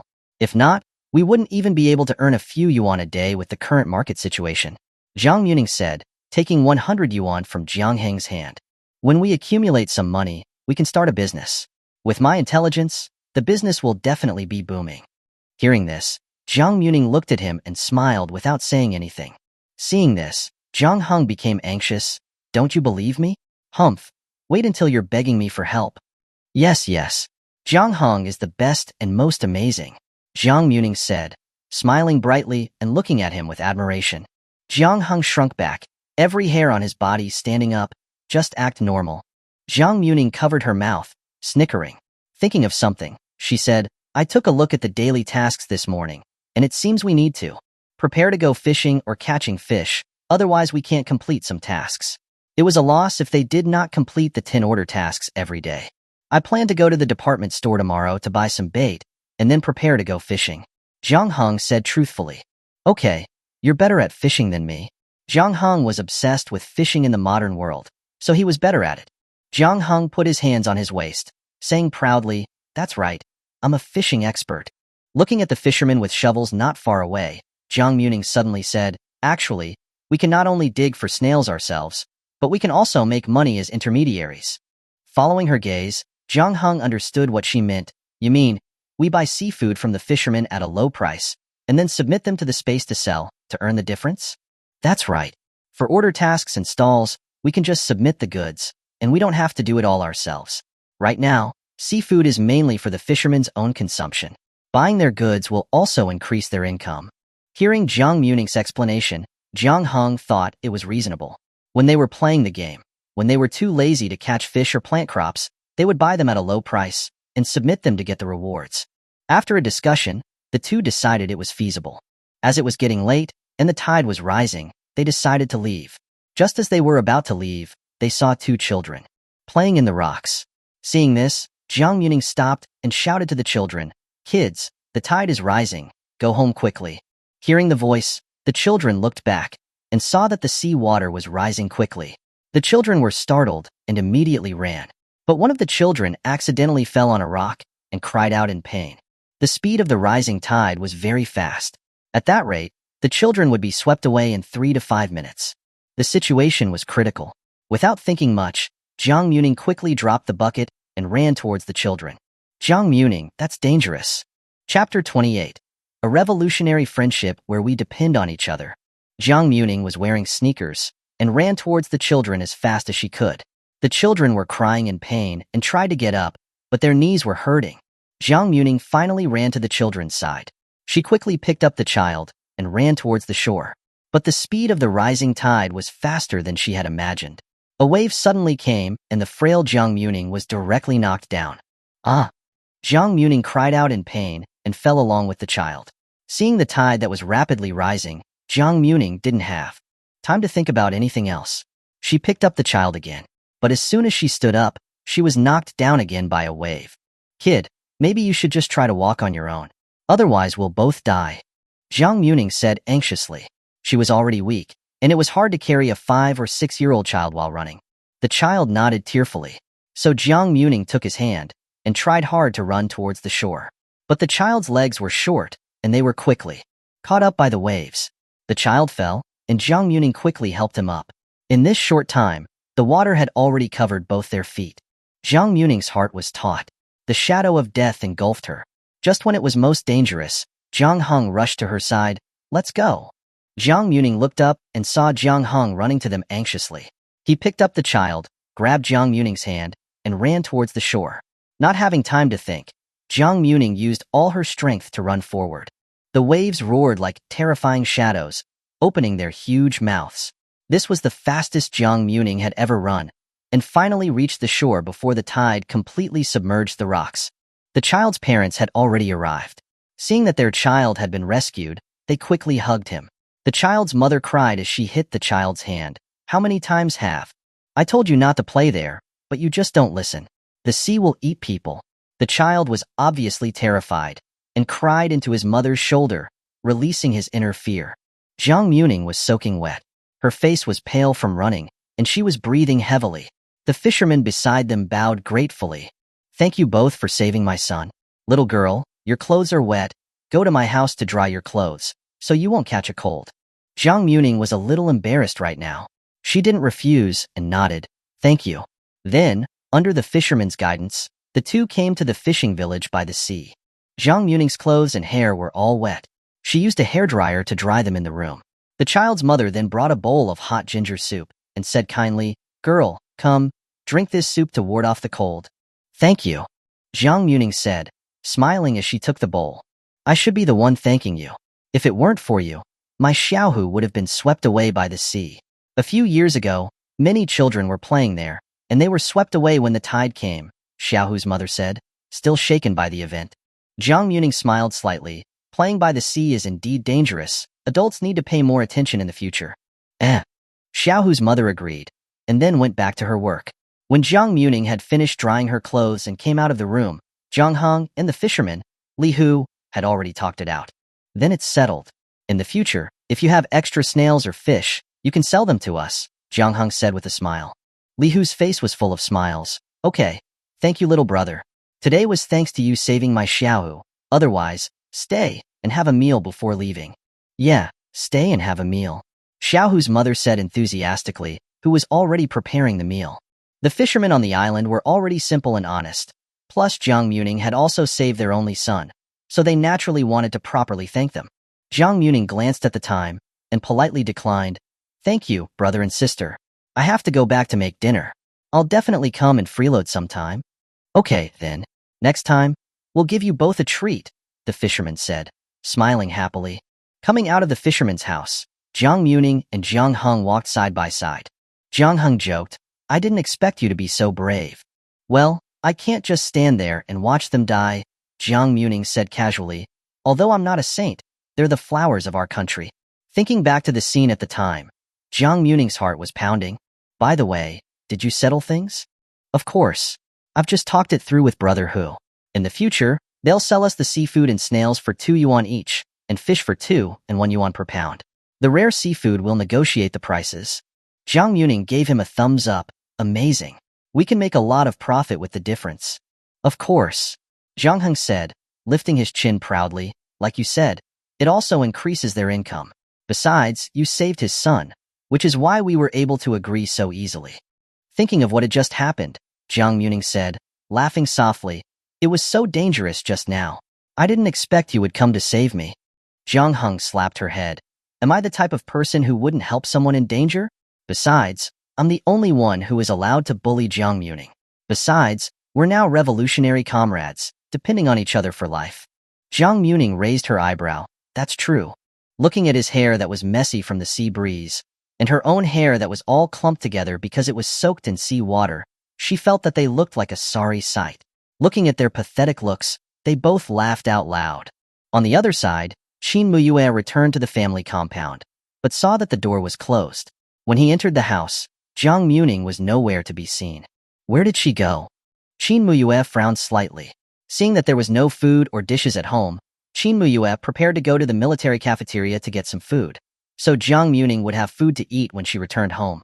Leaving the house, he had not even left the family compound gate when he met Gu Monli coming towards him. Regiment Commander Qin. Gu Monli looked at him with a bright smile. Seeing her, Qin Muye replied with a light and continued to walk forward. Regiment Commander Qin. Gu Monli said anxiously, stopping him in his tracks. Seeing this, Qin Muye finally stopped, his cold face not showing any emotion. Is there something? Gu Monli took a black wool wristband from her back. Her face was smiling, and her bright eyes were looking at him. Today, I saw you doing high-intensity training at the base, and your wrist seemed a little uncomfortable. This is a wristband that I made. It can protect your wrist if you wear it, Gu Monli said shyly. It turned out that Qin Muye had slightly sprained his wrist during his training this morning, and it hurt even more when he was building the shower this afternoon. Gu Monli had noticed it. Seeing him silent, Gu Monli said gently, "Let me put it on for you." Saying this, she reached forward with her hand holding the wristband. Just as Jiang Muming entered the family compound, she saw this stimulating scene. The light of the setting sun shone on a pair of handsome people, and the two were standing facing each other, making the scene seem so beautiful. The girl was gazing at the tall man in front of her. Her eyes revealed a hint of love. If the target was not her military officer husband, she would have enjoyed watching this for a while. Jiang Muming said with interest, "Oh, red apricots are climbing the wall." Chapter 29. Qin Muye. I won't cheat. Shin Si-jin narrowed her eyes, a vein on her forehead pulsating. She was just wondering if she should step forward and show her main wife presence when she heard Qin Muye decline in a low voice. "Thank you for your good intentions, Comrade Gu. I appreciate it." Gu Monli was stunned for a couple of seconds, her hand frozen in mid-air. But she quickly adjusted her expression and said softly, "This wristband was made for you. I have no use for it. Regiment Commander Qin, there's no need to be so polite with me." As she spoke, Gu Monli continued to extend her hand. Just when her hand was about to touch Qin Muye's wrist, the latter stepped back, creating some distance. "I have a wife. She'll make one for me." Qin Muye refused again. Seeing Qin Muye refuse with a solemn face, Gu Monli felt as if she had been slapped in the face. "I understand, it was impudent of me," Gu Monli said sadly, covering her face as she turned and ran away. Qin Muye was indifferent, his cold face showing no change in expression. Just as he was preparing to continue on his way, Jiang Muming appeared in his sight. Seeing her, Qin Muye quickly walked towards her. "Where did you go?" Qin Muye's brow furrowed as he looked at her usually smooth hair that now looked messy. Jiang Muming didn't hide anything and replied playfully, "I went to dig for snails to sell, and made a little money." Hearing this, Qin Muye immediately picked up her hand. Seeing that she wasn't injured, his furrowed brows relaxed slightly. Thinking about how she had gone out to dig for snails again to earn money, Qin Muye asked, "Is there not enough money?" "I have enough for now, but I want to buy some furniture, so maybe it won't be enough," Jiang Muming said truthfully. Qin Muye had given her a few hundred yuan before, and she didn't want to use all of it. Qin Muye felt guilty. The money he had saved over the years, besides the 30 yuan he gave to his family every month, had all been used to marry her. Besides the money and tickets he had given Jiang Muming last time, he only had about 20 yuan left on him. Jiang Muming looked at him. His face didn't show any emotion. You couldn't guess what he was thinking. "Where are you going?" Jiang Muming asked curiously. "To the cafeteria to get food," Qin Muye replied succinctly. "Didn't you say that I was cooking? What are you disliking it?" "No," he said, denying it very quickly. "Then let's go home to cook. Hurry. I'm starving," Jiang Muming said as she walked forward with light steps. Qin Muye looked at her back. It was as if he had made some decision in those cool eyes. When they returned home, Qin Muye was just about to say that there wasn't any food at home when he saw that Jiang Muming had not only several white radishes, but also some cabbage and bok choy. Qin Muye was puzzled. Why didn't he see them just now? Jiang Muming was preparing to wash the white radishes when Qin Muye strode forward and took the radishes. Seeing that he was so diligent at helping, Jiang Muming didn't refuse. So, she was only responsible for stir-frying, and the rest was left to him. Before long, 2 simple dishes and a soup were freshly made. Looking at the spicy cabbage, Qin Muye's throat hurt a little, but he still silently reached for his chopsticks. He felt he needed to train himself to eat spicy food. Jiang Muming was drinking the white radish soup, and her beautiful eyebrows furrowed a little. "Does the taste seem a bit bland?" "No," Qin Muye said, taking a sip. As they were eating, Jiang Muming said casually, "That girl from earlier was quite pretty." SOSO? Qin Muye didn't even lift his head. He wasn't interested in what other women looked like. I think she's quite pretty. She should be the type of woman that men like. Gentle and pure. The beloved type of men. Qin Muye looked up at her. Seeing his gaze, Jiang Muming was confused. What? You're prettier. Qin Muye said affirmably. He only liked Jiang Muming. He had no interest in knowing what kind of women other men liked. Jiang Muming's lips curved up involuntarily, her vanity getting a big boost. That's right. Is that girl from the family compound? Comrade Gu Monli is a military doctor at the base, Qin Muye explained. Hearing this, Jiang Muming was surprised. She was Gu Monli, the female lead in the book. Jiang Muming's impression of her was okay since the book didn't mention her doing anything excessive during the period when the male lead was still married to the original owner. Plus, she had also admired her for later turning her focus to her career when she saw that she couldn't win over Qin Muye. But seeing her today, so obviously trying to show her gentleness knowing that Qin Muye was newly married, she was totally acting like a third party trying to get involved in other people's marriages. After finishing her meal, Jiang Muming put down her chopsticks and looked at him. Mook, you're a married man now. So, you need to keep your distance from other women in the future. Jiang Muming said seriously, I'm a very petty person, and I don't share my husband with other women. If you want to be ambiguous with other women, then divorce me first. Regardless of what era it was, Jiang Muming didn't allow her other half to cheat, even if Qin Muye didn't willingly marry her. But now that he did, he had to abide by her rules of marriage. Hearing her words, Qin Muye said with a tense face, I won't divorce. Then you need to be responsible. Okay. Seeing him agree so readily, Jiang Muming was satisfied and reminded him, if you dare to agree with me but go against it behind my back, I'll take advantage of when you're sleeping. Saying this, Jiang Muming picked up her chopsticks and slapped them straight down on the table. Qin Muye suddenly felt a chill between his legs. I won't cheat, Qin Muye said seriously, expressing his stance. I believe you. Jiang Muming replied playfully, but she was still very curious about who Qin Muye's white moonlight was. Why, even after she, the original wife, had passed away, he still didn't go and marry his white moonlight. But she didn't want to think too much about things she couldn't figure out. She knew that the truth would eventually come to light. After settling this, Jiang Muming prepared to take a shower, and Qin Muye began to do the dishes and housework. Taking her change of clothes, Jiang Muming hummed a song as she walked happily to the washroom. Entering the washroom, she looked at the showerhead that Qin Muye had modified. Turning on the tap, warm water poured down from above. The water droplets flowed down her body, and Jiang Muming, humming a song, happily rubbed on her soap. After coming to the 80s for so long, she was finally able to take a hot shower.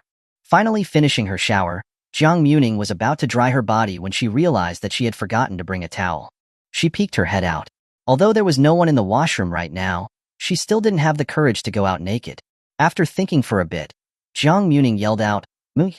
Hearing the voice, Qin Muye, who was doing the dishes in the kitchen, quickly put down the dishes and ran to the washroom. What's wrong? Qin Muye asked as he rushed into the washroom. I didn't bring a towel, Jiang Muming said, embarrassed, as she explained from the cubicle. Hearing that, Qin Muye relaxed and turned to get a towel. Seeing that there were still soap bubbles on his hands, Qin Muye washed his hands and then took the towel. After grabbing the towel, Qin Muye didn't think much about it and opened the door of the cubicle. The next second, in the misty water vapor, her white flesh came right into his eyes. He was visually assaulted. Chapter 30. Waiting in Silence. Her graceful and exquisite curves were on full display, the water droplets shimmering in the light. A water droplet rolled down her straight back and landed on her white and round buttocks. Qin Muye's heart was pounding rapidly, and his breathing became rapid. A chill came over her. Jiang Muming turned her head, and her face immediately flushed red as she quickly covered her chest with her hands. Seeing her action, Qin Muye finally came back to his senses. His face had already turned red. The usually calm man instantly panicked and turned to look away, his head facing the other direction. Here you go. Jiang Muming's face was also flushed. The atmosphere in the cubicle, which was filled with water vapor, was very ambiguous. Her right hand was covering her chest, and her pale and slender left hand reached for the towel. Seeing her grab the towel, Qin Muye hurriedly exited the cubicle, nearly forgetting to close the door. Seeing him run away, Jiang Muming covered her rapidly beating heart. Although they had already had sex many times, she was still very embarrassed to be seen like this during the daytime. Qin Muye ran to the yard. Images of those fiery curves kept flashing in his mind, and his brain was no longer calm. He came to the tap and kept splashing water on his face, trying to calm himself down. He couldn't be calm when he was facing her. After splashing water on his face for a while, Qin Muye's chaotic breathing finally returned to normal. After Jiang Muming finished her shower and returned to the room, she lay on the bed and then entered her space. When she finished her work and returned to the real world, Qin Muye had already finished the housework and had showered. The two of them looked at each other, and as if they were sharing a brain, they both simultaneously remembered the scene in the cubicle. Jiang Muming shyly pulled the quilt over her head. Qin Muye pretended to be calm. The blush on his cheeks was hidden in the dim light. Pulling back a corner of the quilt, Qin Muye lay down on the bed. There was a distance between the two of them. Neither of them said a word, and the air was very quiet. The wooden bed was a bit hard, and Jiang Muming felt uncomfortable lying there. Qin Muye wanted to talk, but as someone who wasn't good at chatting, he didn't know what to talk about. For a time, in the quiet night, they could only hear each other's breathing. Jiang Muming clutched the quilt and stared nervously at the ceiling, thinking of how her pelvis was aching from his roughness last night. Jiang Muming couldn't help but swallow her saliva.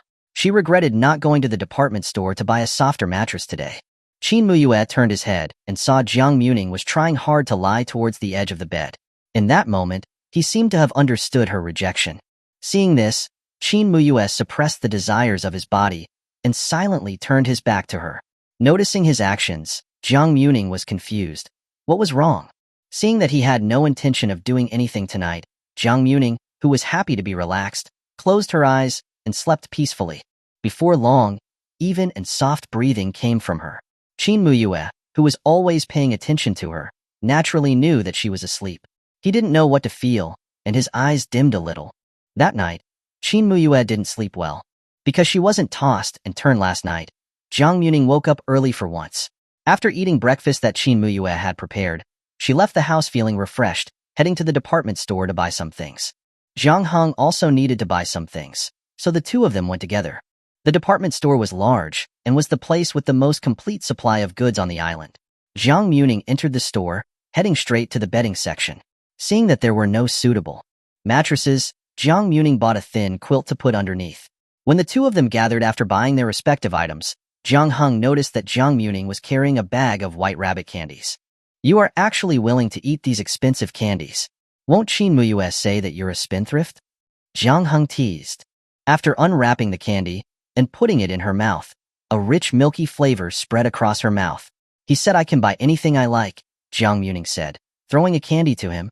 Jiang Hong unceremoniously put the white rabbit candy in his mouth and said casually, if the book hadn't said that he had a white moonlight, I would have thought that he liked you. That's right, Jiang Muming said, her expression normal. He's a person with a strong sense of responsibility.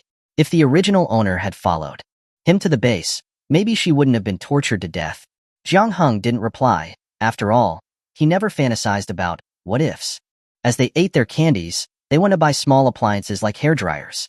At noon, Qin Muye, as usual, brought food back to the family compound. Regiment Commander Qin is bringing food back again, Deng Tsuaping, who was hanging clothes next to the clothesline, greeted with a smile.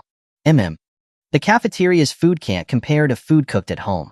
Why don't you get Sister Muming to cook? You can also save some money, Deng Tsuaping said enthusiastically. Qin Muye replied calmly, she likes to sleep in late. Bringing food back is more convenient. After speaking, Qin Muye continued forward. Entering the house, he took the dishes out of the food container and placed them neatly on the small dining table. Seeing that Jiang Muming hadn't gotten up yet, Qin Muye went to the bedroom, but Jiang Muming was nowhere to be found. She went out again? Qin Muye asked in surprise. Returning to the living room, Qin Muye waited there. Half an hour passed. Seeing that the food was getting cold, Jiang Muming still hadn't returned. After training for the entire morning, Qin Muye looked at the food and continued to wait, not wanting her to eat leftovers when she returned home. 12 o'clock, 12:30. Seeing that Jiang Muming still hadn't returned, a flash of disappointment flashed across Qin Muye's eyes. She must have eaten outside. He picked up his chopsticks, lowered his head, and started to eat. After eating, Qin Muye cleaned the food container and then left home. In the evening, Qin Muye returned home after a full day of tasks. Walking into the living room, he saw that there were a lot of new things in the house. A pretty tablecloth, and a hairdryer and radio placed on the shelves. Not only that, there were also flashlights, an electric iron, and an electric fan. With these new additions, their home was starting to look complete. Hearing the sound, Jiang Muming came out, carrying a dish. Dinner's ready. Pulling back his thoughts, Qin Muye stepped forward and took the dish from her hand. After placing all the dishes on the table, the two of them sat down at the dining table. Picking up his chopsticks, Qin Muye ate silently.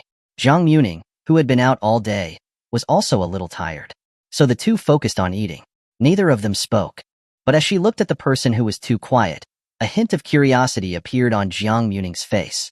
After filling her stomach, Qin Muye silently cleared the dishes, and Jiang Muming went to take a shower.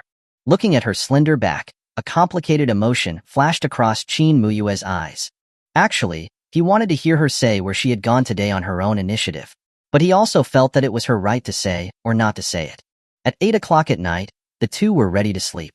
Seeing that Qin Muye was still as quiet as a chicken, Jiang Muming finally couldn't help but ask, "Muye, what's wrong?" "Nothing," Qin Muye said curtly. Looking at his expressionless face, Jiang Muming couldn't guess what he was thinking. Just as she was thinking about whether to find a topic to relieve the awkwardness, she felt an uncomfortable swelling in her chest. Seeing this, Jiang Muming's eyebrows furrowed.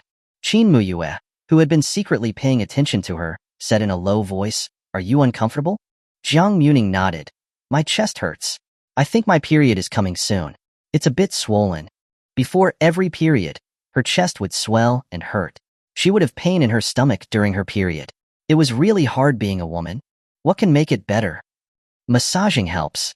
Jiang Muming didn't think too much about it and climbed into bed. Hearing these words and seeing Jiang Muming just lying down, Qin Muye was stunned for 2 seconds. Could it be that she wanted him to? "Should I massage you?" Chapter 31. Massage, heart thumping. Huh. Jiang Muming's pupils constricted, staring at him in surprise. Qin Muye was equally embarrassed, but thinking of her discomfort, he still looked up at her. "You teach me." Those deep eyes were fixed on her, and Jiang Muming could see the sincerity within them, devoid of any ulterior motives. It seemed he simply wanted to help her with a massage. Seeing this, Jiang Muming's face flushed. "Okay, fine." Hearing that, Qin Muye walked closer and then lifted the quilt. Jiang Muming was wearing pajamas. Qin Muye's hand hovered in the air for a moment before, with reddened ears, he slipped his hand inside her pajama top. "How do I massage?" Qin Muye asked, his voice low. "It's just." Jiang Muming was flustered, grabbing his hand and placing it on her soft breast. When his calloused palm covered her softness, Jiang Muming trembled nervously. "It should be like this, gently rubbing, I think," Jiang Muming said softly. "Okay," Qin Muye replied. Then, his palms settled.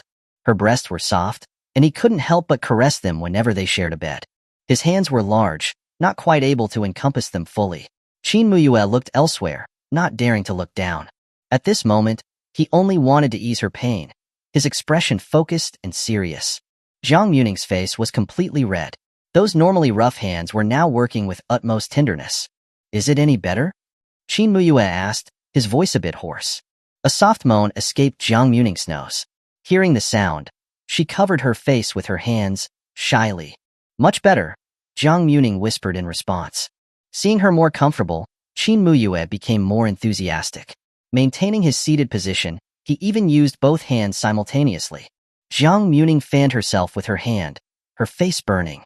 This man was able to massage her breasts so calmly. It was true, not liking someone was different. After rubbing for a while, Qin Muye finally withdrew his hands and turned away, coughing slightly. "I'll be right back." The words barely left his mouth before he was hurrying out of the room. Hearing the door close, Jiang Muming breathed a sigh of relief. That massage had actually relieved much of the original swelling pain. He really didn't feel anything at all, Jiang Muming murmured quietly. Little did she know that in the bathroom stall, a certain someone was taking a cold shower. His palms still tingled with her warmth. Qin Muye ached. Seeing this, Qin Muye continued showering with cold water. By the time Jiang Muming was nearly asleep, Qin Muye returned to the room, bringing a chill with him.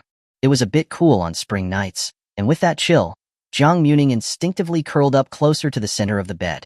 Seeing her reaction, Qin Muye's eyes showed a hint of sadness. She didn't want him close, did she? Thinking this, Qin Muye laid on the edge of the bed, trying to keep as much distance between them as possible to avoid being unwelcome. The gap between them was large. A draft seeped into the blanket, and Jiang Muming felt a bit cold. She tugged the blanket and grumbled, "Move closer. I'm cold." Hearing this, Qin Muye froze for a couple of seconds. He turned to look at her, but Jiang Muming was still lying on her side. "Come closer." Jiang Muming's voice was tinged with a hint of dissatisfaction. Qin Muye didn't say anything, but his hips silently shifted towards the center of the bed. He knew it. After getting married, he would be a henpecked husband. Finally, his back wasn't cold anymore. Jiang Muming relaxed, her brow smoothing out in contentment. She had been drifting to sleep, but the chill that seeped into the blankets had now left her quite awake. Turning over, Jiang Muming looked at the man beside her. Suddenly, something occurred to her. She asked curiously, "Muye, why haven't we done it these past 2 days?" Boom. Qin Muye felt a string snap in his head, his face instantly flushing red. "You don't want to?" Jiang Muming asked, her tone full of gossip. Qin Muye's Adam's apple bobbed. He replied truthfully, That thing broke, and I haven't bought more." Hearing that, Jiang Muming remembered that on their first night in the family compound, Qin Muye had been bursting with passion, but the condom had ripped. The memory made Jiang Muming cover her face. In that moment, her nightly pains had become a tangible thing. She took a few breaths through her mouth, before pretending to be calm. "You're afraid of getting me pregnant?" Looking back, they had been careful on their wedding night, avoiding accidents. Then, when they went to town, he had secretly bought condoms. "Yeah," Qin Muye replied in a low voice. Jiang Muming understood his actions. After all, if she got pregnant, they would be locked together. Even if he still loved his white moonlight, he would probably have to give her up. Qin Muye remembered accidentally overhearing his comrades talking about childbirth, saying that a woman in their village had died in childbirth due to complications. They had also said that younger women suffered more in childbirth. So, before even marrying her, he had already decided that they would postpone having children. It was something to consider in the future, not these next few years. The night was quiet. Qin Muye quietly looked to his side, and saw that Jiang Muming had already fallen asleep. Seeing this, Qin Muye quietly moved closer, and then put his arm around her waist, burying his nose in her hair. What Jiang Muming didn't know was that Qin Muye held her like this every night, and then left before she woke up, so she wouldn't discover his true feelings. The next day, when Jiang Muming woke up, Qin Muye had already left for the barracks. Sitting up in bed, Jiang Muming stretched, before going to wash up with her slightly messy hair. After washing her face and brushing her teeth, Jiang Muming went to the kitchen. Waiting in the pot were 2 steamed buns and a bowl of soy milk. Jiang Muming took out her breakfast and started eating. Since marrying Qin Muye, she felt like she was becoming more and more useless, just being taken care of. "He's so good to me. If it was his beloved white moonlight that married him, wouldn't he be completely spoiling her?" Jiang Muming muttered to herself, feeling a little envious of that white moonlight she had never even met. By the time she had finished her breakfast, it was already 10 o'clock. Jiang Muming picked up a watering can, went to the courtyard, and watered the seeds she had planted a few days ago. A knock sounded at the door. Jiang Muming curiously walked over and opened it, and found Deng Tsuaping standing there with vegetables. "Sister Tsuaping?" "Sister Muming, take these cabbages," Deng Tsuaping said in a friendly tone. "Thank you, sister," Jiang Muming said, a little embarrassed, as she took the vegetables. She hadn't even returned the favor yet, and Deng Tsuaping had already gifted her twice. "We're all neighbors, no need to be so polite." "Oh right, Sister Muming, can you cook? If not, I can teach you." Jiang Muming smiled softly. "I know a little." "That's good. Yesterday I saw Commander Qin getting takeout, and thought you might not know how to cook," Deng Tsuaping said kindly. "Eating in the cafeteria is always the same. It's better if we cook ourselves." Hearing that, Jiang Muming was surprised. "Yesterday? What time?" "Just around noon." "Why, didn't you know?" Deng Tsuaping was confused. Jiang Muming was shocked. "He had come back yesterday noon. I went out then, and didn't see him," Jiang Muming responded with a light smile. "Oh, I see. If you don't want to cook, you can come eat at my house anytime. It's just an extra pair of chopsticks," Deng Tsuaping said amiably. Jiang Muming replied with a sweet smile, "Then thank you, sister." "You're welcome. I'll go get busy now, Deng Tsuaping said, before turning and leaving. Thinking of what Deng Tsuaping had just said, Jiang Muming became thoughtful. Could that be why he didn't say anything last night? Chapter 32. The male bodhisattva was so hot. Thinking about how Qin Muye had gone home to get takeout for her yesterday at noon, while she was having dinner with Jiang Heng in a restaurant, Jiang Muming felt a bit guilty.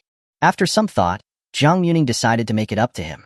Because she was short on time, Jiang Muming directly exchanged some needed vegetables and meat from her space store and began to prepare lunch for Qin Muye. Taking out 2 potatoes, Jiang Muming decided to make a hot and sour shredded potato dish. She washed the potatoes, peeled them with a peeler, and then shredded them. She shredded some green peppers, cut some small red peppers, and minced some garlic.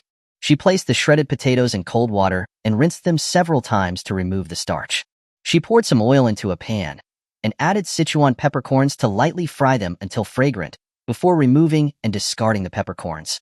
Then, she added green onions, ginger, and small red peppers to cook them until fragrant. She added the drained shredded potatoes and stir-fried them evenly. Immediately, adding vinegar and continuing to stir-fry for about 1 minute. Then she added the green peppers and salt, stir-frying until evenly mixed, then adding the garlic. When the shredded potatoes had absorbed the flavor, she finally turned off the heat. After making the hot and sour shredded potatoes, Jiang Muming also made braised eggplant and stir-fried beef with ginger. She placed all of the cooked dishes into a thermos container, checked the time, and saw it was nearly 11 and quickly prepared to leave. Leaving the family compound, Jiang Muming asked for directions and arrived at the outside of the military base. Then, Jiang Muming provided her identification and was successfully allowed in. A guard led her into the base. Because it was close to lunchtime, many soldiers were resting there. When Jiang Muming appeared, wearing a light green long dress, she instantly attracted the attention of many people. Hearing the gazes and words of praise around her, Jiang Muming always wore a warm smile on her face. The guard led her to the 1st regiment where Qin Muye was stationed. From a distance, Jiang Muming saw that Qin Muye was training his subordinates. Lu Lianqing was the first to see Jiang Muming. His eyes lit up and he loudly shouted, reporting to the regimental commander, "The commander's wife is here." Hearing that, Qin Muye was slightly stunned before following his line of sight. He saw Jiang Muming smiling at him. A flicker of surprise crossed Qin Muye's eyes before he coldly said, "That's enough training for today. Dismissed?" "Yes." Qin Muye turned and jogged over to her. "Why are you here?" Qin Muye asked in a low voice. Jiang Muming indicated the thermos in her hand and answered with a smile, "To bring you lunch. I made it myself." Qin Muye's face remained cold, but his eyes could not hide his happiness. His wife brought him lunch. He was so excited inside, but tried to maintain a calm expression. He took the thermos from her and gave a calm, As he turned, he saw his subordinates watching the scene with gossipy expressions. "Our boss is so lucky. His wife brought him lunch," Lu Lianqing said teasingly. "I also want my wife to bring me lunch. Too bad she doesn't live here," Company Commander Li Lei said enviously. Qin Muye felt an overwhelming happiness in his heart. The corners of his mouth slightly turned upwards. "Stop talking nonsense and go eat." As he spoke, Qin Muye looked at Jiang Muming before leading her towards his office. Watching their backs, the soldiers were filled with envy. "Our boss is really lucky. His wife is so beautiful and that figure." Before the words were finished, Lu Lianqing slapped the soldier on the head. "Don't talk nonsense like that, or if the boss hears you, you'll be in for a beating." The hit soldier rubbed his head. "I was just saying. The boss cares so much about his wife. You think you can just say anything?" Hearing that, everyone wisely shut up. Last time when Jiang Muming and Qin Muye had come to the barracks together, they had taken a few too many glances, and the training the next day had nearly killed them. Jiang Muming naturally didn't know any of this. She had arrived at Qin Muye's office with him. The office was simple and plain, with only a desk, some files on it, a few books, and a pen. There was an old electric fan on the cabinet and a simple cot in the corner. Placing the thermos on the desk, Qin Muye turned to her. "Have you eaten?" "Not yet. I wanted to bring you lunch first, and then I will eat when I get back," Jiang Muming answered with a smile, sitting opposite him, resting her head on one hand. "Eat with me, you'll get hungry," Qin Muye said, placing a bowl of rice in front of her. "I ate breakfast at 10. I'm not hungry right now. You're tired from training. You should eat it yourself." Jiang Muming pushed the bowl of rice back in front of him. Qin Muye was silent for a moment, before picking up his chopsticks and starting to eat. Seeing him eating with gusto, Jiang Muming asked expectantly, "Is it good?" Qin Muye said simply, while eating big bites. Seeing he was enjoying his meal, Jiang Muming asked, "Did you go home yesterday at noon?" I went to the department store with Jiang Hong, and by the time we were done it was pretty late, so we ate out." Hearing her explanation, Qin Muye felt a ripple of emotion. Was she worried he would misunderstand? Thinking of this possibility, Qin Muye's mood improved. He happily continued eating his lunch. Jiang Muming watched him. Seeing he didn't say anything, she couldn't guess what he was thinking. So she just watched him as he quickly finished all the food. "You finished everything. Is my cooking that good?" Jiang Muming asked in surprise. "It's good," Qin Muye said, and began to clean up the table. He picked up the thermos to wash it outside. Seeing Qin Muye cleaning up on his own, Jiang Muming thought, he is much better than many men who just dump everything on their wives. Seeing him come back, Jiang Muming asked excitedly, "Can I take a tour of the barracks?" Putting the thermos aside, Qin Muye nodded in agreement and turned to leave. Leaving the office building, they walked side by side. Because it was lunch break, there weren't many soldiers on the training ground. Jiang Muming asked curiously, "I used to think the military base was very mysterious, but now it seems just okay." As they walked, Jiang Muming suddenly stopped, her eyes widening in surprise, looking off at a distance. There, she saw over a dozen soldiers who had just finished training. They were shirtless, their bare chests and abs in full view. "A group of male bodhisattvas," Jiang Muming said, her large eyes sparkling as she admired their bodies with unabashed appreciation. She had never liked skinny boys. She preferred sexy physiques full of male hormones.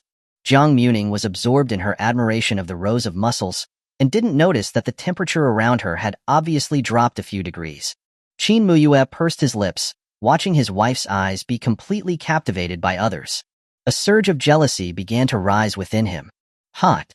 His low voice carried a dangerous hint. "Of course hot," Jiang Muming blurted out. "Free male models, how could they not be hot?" Just as she was about to walk closer for a better view, her wrist was grabbed. The next second, a powerful force pulled her back. Hey, what are you doing?" Qin Muye didn't answer, just held her hand tightly and led her back towards the office building. Jiang Muming was pulled back into the office. Before she understood what was going on, Qin Muye clicked the door locked. Seeing this, Jiang Muming nervously swallowed. "Muye-ji?" Qin Muye turned around, his usually cold face now covered in frost. As Jiang Muming's heart pounded in her chest, she saw Qin Muye grab his shirt hem with both hands, before raising his arms over his head and taking his shirt off in one swift movement. Chapter 33. Qin Muye, from now on, only look at me. As he took off his shirt, his excellent male physique was exposed. Qin Muye had a powerful, muscular build. His large pectorals were displayed right in front of her. His abs were clearly defined, blocky and distinct, and as he tensed, the lines became even tighter. Jiang Muming counted 8 abs, not one was missing. She knew he had a good body on their wedding night, but this was the first time she had seen it so clearly. On his arms, the biceps were very prominent. Jiang Muming thought of the legendary unicorn arm. TSK. Qin Muye tossed his shirt aside and started walking toward her with his long legs. "What are you doing?" Jiang Muming's heart pounded as she nervously swallowed. "Is my body worse than theirs?" Qin Muye asked in a low voice, right in front of her. Qin Muye's waist was very narrow, and even with his belt on, his pants sat somewhat loosely on his hips, making him look even more attractive. His V-lines were vaguely visible, radiating a lethal temptation. As he moved, the muscles on his body tightened and loosened. Jiang Muming's heart pounded in her chest. When she didn't answer, his well-defined fingers tilted her chin, forcing her to meet his gaze. "Yours is better," Jiang Muming answered shyly, her face flushed. His perfect, inverted triangle figure, who could not love it? "From now on, only look at mine." Qin Muye locked her gaze, his expression serious. Jiang Muming was shocked. She hadn't expected him to make such a request, her heart pounding. Then, "Can I touch you?" Jiang Muming asked, her cheeks flushed, a little shy but also anticipating it. Qin Muye froze for a moment, before replying with a hum. Having received permission, Jiang Muming's eyes lit up. She placed her hand on his abs. As her soft palm touched his skin, Qin Muye became a bit nervous, and his abs instantly tightened. Jiang Muming clearly felt his abs becoming taut and firm. Her palm slid over his abs, moving bit by bit. She liked to appreciate male muscles, but in all her life, this was the first time she had touched them. Stroking his abs and pecs, Jiang Muning's hand moved towards his V-line. The V-line was above his groin, a more private location. Jiang Muning pulled down his pants a bit, and her soft palm slipped downward. Qin Muye's breathing became uneven. His eyes became somewhat red, and he swallowed nervously. Jiang Muning's eyes were smiling. She was preparing to continue playing around for a while, when she suddenly glanced at the little dragon that was waking inside his pants. Jiang Muning quickly recoiled her hand, embarrassed. "Let's stop here. We can continue another day." This was the office. Jiang Muning didn't want to get eaten completely right here. Qin Muye hummed in agreement and wrapped his arms around her slender waist.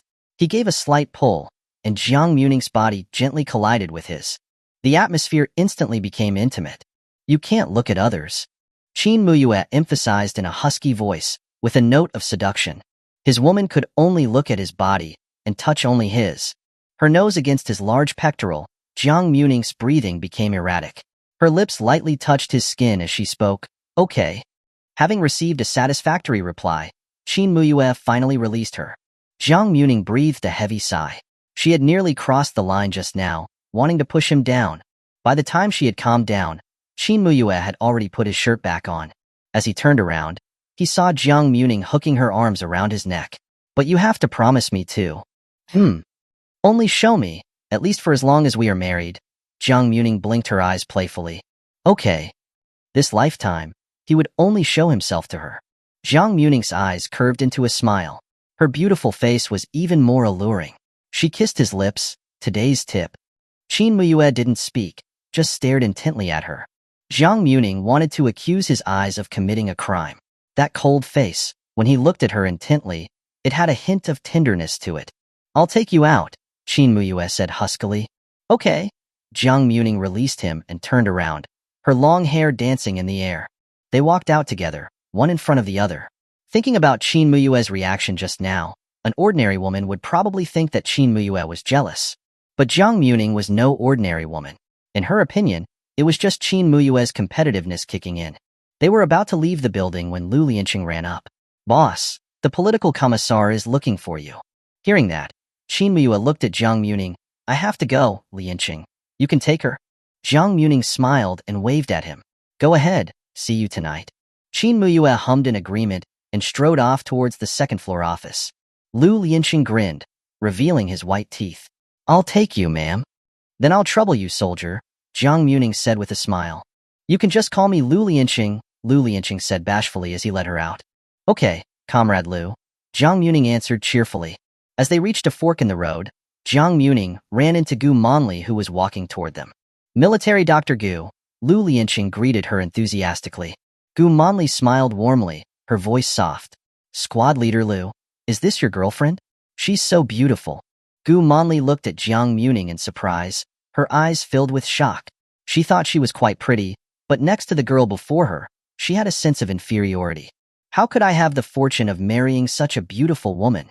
She's our regimental commander's wife." Gu Monli's pupils widened. "Regimental commander Qin?" "Yes." Gu Monli looked at the dazzling girl before her in disbelief. She knew that Qin Muye's wife was coming to live here, but she hadn't really thought much about her. After all, she was just a rural woman. How special could she be? Jiang Muning saw her surprise and raised her lips. "Jiang Muning, Qin Muye's wife." Realizing she had lost her composure, Gu Monli smiled faintly. "I heard Regimental Commander Qin say that his wife was coming to stay here. I didn't expect that we would have the good fortune of meeting today." Jiang Muning raised her eyebrows. She could hear a hint of mischief in those words. "Squad Leader Lu, where are you going?" "The boss had some business and asked me to walk his wife out," Lu Lianqing explained. Hearing that, Gu Monli said enthusiastically, "I'm free right now. Why don't I walk Comrade Jiang out?" Lu Lianqing thought that it would be more convenient for a woman to escort Jiang Muning, so he nodded in agreement. Then, "Ma'am, I'll be going." "Okay, thank you, Comrade Lu," Jiang Muning said with a smile. Seeing her smile, Lu Lianqing scratched his head, and then turned to leave shyly. After Lu Lianqing had left, Jiang Muning started to walk with Gu Monli side by side. "Regimental Commander Qin is the best soldier in our unit. Comrade Jiang is so lucky to be engaged to him," Gu Monli said with a smile. Those words were delivered in a light tone. as if she was saying that Jiang Muming was only able to marry Qin Muye because of their engagement. Jiang Muming responded calmly, I am quite lucky. Such an excellent man is mine. The smile on Gu Manli's face faltered slightly, and a look of disappointment flickered in her eyes. Since Comrade Jiang has married Regimental Commander Qin, you can't bring the behavior of the countryside into our military unit. It would only drag down Regimental Commander Qin. Gu Manli continued smiling.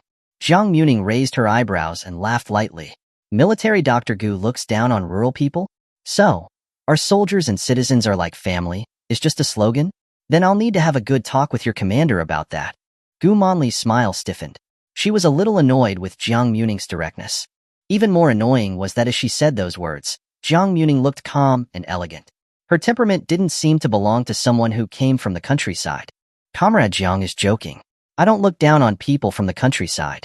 Regimental Commander Qin is a good man. Once I was nearly injured, and it was Regimental Commander Qin who risked his life and saved me, Gu Manli said with a smile. Risked his life for her? That word choice. Now that Comrade Jiang has married him, I ask that you take good care of him on my behalf. Chapter 34. While I'm not good at cooking, I'm willing to cook for you. Gu Manli's face was adorned with a warm smile, as if she were recalling a beautiful memory, her lips curving into a sweet arc. Jiang Muming's forehead twitched. She stared at Gu Manli, whose words carried a note of provocation. Before you married me, Military Dr. Gu, were you and Muye ever dating? Jiang Muming asked playfully. Gu Manli was surprised by the question, but replied with a smile, no. Regimental Commander Qin is a man who wanted to focus on his career first. Since Military Dr. Gu and he have a clear relationship, then the phrase, let me take care of him, is not quite appropriate. Jiang Muming giggled. Muye is a real man, focusing on his career before marrying me. This way, he won't make me suffer after marrying me. Gu Manli's lips tightened. She hadn't expected Jiang Muming to be so sharp and quick-witted. Military Dr. Gu and Muye are comrades, so it's only right for comrades to help each other. During missions, even stray cats or dogs, Muye would help out if he could, let alone a living person, Jiang Muming said with a blooming smile.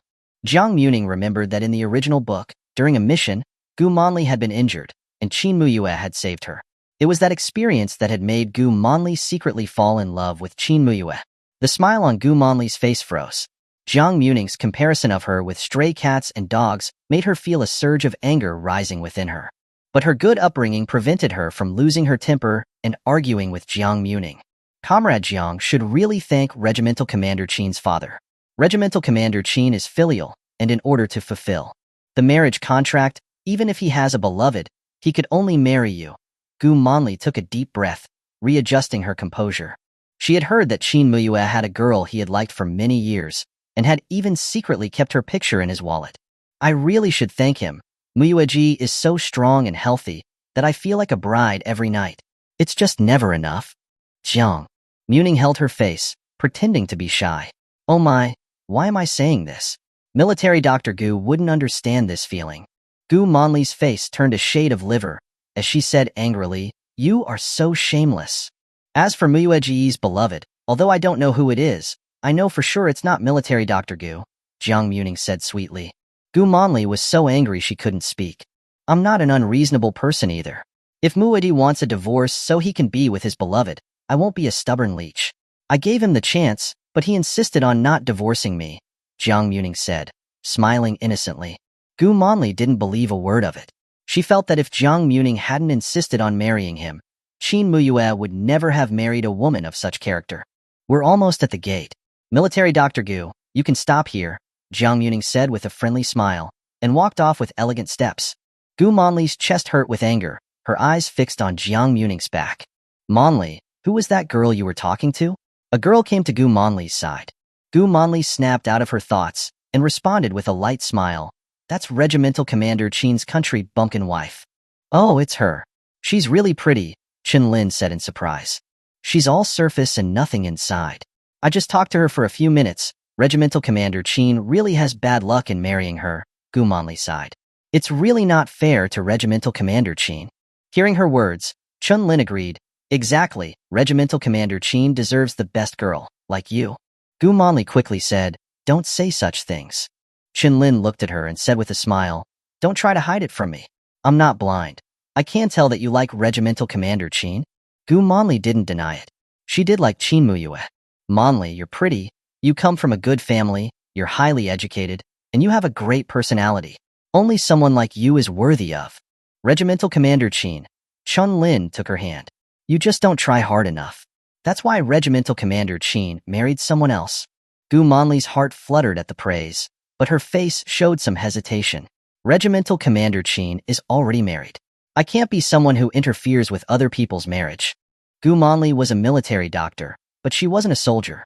She had joined the military as a doctor through an exam during college and was a contract worker. Because of that, she didn't have a military rank and didn't usually wear a uniform. But even so, breaking up another person's marriage was immoral. Hearing that, Chun Lin quickly advised her, "How is that interfering? Regimental Commander Qin doesn't like that countrywoman anyway. You and Regimental Commander Qin are a match made in heaven." Hearing these words, Gu Monli was moved but couldn't persuade herself. That won't do. I don't want Regimental Commander Qin to hate me, and I don't want people to talk about me. Don't talk nonsense. Maybe the person that Regimental Commander Qin secretly likes is you. You're so outstanding. There are so many men in our base who like you. Perhaps Regimental Commander Qin is one of them. Hearing that, Gu Monli knew that while many men liked her, Qin Muye wasn't one of them. Otherwise, every time they met, he wouldn't be so lukewarm. But then she thought, maybe that was just his personality. Thinking this, Gu Monli felt a glimmer of hope. But she wanted to wait. Maybe Qin Muye wouldn't be able to bear with the unreasonable rural woman for much longer and would divorce her soon. Thinking this, Gu Monli's eyes sparkled with laughter. She felt that Qin Muye would definitely get tired of her soon and divorce her. When he was single again, it wouldn't be too late for her to pursue him. That night, when Qin Muye returned home, the strong aroma of food wafted towards him. Qin Muye stood in the yard, looking at the busy figure in the kitchen. He had imagined this scene in his mind for many years. Now that it had finally come true, it felt unreal. After all, she had once said that she liked educated youths like Zhou Yang. Thinking that he had forced her to marry him due to the engagement, Qin Muye felt a little guilty, but not regretful. Noticing his gaze, Jiang Muming smiled brightly at him. "Why are you standing there?" Qin Muye took long strides, walking to her side. He naturally took the plate from her hands. Looking at the food on the table, Qin Muye felt a warmth in his heart, a sense of the warmth of home. "Are you tired?" Qin Muye asked in a low voice. "If you're tired, I can bring food back from the cafeteria from now on." Jiang Muming raised her head and replied playfully, "Among the housework, I'm only in charge of cooking. If I think that's tiring, then wouldn't I be useless?" It's okay. He wanted to raise her to be useless, so that she could not marry anyone else but him. "While I'm not good at cooking, I'm willing to cook for you," Jiang Muming said, wrapping her arms around his waist, looking at him with a seductive gaze. Keeping this man happy would not be bad for her. Qin Muye's throat tightened as he gazed deeply at her. After dinner, Qin Muye washed the dishes first, and then swept the main room. After finishing these tasks, he went to take a shower. After showering, he took the clothes that he and Jiang Muming had taken off to the laundry room to wash. After finishing the housework, he suddenly remembered something. He went to the local store in the compound. When he returned to his room, carrying the newly purchased condoms and feeling refreshed, he saw a slender figure curled up in the blankets. Seeing this, Qin Muye walked forward, confused. On the bed, Jiang Muming lay on her side, curled up like a baby.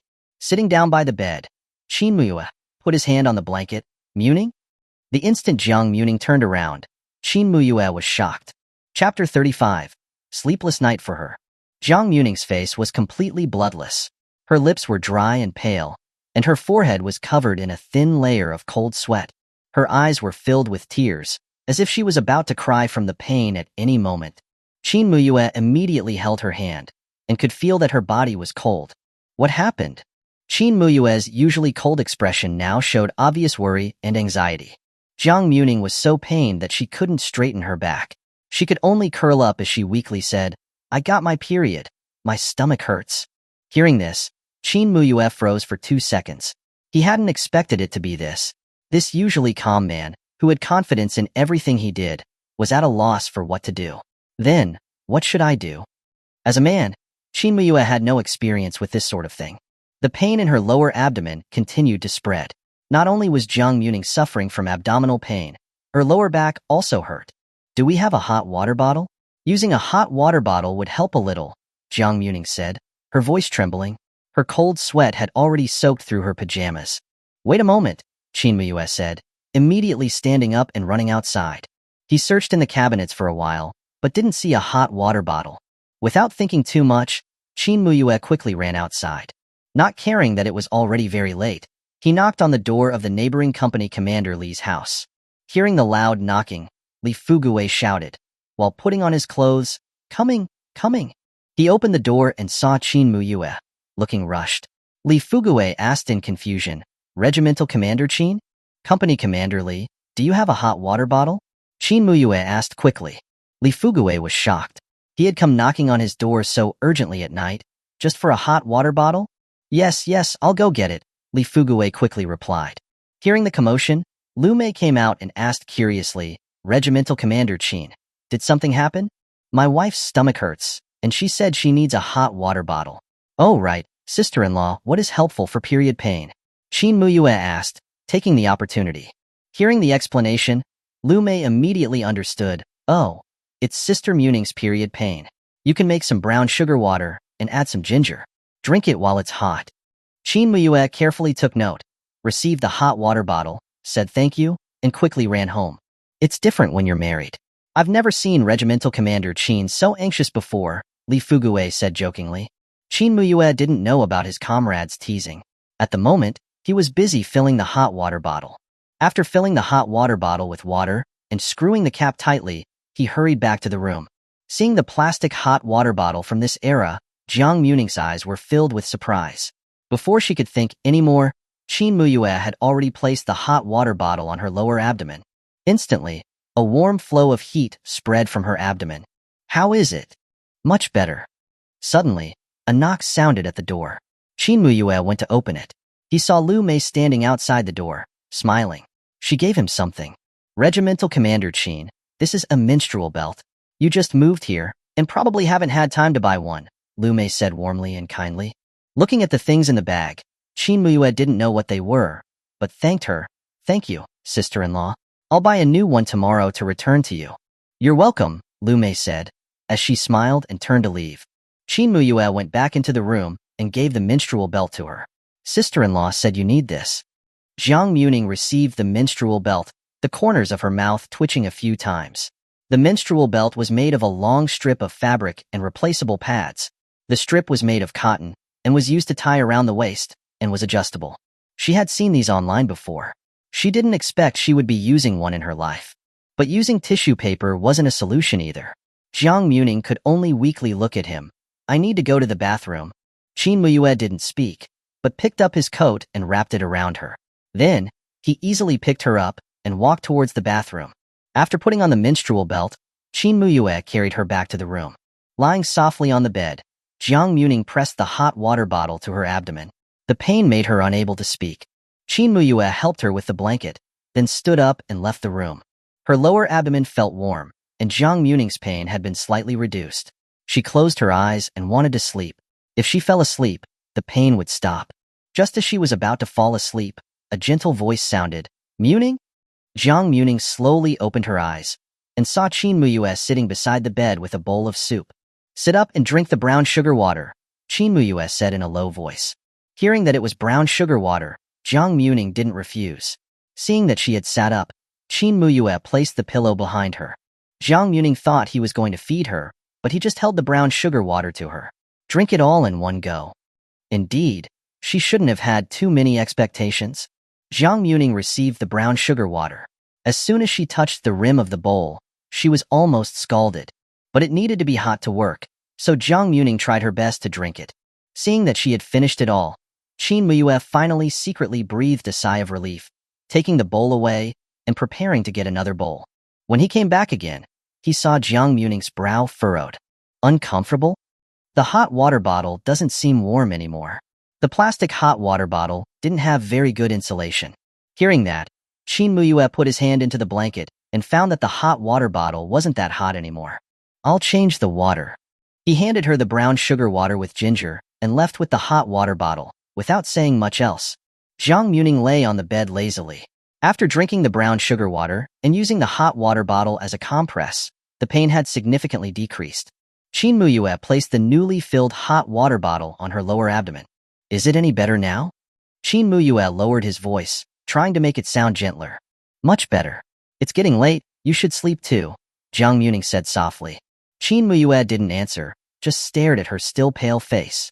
His palm rested on her forehead, and finally, it was not covered in cold sweat.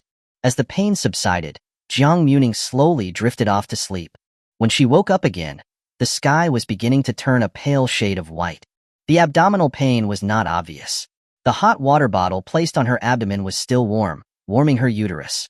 Jiang Muming turned her head in satisfaction and saw that Qin Muye was not sleeping on the bed, but was dozing off beside the bed. Huh. Jiang Muming looked at him in confusion. Hugging the still warm hot water bottle and seeing the shadows under his eyes, Jiang Muming's heart skipped a beat. Her pupils dilated. Could he have not slept at all the entire night and just helped her change the hot water bottle? As an only child, Jiang Muming had grown up being pampered by her parents. She grew up carefree, without worries. But other than her parents, no one else would be unconditionally good to her. But just to reduce the pain from her period, Qin Muye had helped her change the hot water bottle the entire night. It was impossible not to feel touched. But thinking that Qin Muye had a beloved white moonlight in his heart, Jiang Muming shook her head, silently reminding herself, never let her heart fall, or she'll cry in the future, and Jiang Hong would laugh at her to death. Chapter 36. Making Warm Packs. With his care, Jiang Muming's period pain had clearly improved, but her face was still pale. Qin Muye made breakfast, and it was almost time for him to go to the barracks. Jiang Muming lay lazily in bed. Even though she was awake, she didn't want to get up. Qin Muye walked into the room carrying a thermos of hot water. He placed the thermos by the bed and a bucket to one side. If the hot water bottle gets cold, just pour out the cold water and refill it with hot water, Qin Muye said, his voice hoarse. He had hardly slept at all the whole night. His eyes were sore, but he didn't want to show it. Okay, Jiang Muming responded softly. Should I bring you your breakfast? Qin Muye asked. Jiang Muming shook her head. No need. I'm not hungry right now. Whenever she got her period, Jiang Muming was like a deflated ball. She had no energy at all. Okay, go eat if you're hungry, Qin Muye said, and stood up, preparing to go to the barracks. Looking at her still pale face, Qin Muye felt worried. He looked at the clock on the bedside table and saw he was running late. He had no choice but to leave. Watching Qin Muye's departing back, Jiang Muming hugged her warm lower abdomen, then struggled to sit up. Her period flow was quite heavy in the morning, and she needed to change the pad. She had used it all night, but she still wasn't used to the menstrual belt. The thought that she had to wash it and reuse it made Jiang Muming feel a headache. After changing her pad, Jiang Muming went back to bed and snuggled under the covers. She had nothing else to do while lying there, so Jiang Muming thought she'd go into the space for a bit. As soon as she entered, she saw Jiang Hong, who was bent over, harvesting the wheat they had planted yesterday. The golden yellow of the wheat fields made Jiang Muming feel a little more comfortable. Holding the hot water bottle, Jiang Muming slowly walked forward. Jiang Hong turned around and saw that her face was pale and she was looking weak. He asked, period pain again? After over 20 years of friendship, Jiang Hong understood Jiang Muming quite well. Jiang Muming sat down on a chair and leaned against it, weak and listless.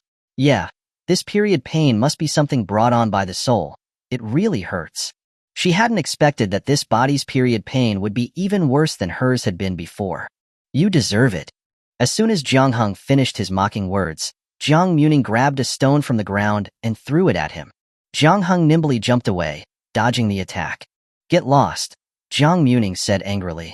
I'm just saying you're really too weak. A little period pain, and you become like this, Jiang Hong said, mocking her. Isn't it just period pain? It can't be that painful, right? I should make you transmigrate into a woman, so you can experience what period pain is like, Jiang Muming said, gritting her teeth. Jiang Hong replied gleefully, Naya, I don't have that opportunity. Someone as sunny, cheerful and handsome as I am. The heavens treat me well. Indeed they treat you so well, a sunny and cheerful, weathered uncle, Jiang Muming said with a smile. Jiang Hong immediately fell silent. He was still trying to make his dark face become a little fairer. I'm just a little dark. It's still better than you, suffering from period pain so much that you feel like you're dying, Jiang Hong retorted, unafraid of death. Jiang Muming swung her small fist. You brat, just you wait. When I feel better, I'll beat your head in. Jiang Hong said smugly, I'm your older brother now. If you fight with me, you'll lose horribly. Jiang Muming was annoyed. She had forgotten that they had a difference in strength now, and she could no longer pull his hair like before. Thinking this, Jiang Muming huffed and turned her head away from him.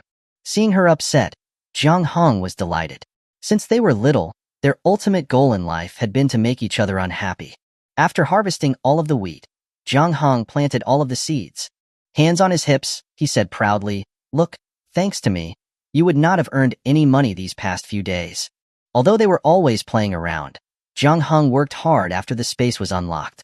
Because of that, after their shopping spree in the department store that day, they still had over 200 space coins left. Jiang Muming rolled her eyes at him. It's time for watering and fertilization. I'll leave it to you. I'm going to go work on other things. Jiang Hong hummed a little tune, swaying from side to side, and happily left. Jiang Muming made a face at his back. You're so heartless. After Jiang Hong left, Jiang Muming sat there, waiting for the time to water the fields. The game setting required you to complete the watering and fertilizing steps within a certain time period for the crops to proceed to the next stage of growth. She raised her head and looked at the digital screen, where the current space level, points, and money were clearly displayed. We still have to work hard to level up, Jiang Muming said, hugging her lower abdomen. I'll wait until my period is over. When the time came, Jiang Muming picked up the watering can and slowly watered the fields. Because it didn't require too much strength, Jiang Muming could still manage to do it. After finishing the watering and fertilizing, Jiang Muming saw that it was about time, and thought of returning to the real world. Just as she was preparing to leave, Jiang Hong came back. Wait, Jiang Hong shouted at her. Jiang Muming stopped and looked at him, frowning. What? Before the words had finished leaving her mouth, something flew towards her. Jiang Muming instinctively caught it. It was a plastic bag. She opened the bag and saw over a dozen things that looked like heating packs. Jiang Muming curiously pulled one out and asked in confirmation, Warm packs? Yeah. Does the system store have these? Jiang Muming asked, surprised. Of course not. I made these, Jiang Hong said proudly. Eyes wide like saucers, Jiang Muming looked at him in disbelief. You made these? Seeing her reaction, Jiang Hong said arrogantly, Don't forget that I'm a little inventor. As long as I have the materials, I can make anything. He liked tinkering around. Before Transmigration, he had made many things in modern times. Making warm packs was not difficult. You just needed to heat iron powder until it was warm, then add acetic acid. After stirring it, the iron powder would turn a charcoal gray color. At that point, you would stop heating it and let it cool. Finally, you would add activated carbon and wood shavings, then mix it all together and seal it in a non-woven fabric bag. Thankfully, he could buy the materials in the system store. Remember to rub them to warm them up before you use them, that way you won't have to keep using the hot water bottle, Jiang Hong reminded her. Jiang Muming looked at the items in her hands, her heart feeling warm. Although they had never gotten along and frequently fought, when she had trouble, Jiang Hong would never stand by and do nothing. As she spoke, Jiang Muming rubbed one of the warm packs and it quickly warmed up. A moment later, the warm pack that had been cool had heat. Jiang Muming quickly placed it on her abdomen. I didn't expect you to have some conscience after all, Jiang Muming said with a smile. Jiang Hong calmly responded, I'm just afraid that if you die, you'll turn into a vengeful ghost and haunt me. She wanted to take back what she had said earlier. Chapter 37. Thoughtful care in every detail. Around noon, Qin Muye finished his morning duties and hurriedly returned home with his lunch from the cafeteria. He was worried about Jiang Muming's condition and had been thinking about her all morning. He first placed the food on the small dining table, then turned around and saw that the pot was still steaming. Qin Muye walked over and saw that the breakfast he had prepared for Jiang Muming hadn't been touched. She hasn't eaten breakfast? Qin Muye's brow furrowed. He then strode toward the bedroom. Pushing open the door, he saw Jiang Muming was still in bed. Seeing this, Qin Muye quickly walked to her side. Muming? As his deep voice sounded, Jiang Muming slowly opened her eyes, looking at him sleepily. Why are you back? It's past 11, Qin Muye said, frowning. Get up and eat. The warm packs Jiang Hong made were still quite hot. Jiang Muming had placed one on her lower back and one on her belly. With the two working together, her whole body felt warm. I don't want to eat. I don't have an appetite, Jiang Muming refused, shaking her head. Looking at her pale, oval face, Qin Muye said in a low voice, Be good. She was already so thin. If she didn't eat, How would her body hold up? Qin Muye was worried about her. That worry was hidden beneath his cold and serious expression. Jiang Muming tilted her head up and looked at him pitifully. Seeing how she looked, Qin Muye didn't say anything. He just helped her sit up and supported her with a pillow. "I'll go get the food," Qin Muye simply said, before walking out. A moment later, Qin Muye returned holding the thermos container. Looking at the food, Jiang Muming didn't have much of an appetite. Whenever she had her period, she just wanted to be useless and lie in bed. Just as she was about to close her eyes, pretending she couldn't see, Qin Muye brought the food to her lips. "Huh, what's going on?" "Open your mouth," Qin Muye requested tersely. Jiang Muming was confused, but opened her mouth obediently. She saw Qin Muye put the food into her mouth. Before she could understand, Qin Muye was bringing the soy milk to her mouth. "Chew." Jiang Muming continued to chew her food. She thought Qin Muye was just getting her to get out of bed and eat, but she hadn't expected him to feed her. Other than when she was very young, when her parents had fed her, she had always had to eat on her own. She never thought she would receive this kind of treatment in this lifetime. Qin Muye didn't know what Jiang Muming was thinking. He just continued feeding her. She was too thin, and he didn't want her to lose any more weight. And just like that, Jiang Muming, who had just said she didn't want to eat, ended up eating a full bowl of rice.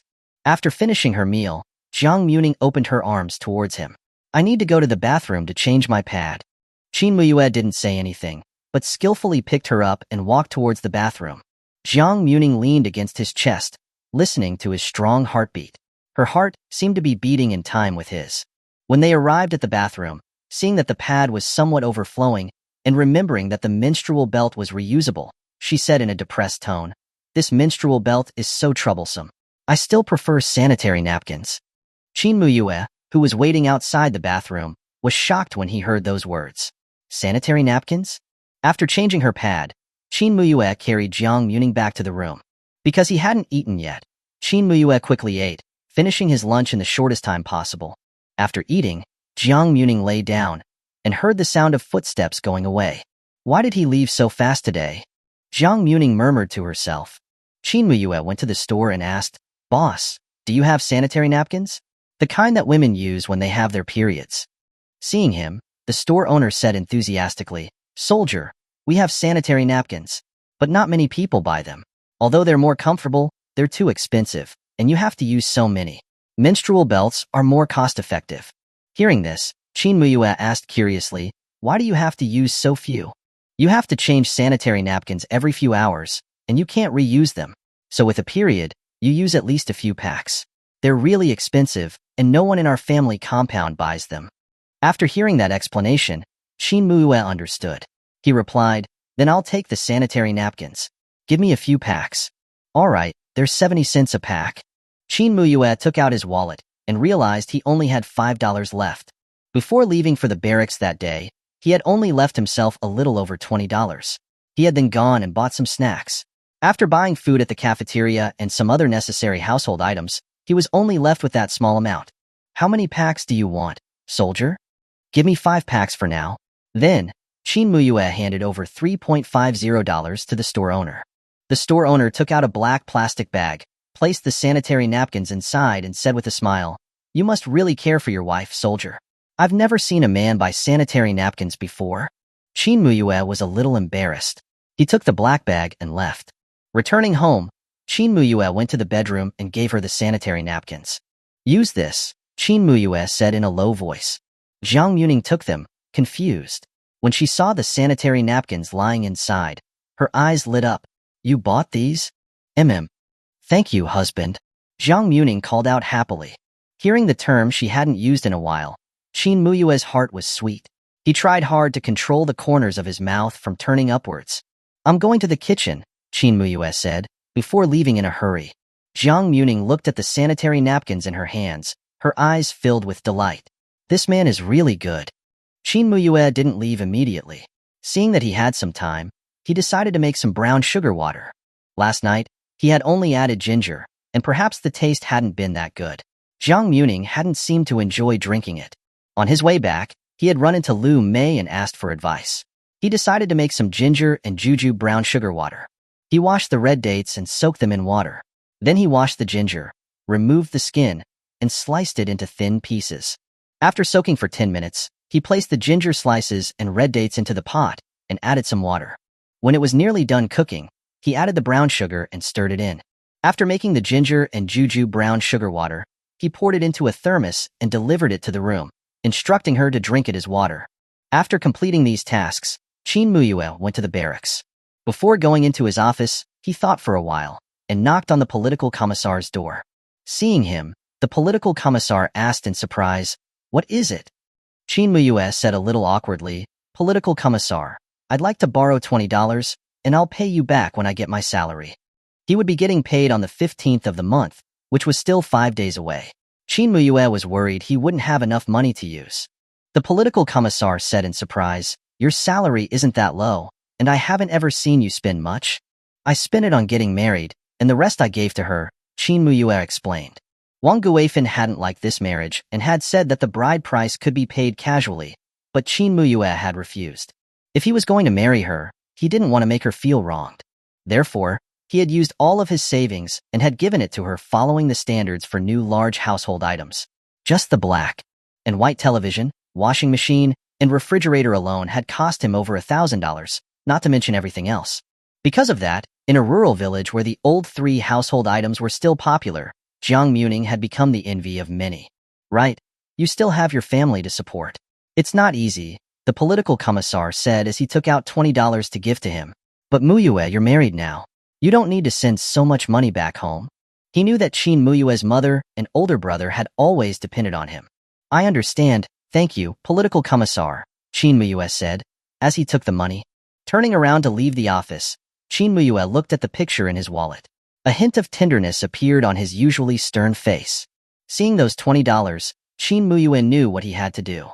After lying in bed all day, Jiang Muming felt like her bones were falling apart. So, she decided to take a short walk in the family compound to stretch her muscles. In the evening sky, the sunset was coloring the clouds. Jiang Muming walked around casually, feeling a sense of ease. But because of her period pain, her face was still pale and tired. As she was walking, Jiang Muming suddenly stopped. Her pupils widened as she looked into the distance. There, she saw Qin Muye and Gu Manli standing face to face. She didn't know what Gu Manli had said, but she saw Qin Muye lift the corners of his lips and smile at Gu Manli. Seeing this, Jiang Muming couldn't help but puff out her cheeks. It was like her own pig was about to be stolen. Chapter 38. Muye, why are you so good to me? Pretending she didn't see it? That was impossible. Qin Muye was her man. The next second, Jiang Muming directly started walking towards them. "Regimental Commander Qin." Before Gu Manli finished her words, Jiang Muming spoke, interrupting her. "Am I interrupting something?" Hearing her voice, Qin Muye turned around and saw Jiang Muming standing behind him. "Why are you here?" Qin Muye asked, puzzled and in a low voice. Hearing that, Jiang Muming said sourly, "It seems that I showed up at the wrong time," interrupting Regimental Commander Qin and Dr. Gu's chat. Hearing her call him Regimental Commander Qin, Qin Muye immediately sensed her displeasure. Thinking of her words, Qin Muye explained, "We weren't chatting. I just asked Dr. Gu something." Gu Manli smiled warmly and said in a soft voice, "Yes, Comrade Jiang, we were just talking about something." Looking at Gu Manli and her tea-like words, Jiang Muming felt like she had been blind before. She had thought that Gu Manli was devoted to love, but she was also aware of her own situation. If there was no love, she would let it go. At the moment, it seemed that she had just built up enough disappointment. She knew there was no chance and had no choice but to give up. Jiang Muming said coolly, "Then I won't interrupt any further." As she spoke, Jiang Muming turned to leave. Qin Muye quickly grabbed her arm. "Let go," Jiang Muming said, raising her eyebrows. Her stomach was feeling dull, and her anger sounded soft. Qin Muye didn't understand, but he felt that Jiang Muming was unhappy and even a little angry. "What are you doing?" "Of course I'm leaving, so I don't delay Regimental Commander Qin from engaging in sweet talk with Comrade Gu," Jiang Muming said, her pretty eyes glaring at him. It was like she was accusing him of a crime. Gu Manli's face was flushed. She looked a little shy as her eyes lowered. Qin Muye frowned. "Don't talk nonsense." "Whether it's nonsense or not, you know in your heart," Jiang Muming said, looking at him angrily as she felt pain in her lower abdomen. "I was asking Dr. Gu how to treat period pain," Qin Muye answered truthfully. "Huh." Jiang Muming's struggling movements froze. "Really?" Qin Muye replied affirmatively. After borrowing the money, he wanted to take care of Jiang Muming and nourish her. But then he thought that period pain was probably a sickness, and treating the sickness was more important. So after finishing his duties in the afternoon, he had looked for her, to understand how to treat it. Jiang Muming looked flustered. She now knew that she had misunderstood Qin Muye, and was a little embarrassed. Then why didn't you say so earlier? Jiang Muming said, feeling guilty. You didn't ask. Thinking that she had directly jumped to a conclusion and didn't even give him a chance to explain. Seeing Jiang Muming's reaction, Gu Manli felt a pang in her heart. Qin Muye had asked so much about period pain, and she had even responded enthusiastically, not realizing that it was for Jiang Muming, that rural country bumpkin. After all, she had always thought that Qin Muye had been forced to marry Jiang Muming, and it was impossible that he would be asking about treating period pain for her. Qin Muye looked at her pale face, and then noticed the wind picking up in the evening. He said seriously, let's go back. Thinking that he was angry because of the misunderstanding, Jiang Muming pouted her lips and turned to walk back. Dr. Gu, please bring the medicine you talked about tomorrow. I'll pay you for it then, Qin Muye said calmly. Gu Manli smiled faintly. No need, we're all friends. There's no need to be so polite. We're all comrades, we need to be more polite. I can't take advantage of you, Qin Muye said quickly before chasing after Jiang Muming. Gu Manli watched his back, unable to explain the feeling in her heart. Regimental Commander Qin is so fierce with that woman. How could he possibly like her? Regimental Commander Qin has a lot of responsibility. He's probably only taking care of her because he had to marry her. Yes, that's it. Gu Manli muttered to herself, trying to convince herself. Back at home, Jiang Muming had a warm pack stuck to her lower back and was hugging the hot water bottle that Qin Muye had just bought for her on her lower abdomen.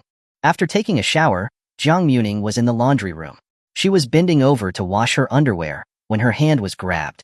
Jiang Muming looked back curiously, asking in confusion, what? I'll wash it, Qin Muye said concisely. Jiang Muming's face flushed red. I'll wash my underwear for the next few days, since it's all stained with period blood. The menstrual belt was prone to leaking, and she was embarrassed to have him wash it. You can't touch water. Qin Muye finished speaking in a low voice. He directly took her underwear and started scrubbing it with soap, not caring at all about the stains. Jiang Muming felt touched. Even in modern times, men were unwilling to wash their wives' underwear stained with period blood. They all thought it was bad luck. Go lie down in the room, Qin Muye ordered once again. Jiang Muming smiled brightly. Okay. Seeing her smile, Qin Muye quickly averted his gaze and continued washing. Gu Manli had said that when women had their periods, they should avoid touching water to prevent cold air from entering the body. He would follow those instructions strictly. After washing the clothes, Qin Muye went to make brown sugar water again. He busied himself in the kitchen for a long time, before finally returning to the room. Jiang Muming was lying in bed, watching the brown sugar water in his hand. Drink it. Qin Muye's words were always simple and straightforward. Jiang Muming took the brown sugar water and slowly drank it. How long did it used to hurt for? Qin Muye asked in a low voice. Jiang Muming thought for a moment. It would hurt for about 2 days, but tonight, I'm feeling a lot better than I did this morning. Perhaps because of drinking brown sugar water all the time, warming her stomach, and lying in bed, her period pain symptoms were not as serious as they usually were. Hearing the answer, Qin Muye was finally relieved. Lie down a little more this way. Blinking her large, watery eyes, Jiang Muming looked at him in confusion. Qin Muye didn't say anything, just looked at her. Seeing this, Jiang Muming shifted her hips a little. Seeing that she had moved over a bit, Qin Muye put his hand into the blanket and placed it on the hot water bottle. Was this guy going to warm up his hands? Just as Jiang Muming was about to complain, Qin Muye removed the hot water bottle and lifted up her shirt. You! Before Jiang Muming could finish her gasp of surprise, Qin Muye's palms settled on her lower abdomen.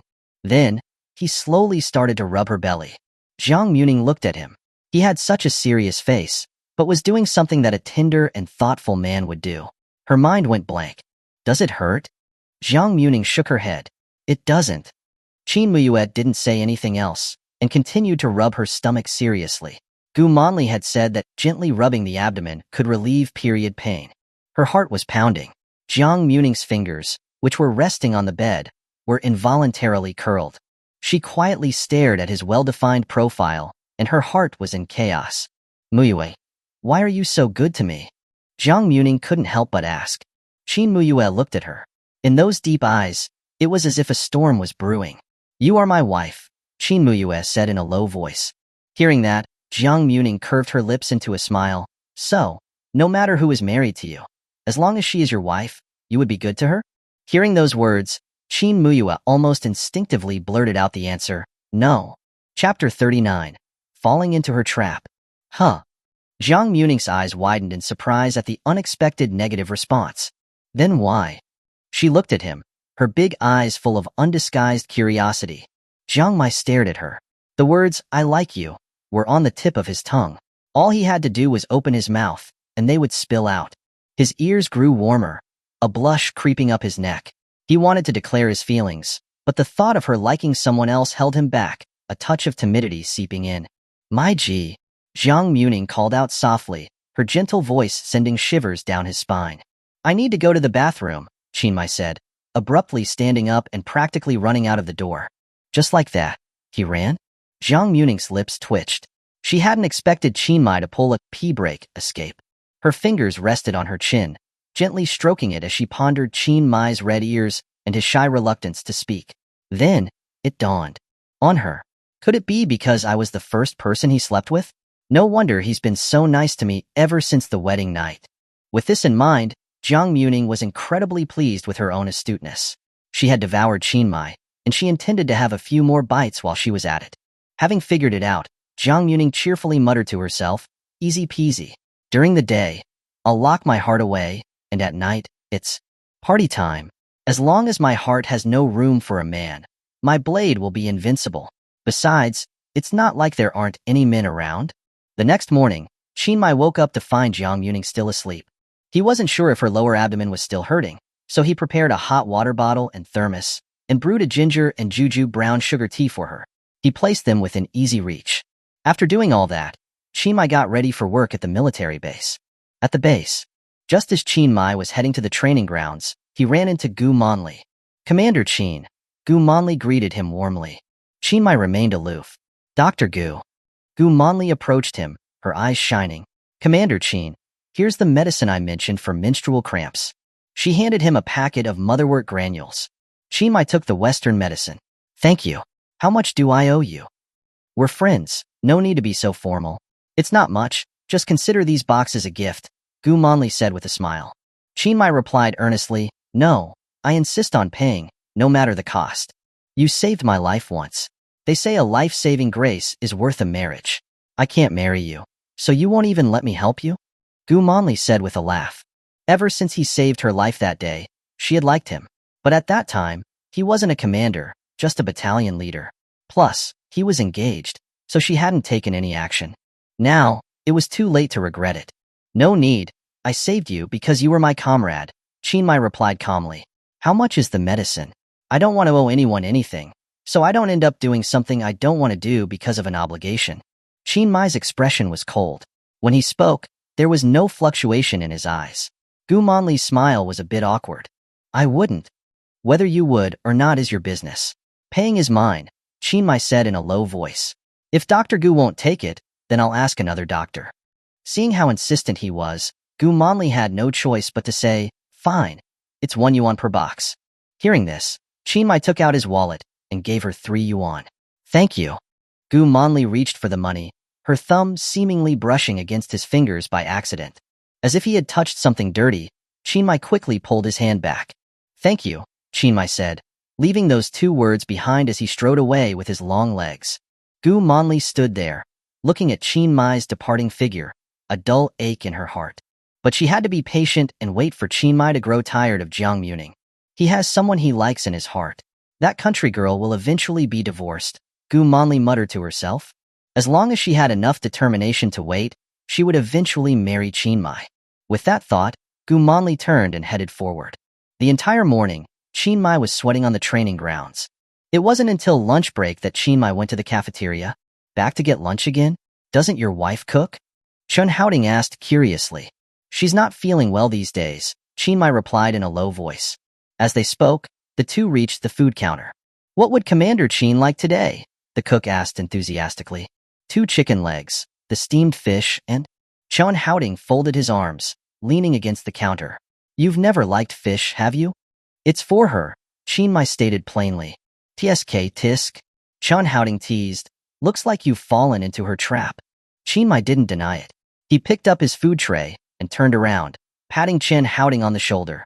Gotta go. Seeing that the usually icy face didn't seem so cold anymore, Qin Houting chuckled. Love? Huh? It's not looking so bad. When Qin Muye returned home, Jiang Muming had just woken up. He placed the food box to one side and went to her. Are you feeling better? Jiang Muming wrapped her arms around his waist, resting her chin on his uniform. Qin Muye's body stiffened.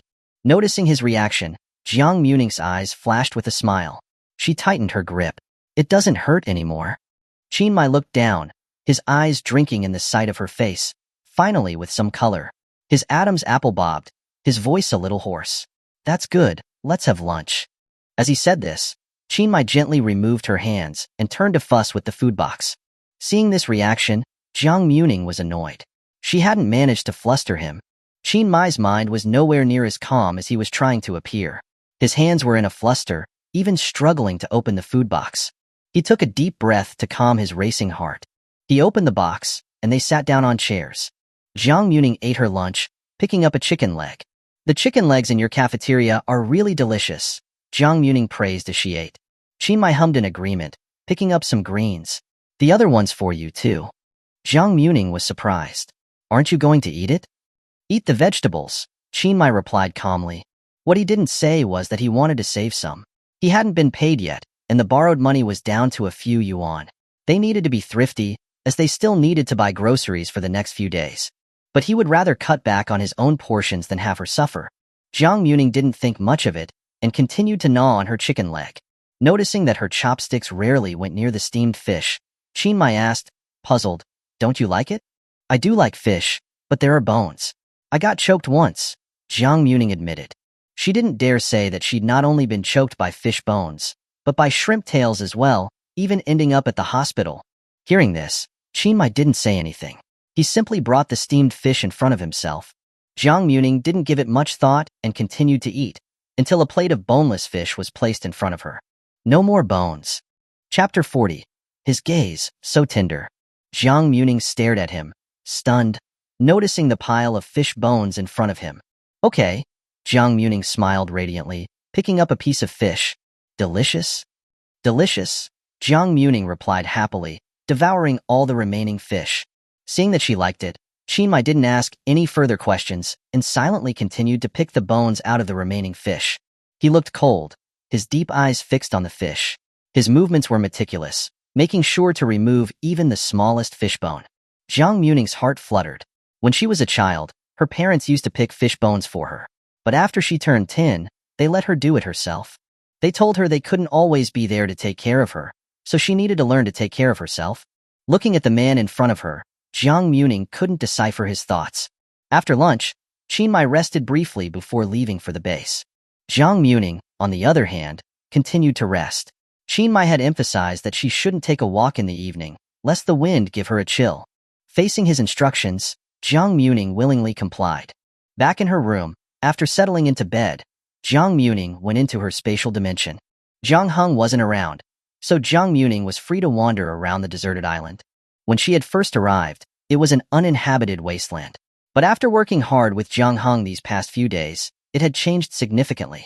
There were fields, forests, and Jiang Heng had even planted fruit trees. Jiang Heng had also cleared out the weeds, making it look much cleaner.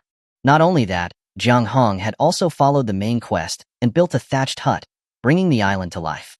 I hope this can become a haven, a place where I can feel at peace, Jiang Muming mused, smiling dreamily. Jiang Heng had been the main force these past few days, and Jiang Muming had no intention of taking advantage of him. So, since she was feeling a little better today, she wanted to work hard and contribute. Looking at the panel, the day's quest had already been updated. Harvest apples, huh? That doesn't seem too hard. Let's do that, Jiang Muming murmured to herself, then walked over to the apple trees. The apple trees weren't tall, and after stretching her joints, Jiang Muming prepared to climb the tree. In her previous life, Jiang Muming was athletic and had spent a few months living with her grandparents in the countryside. She had climbed trees and raided birds' nests before. She wrapped her hands around the trunk and used her legs to grip as she moved higher and higher. Finally reaching an apple, Jiang Muming grabbed it. Snowball. As soon as she spoke, a small, white figure appeared. Master, what do you need? I'm picking apples. Can you catch them down there? Jiang Muming asked with a smile. Little Snowball blinked its round, innocent eyes. Okay. And so, Jiang Muming began picking the apples and throwing them down to Snowball. Snowball moved incredibly quickly, catching the apples with ease. Without realizing it, almost all the apples on the tree had been picked.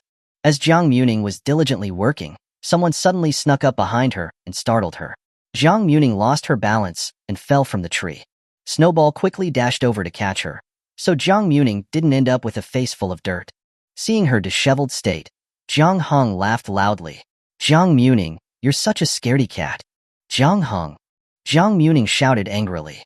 You're dead. I'm going to get you. As she said that, Jiang Muming got to her feet and threw an apple at him. Seeing this, Jiang Hong took off, and Jiang Muming chased him furiously. Your short legs can't catch me, Jiang Hong said gleefully. Just you wait until I catch you. You used to say you were brave, but you got scared so easily. You're such a dummy, Jiang Muming. On the island, Jiang Hong ran, and Jiang Muming chased him. Since her menstrual cramps still hadn't fully gone away, Jiang Muming's stomach hurt after a few laps. She stopped, clutching her stomach, her face completely pale. Shorty, are you okay? Jiang Hong called out, chuckling. Jiang Muming's eyes turned red, the pain in her stomach getting worse.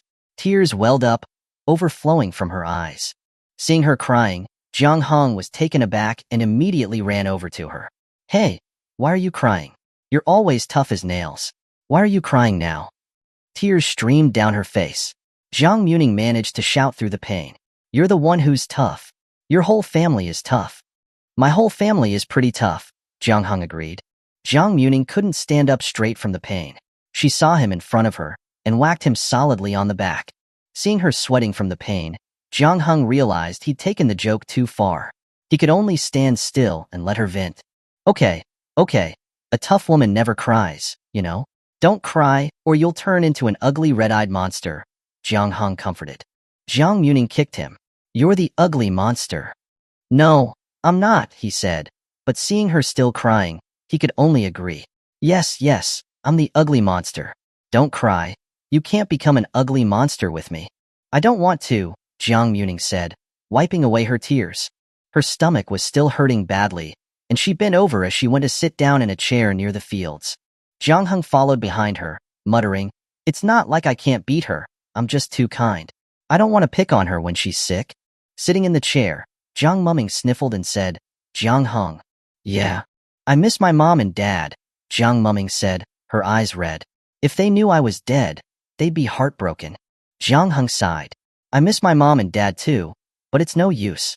We died in that avalanche. Jiang Muming was silent as she wiped her tears away. Yes, they were already dead. Seeing her this way, Jiang Hong patted her on the shoulder. Don't worry, you've still got me. In this world, we've known each other the longest. We can support each other and live a good life.